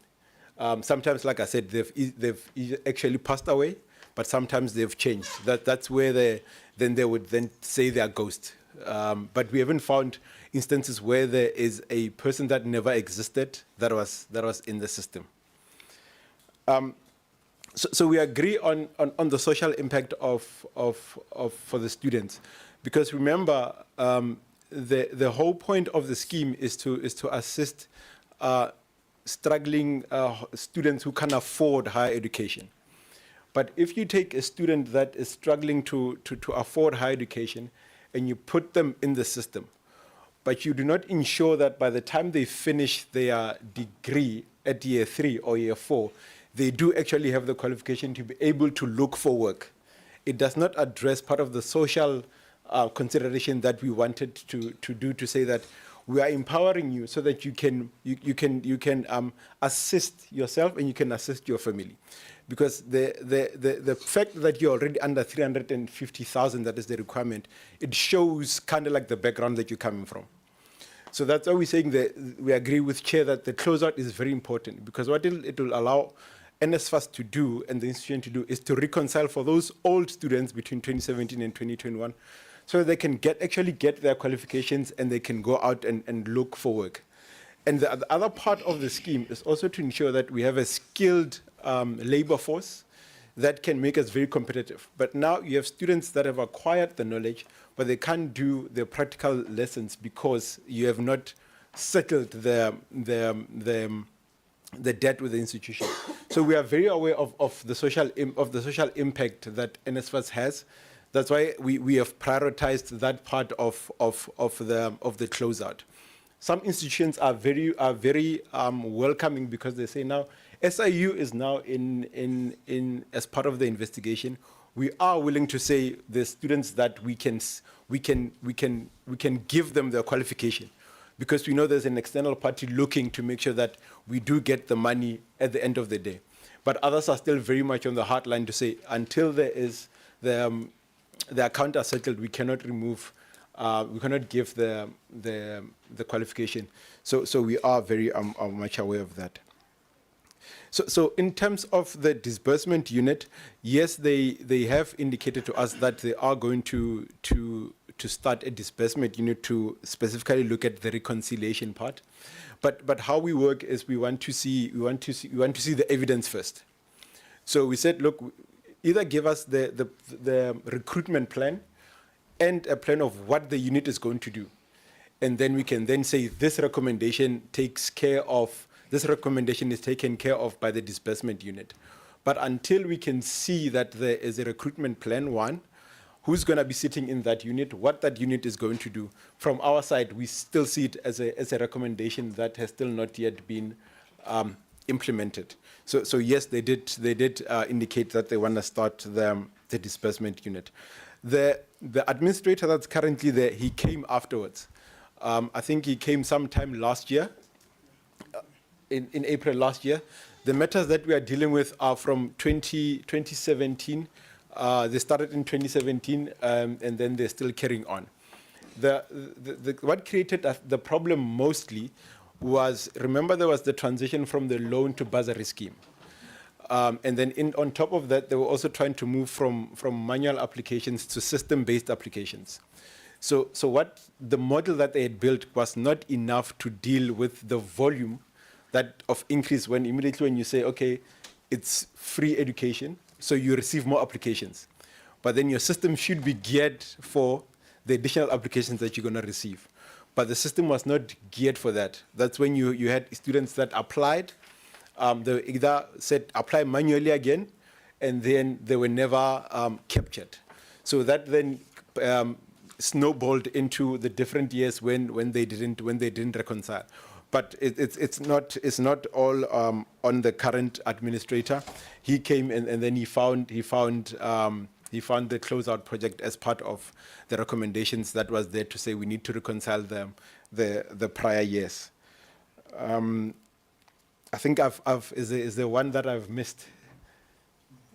No, that one I will give to Advocate Vanara or to the COO.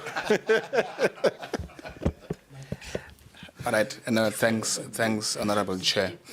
I think just to come closer to assisting the Honorable Member to understand, I'll just tell you, when we do the investigation, there are three focus areas. Let's say we're looking at 4 leasing companies. First, we look at procurement process followed. Secondly, we look at the value for money. We look at the payments and there's value for money. And 3, we look if there's any collusion between the two. Now, what you read in that paragraph, it says we've identified several service providers, which we all found to have been appointed irregular.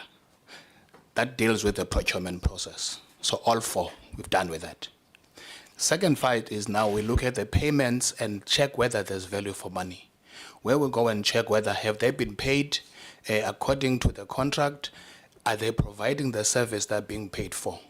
That is another process. Now, the reason why you do not find the other 2 from the 4 is because for now, we've already, remember, once we do that, we take those matters to civil litigation for us to recover whatever amount. There's a quantification process.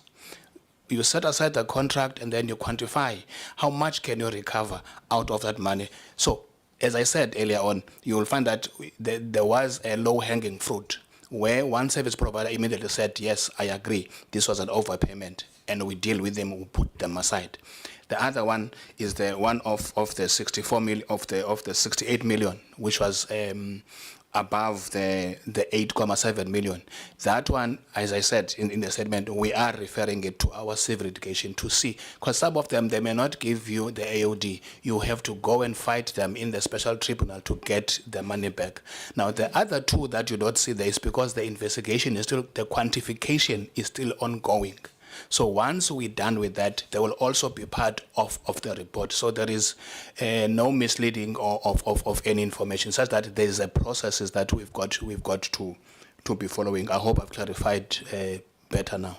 Thanks, Chair. Chair, with your permission, the issue of the consultants, I see that I didn't clarify that matter. When we started the investigation, we found that NSFAS had hired consultants to assist with the closeout project or reconciliation. But what was concerning was that there was no plan to insource that function. And then we said that is concerning because the reconciliation of all these monies should happen every academic year. So it's creating the impression that every academic year you're going to have these consultants coming in to do the work. And then we said, no, you need to give us a plan of how you're going to insource the reconciliation process, because it's a critical part of your business. Consultants can come in to assist, but the knowledge base and the hard work of the reconciliation should sit internally with NSFAS. And I think that's where that disbursement unit is trying to come in to address that recommendation of the SIU in relation to the reconciliations. Thank you, Chair. Thank you, Chair. To add on to the issue of social impact, this is one of the things that we normally do. I think once we're done with the investigation, we're able to indicate what happened and what should have happened and what is the impact. I can indicate that in terms of the build and the water sector, we always go back and say the lack of services, what has it done to the community, so that we can able to address those issues and they can come out clearly that the fact that procurement process didn't happen is a result of it. What impact did it had on the community? We have done such investigation on the water sector, where water was supposed to have been given to the people and it was not given, and it has caused a lot of impact. So we do take that into cognizance. And on the issue of the bursary, I think once we're done with the investigation, we'll be able to see what impact it has made in terms of that. Then on the issue whether there's a person of interest across, for now, in terms of the Department of Education and Training, these are isolated incidents, and these are the issue pertaining to different students. So it's a totally different type of scenario where we normally investigate into. But some of this procurement, the people that are involved here, we look into the entire database of where we are, whether do we pick them up anywhere else. But mostly here you can see that it's student and it's the disbursement and all those things. It's less procurement that is involved here, but we haven't found them in other sectors or in other procurement, but we are constantly looking in order to see whether are these people involved anywhere else, so that we can able to take action on them. Thank you. DDG,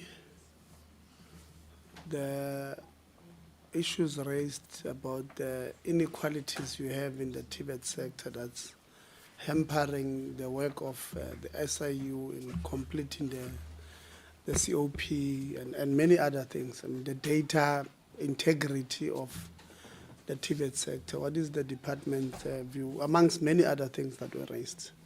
What is the department's view? Thank you very much, Honorable Chair. Chairperson, I've noted the concerns that have been raised. And I must say, I'm sorry that I can't speak on the capacity within the TVET colleges. But I know that there was a point where, some time back, the TVET colleges had chartered accountants, for an example. but that was done through a program that was done with SAICA. Unfortunately, the state could not maintain those chartered accountants because of the salary scale of CAs. And their function was that of chief financial officers within the organization. There was also within the same project training that was done by SAICA in terms of the personnel in the finance unit. So it was not just limited to your chief financial officer, because the finance unit has got quite extensive personnel in terms of the functions. And it's very critical that you don't concentrate the capabilities within the chief financial officer only, but also with that support team that supports the chief financial officer. That project subsequently came to an end.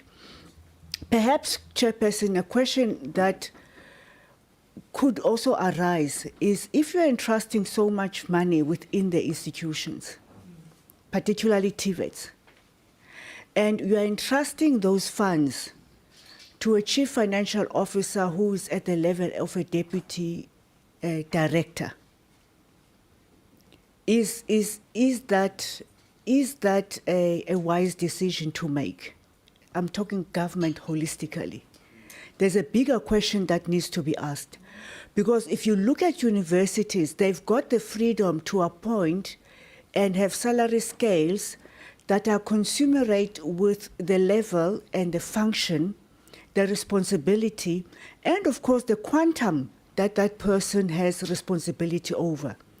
In all 50 TVET colleges, you can't go above a deputy director level. That's just for the chief financial officer. And then that deputy director, in terms of all the other financial functions within the TVET college, is assistant directors downwards. If you look at the salary scale between a deputy director and an assistant director, it is quite huge. Now, it becomes very difficult for me to make a commitment or comment when we have a bigger challenge within the sector in government in relation to that. But it is something that I think government as a whole would need to look at. And then I guess I suppose the same would apply to the principal who's at the director level. But then comes in the question of, there's an issue here that talks to capability, and there's also an issue that talks to ethics. Because on one hand, it's not just that they're not capable. Some of the wrongdoings people are doing wrong knowing that it's the wrong thing to do. So you may be capable or half capable, but you are still conducting a criminal act. Then is the issue of the ethics. Now, if you look at the MTDP in terms of the 3 priorities, I think the last priority talks to how government must focus and prioritize on the issues of governance and the issues of ethics within the institutions. But in a nutshell, then, Chairperson, I want to indicate that these are matters that not only must go back to the institution, to the department, but we need to find a way of filtering them down within our institutions. Thank you, Chairperson. No, thank you very much, DDG. Deputy Minister, I'm going to give you must not do what the DDG did. The scaling of positions is not in the purview of us here, or it's yourselves that you do a determination, you then take it to DPSA and say, DPSA, we believe this thing must be here. So it's what you guys in the department must do. Must say, because of the scale, the job description and the scale of a CFO at TVET colleges, these are the challenges we're not going to address. Then you make an argument to DPSA. Then DPSA says, okay, we hear you. Just like you have done now with the CEO position of NSF. You have taken it to DPSA and you've said it can't be at this level, it must be at this level, and then they come back to you. So that's a conversation that you must have internally in the department. Finalize it, then come back and say, for us to address this thing, this is what we've done. So let's not complain to people who can't do anything about what we can do something about. So let's do our part, and then let's leave it at the Deputy Minister. Thank you very much, Chair. Would you like me to just respond to that specific issue or to the... No, give us your closing. Okay, excellent. No, don't respond. You have not been asked a question, Deputy Oh, okay. I can't know you address me. I'm confused. Okay, Chair.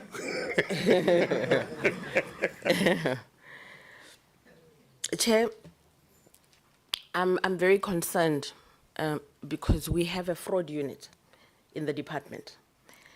And if these issues are not handled by that unit and have to go to the SIU, that means we need to really reinforce that particular unit and have a look at what the work that it's doing. Because I would think that because we have a fraud unit, we're able to pick up on these issues and they don't really have to go to the SIU for further investigation. So I'm very concerned. I remain concerned also about NSFAS. I'm not sure which gentleman said NSFAS does not know their assets and their liabilities. I think that's an indictment on us as well. Because remember, Chair, we also have an oversight role to play as a department. And I've always said that you play a secondary oversight role as the committee, but we need to do our bit in terms of the department in ensuring that we have effective oversight over our entities, including NSFAS. And then, there were concerns around the design and the fact that the design and of the effective, there was concerns around the control environment, NSFAS, not being up to scratch. And that results in underpayments and overpayments. That is also very concerning, Chair. Chair, I've always said that as long as NSFAS is still experiencing these issues, it will always be a blight on any gains that we make as a sector. And so we really need to engage very seriously around NSFAS. And then I noted the high turnover of employees that was raised, which makes it difficult for issues to be reconciled. The turnover rate of employees at NSFAS. And then the issue around the official that's doing business with the state. The public service regulations say officials cannot do business with the state. And so I really want to encourage Brake and the team from the SIU to bring the name to us so that we can start with our own internal processes, because that is not allowed. And it's really disappointing that we hear that there's an official who's doing business with the state. I share the sentiments around the fact that the SIU in most cases has to wait for a presidential proclamation. Chair, the SIU has to wait for a presidential proclamation before it can initiate any investigation. And I was talking to Brake Eliana, and he was saying to me, it would be great if the heads of the SIU can initiate those investigations. So I think that there is room for some legislative maneuvering in terms of ensuring that it's more effective and more impactful. Because I think the SIU is really effective in terms of, bringing to light all these issues that are going on, in different departments. The issues of academic fraud, students being admitted contrary to the relevant, regulations. I mean, that, impairs the integrity of our institution and it impairs the integrity of the sector as a whole. So we've noted those issues as well. We welcome the investigations that they've done into the SETAs. Chair, there's a correlation between some of the issues that they've raised around the SETAs with the findings of the Auditor General around the SETAs.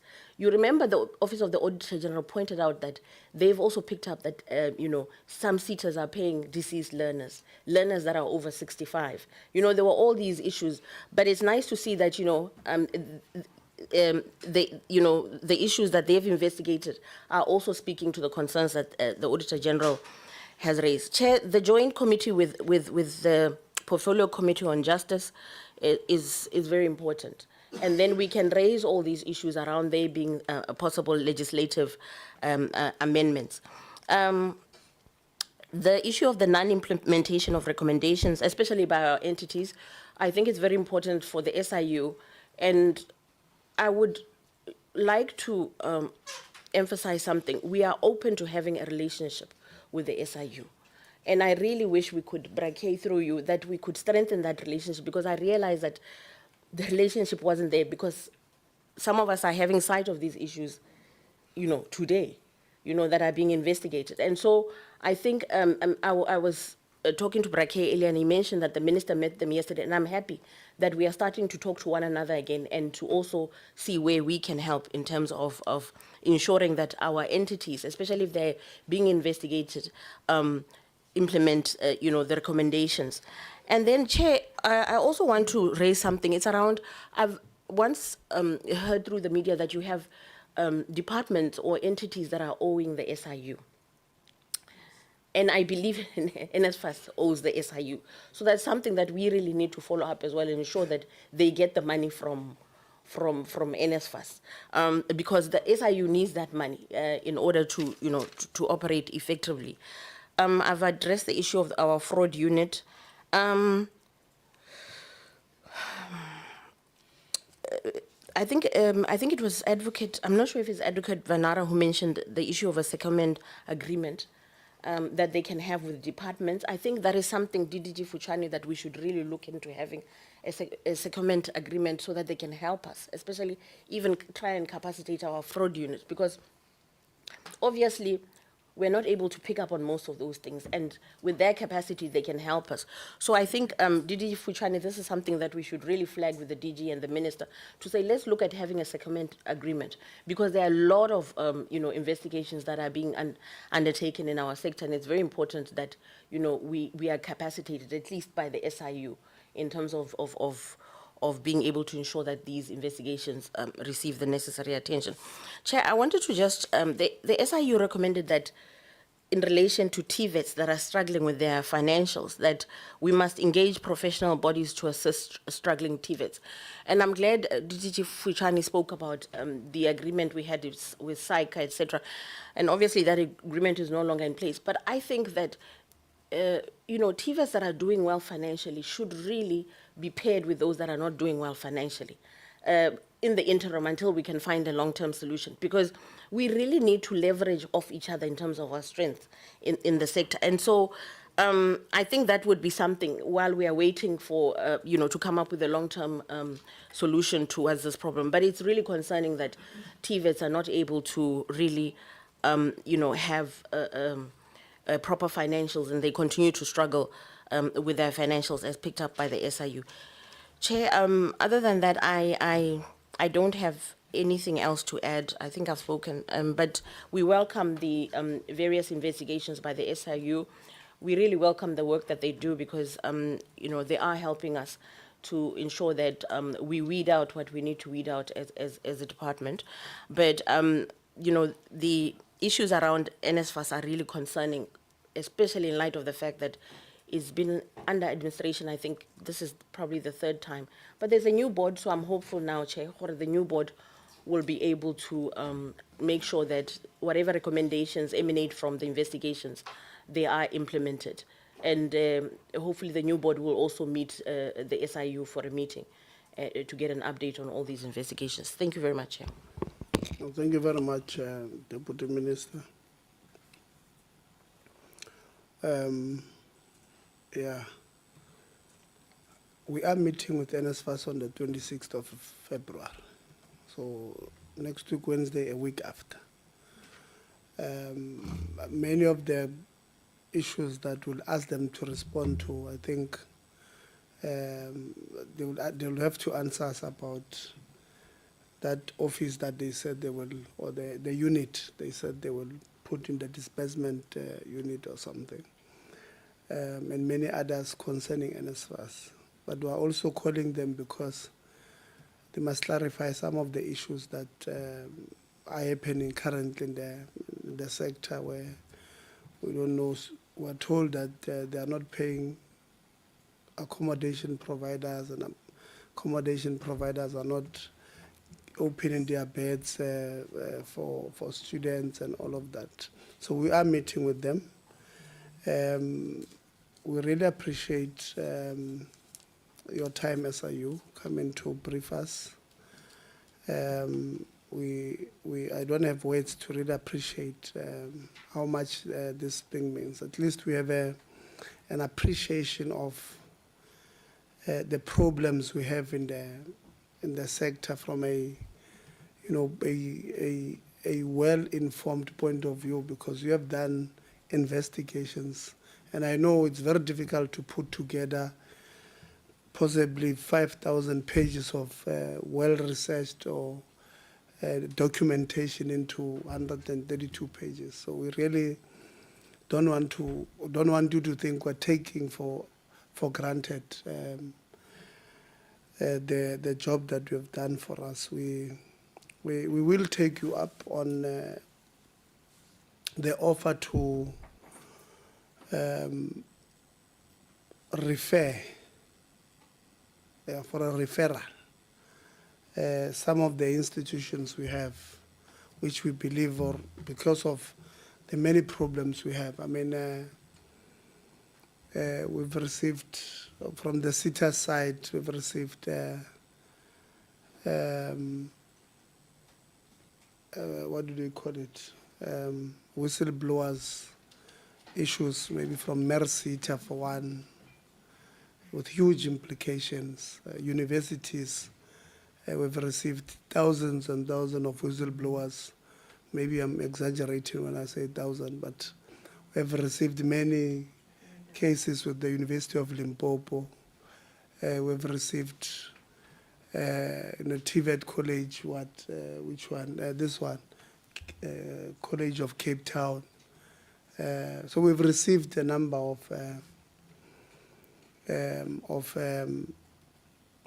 these whistleblower reports alleging serious misconduct, mismanagement of funds and all of that. So we will take you up on your offer to refer those ones. We'll obviously collate them and give you so that you can follow your steps of making a determination whether it makes sense or not.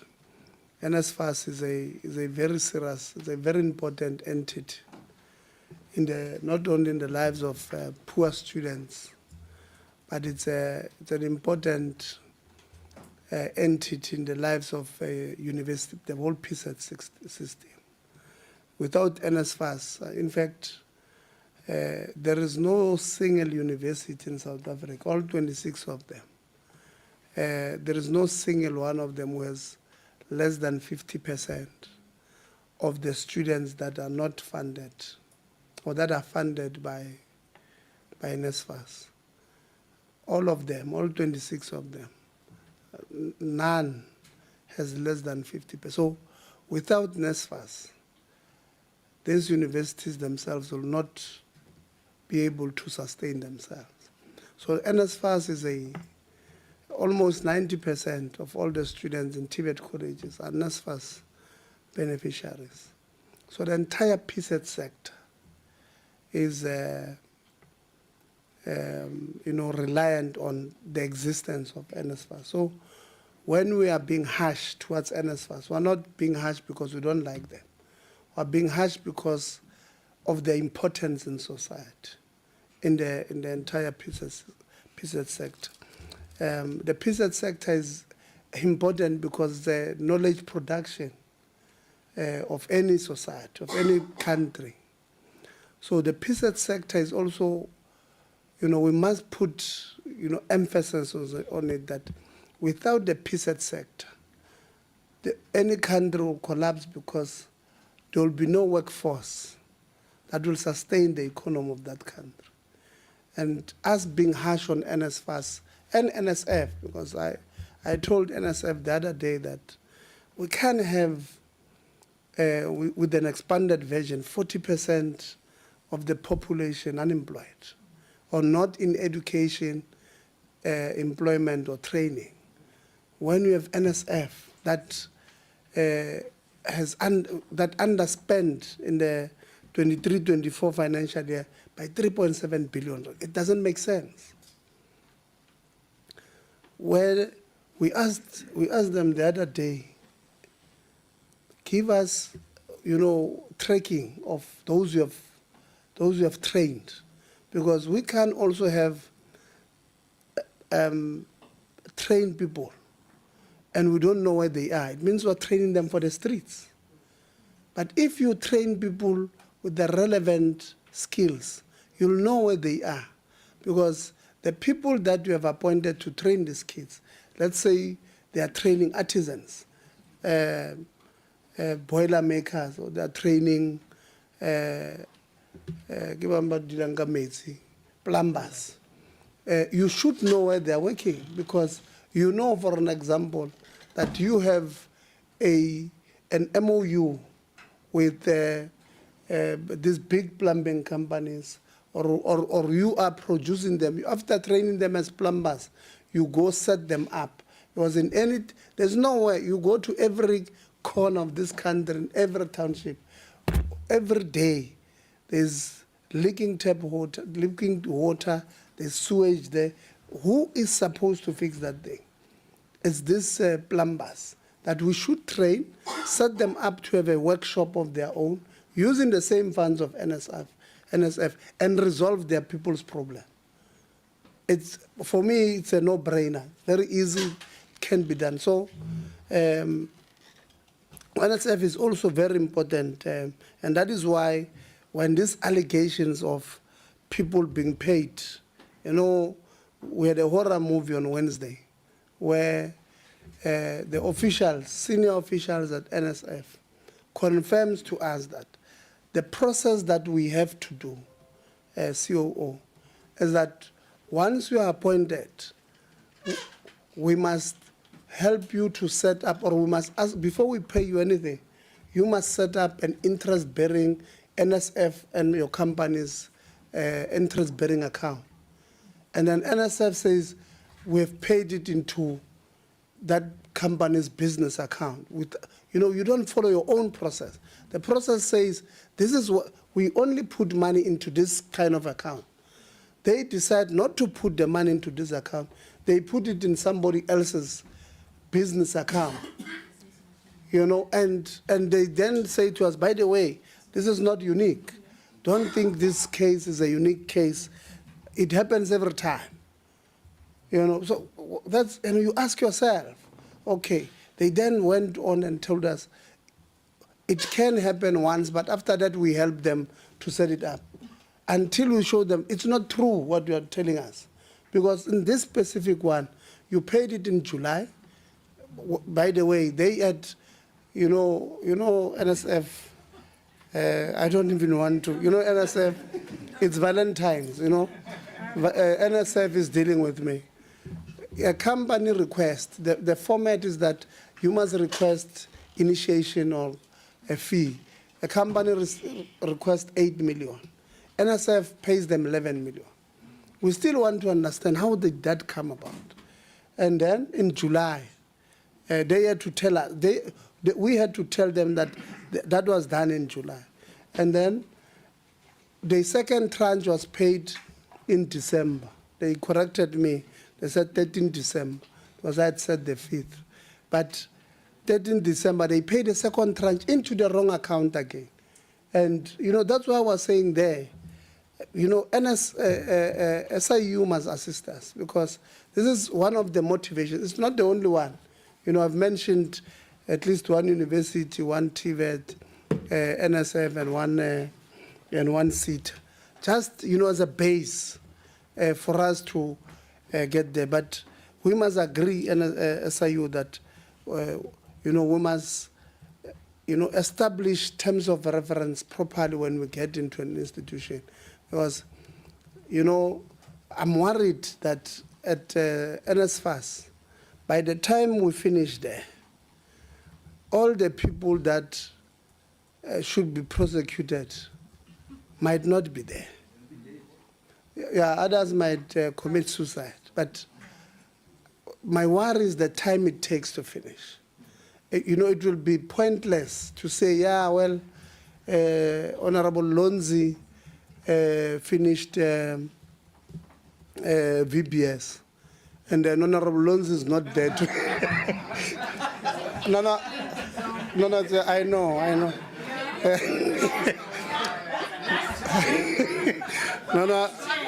No, it was an example. Honorable van der Waal says it's an excellent example. So, but Honorable Lonzi is not there to answer to the problems that we have created. We will sit there and say, yeah, well, our system, are able to track these criminals, but to what extent? So the sooner we're able to get to the bottom of these things, the better. I think I'm worried about that cellbacks thing. From what you are telling me, it looks more complex than it was initially thought. It looks like cellbacks does not want to cooperate because once they give you this data, it's going to create, a second, third, fourth layer of spider webs. I don't know legally. I don't want us to wait until Jesus comes. Legally, maybe let's look at the possibilities of taking this thing legally to get those things forcefully from these institutions. At NSFAS, we might not find them because the assumption we must make is that the systems or the controls were made weak intentionally so that when investigations of this nature happen, we're unable to get to the bottom. But the good thing here is that the money would have been transferred or wired, so you can follow it. So whatever, checking the bank balances and the transfers of NSFAS, should be able to tell how much did we send to cellbacks. What we need from cellbacks, if it means we must go get it through a legal process, is the number of students who benefited and the usage of these coupons that they have. Because they might give you a data that has all the students that were supposed to be benefiting, but those students did not benefit. I know even now there are students who are funded by NSFAS, who are finishing 2 years in a TVET college. They have not received even once their allowances, but the institution says, no, but we are distributing to them. So the institution creates an impression that these kids are lying to their parents when they ask for transport money. But when you look at these kids, they don't have access to this system where this money is being put. So cellbacks maybe might have such a facility where the money would have been sent to cellbacks, they would have transferred it to somewhere where the student was supposed to retrieve but could not access it. And then they are able to access it on the other side. And, if it's a cell phone, people can buy 20,000 SIM cards, at the time, before RICA came through. People probably had 20,000 SIM cards, so they can just load SIM cards. So we also need to, even when they give you the numbers, cell phone numbers, that shows that the money went into this account, into this student, into this cell phone number, was retrieved on the other side. This student number must have an identity of a legal person, of a person that we can track on. And I think Honorable Sazan also said the same might be happening with the 4 allowance people. Let's also look at this part. The issue of, and I'm glad, Advocate, you properly dealt with or simplified the matter for us, the issue of a lease agreement. You see, that lease agreement, I was a member of the committee in the previous term. That lease agreement, when it was presented, it was supposed to be signed for 3 years. DDG. The initial, if I'm not mistaken, yeah, but it was 3 years, the lease agreement, because I remember the previous chair, Philima Pulane, said, it does not make sense for NSFAS to want to lease in Cape Town when it is a 50 billion rands entity. Big departments or departments of 10 billion, like science and innovation, is in Pretoria, in the at the center of the capital city. But also, if you look at the population of students, one, we've got most students who are populated in and around Gauteng will be accessible to students. Most universities or most institutions are also in Gauteng. So it does not make sense to want to come or go to Cape Town. Where were they coming from? They were renting some offices. No, they were one back. Yeah, they were renting some offices there. We went there. Even myself, I was traumatized because the whole area is surrounded by graveyards. I understood why they wanted to leave, because we even said maybe those graveyards are the ones that makes you not to work, resolve issues of students, right? No, maybe it's peaceful. Different cultures. Honorable van der Walt. If a graveyard is peaceful to me, doesn't mean it's peaceful to me. To me, I see Lisilo rule. I come from. But they were renting there, paying 550,000, and they leave that place to go pay. I think in the first day was 1.7, 1.9 million. And we asked them, how does this make sense to you? How does it make sense? And I don't know who said here that they actually have their place of their own. Even that is shocking because it was never reported to ourselves as that committee. I know for a fact it was never reported that they had their own building. Because we would not have agreed. Anyway, we did not agree for them to go there. We scrutinized, we even asked them, Mampi, to go to rent per square meter, how much they're paying. Well, that's how 1.9 million, and that's not, when we can't pay for a child, when we don't have systems to pay, to monitor students getting their allowances. And then we go pay, now it's 2.5. Then we're told that it's 10 years. Phew.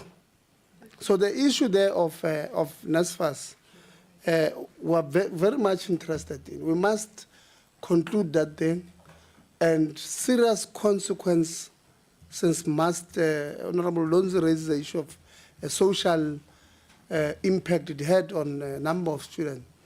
For every one child that we could have funded and we did not fund, so somebody must pay for it. It can't just be that it's business as usual. It can be. So that one we're extremely interested in. We will follow up with yourselves to get a feedback on a number of these things, including the closeout project, and maybe even in writing you can tell us how many of these institutions are resisting. I know you try to be, you did not want to answer me, but I know there are some institutions who might want to resist. So maybe immediately after the 31st of March, you can prepare, maybe let's say on the 30th of April or thereabout, on the last day of April, if you can just give us a feedback on what is it that would have closed by the 31st of March, including what Honorable Lonzi asked, the total number of this students that you call unfunded or ghosts. If you maybe you have that number, if you can just give them, and a number of them that you know, they've asked. We will indeed speak to the Department of Justice and Constitutional Development. It can be that they take long that side, you know, to assess an application on looking for a proclamation. Maybe it was a blessing in disguise because we would then be forced to go into an amendment to a proclamation if the NSF one was out on time. Maybe it's a blessing in disguise. Maybe we must do a new one now with all the, what is that forensic, Desiree? The one of rabbits and Nexus. Yeah. Oh. Yeah. Yeah. Yeah, I know. I know. Yeah, so the reports would have been out, and you know, there's nothing that would have happened there. So maybe it's important. Maybe it was a blessing in disguise that the Department of Justice and Constitutional Development was a bit slow, but we must take advantage of that by providing all of this evidence to SIU so that they rather make a new application, including the one that they would have made, but with an extended scope, because including the ones that are not on the nexus, the ones that are the one that are afterwards, because you know there's just generally Deputy Minister problems there. You know, the ministerial task team comes out and says the business model of NSF, the way it is, it's not working. Fix it. And then you take 3 years, you don't do anything. It's as if you are enabling that collapse of an institution. Merisita is worse, Deputy Minister. We engaged with them last year. They tell us that their business model just proves corruption.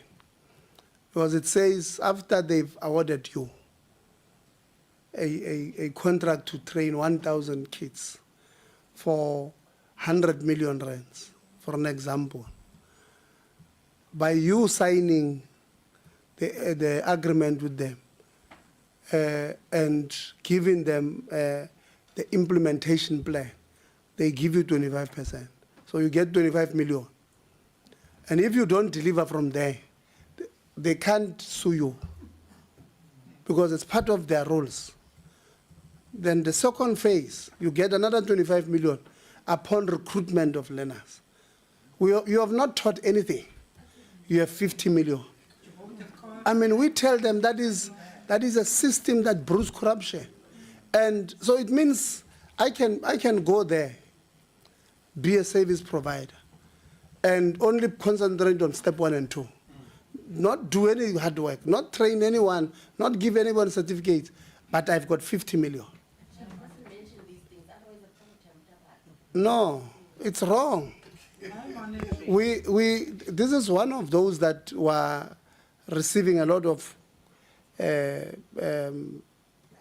things on whistleblowers on. We're going to refer them to SIU. So we're not tempting them. We're actually warning them that if possible, if they think they're in a ship in a sea, they rather go to the sharks because the sea is going to burn. So they must choose which one is going to be better, to either be eaten by a shark or be burnt by fire. But either way, there's one, the end is the same. So, so Deputy Ministers, that is what we would have wanted to say in thanking all of you for being here. I know that My members are very hungry. I know once they start chatting a lot, it's hunger. Thank you very much, colleagues from the department, SIU, your entire team. The meeting, NSFAS must pay. The meeting is adjourned. So, you said these rabbits, how did they get to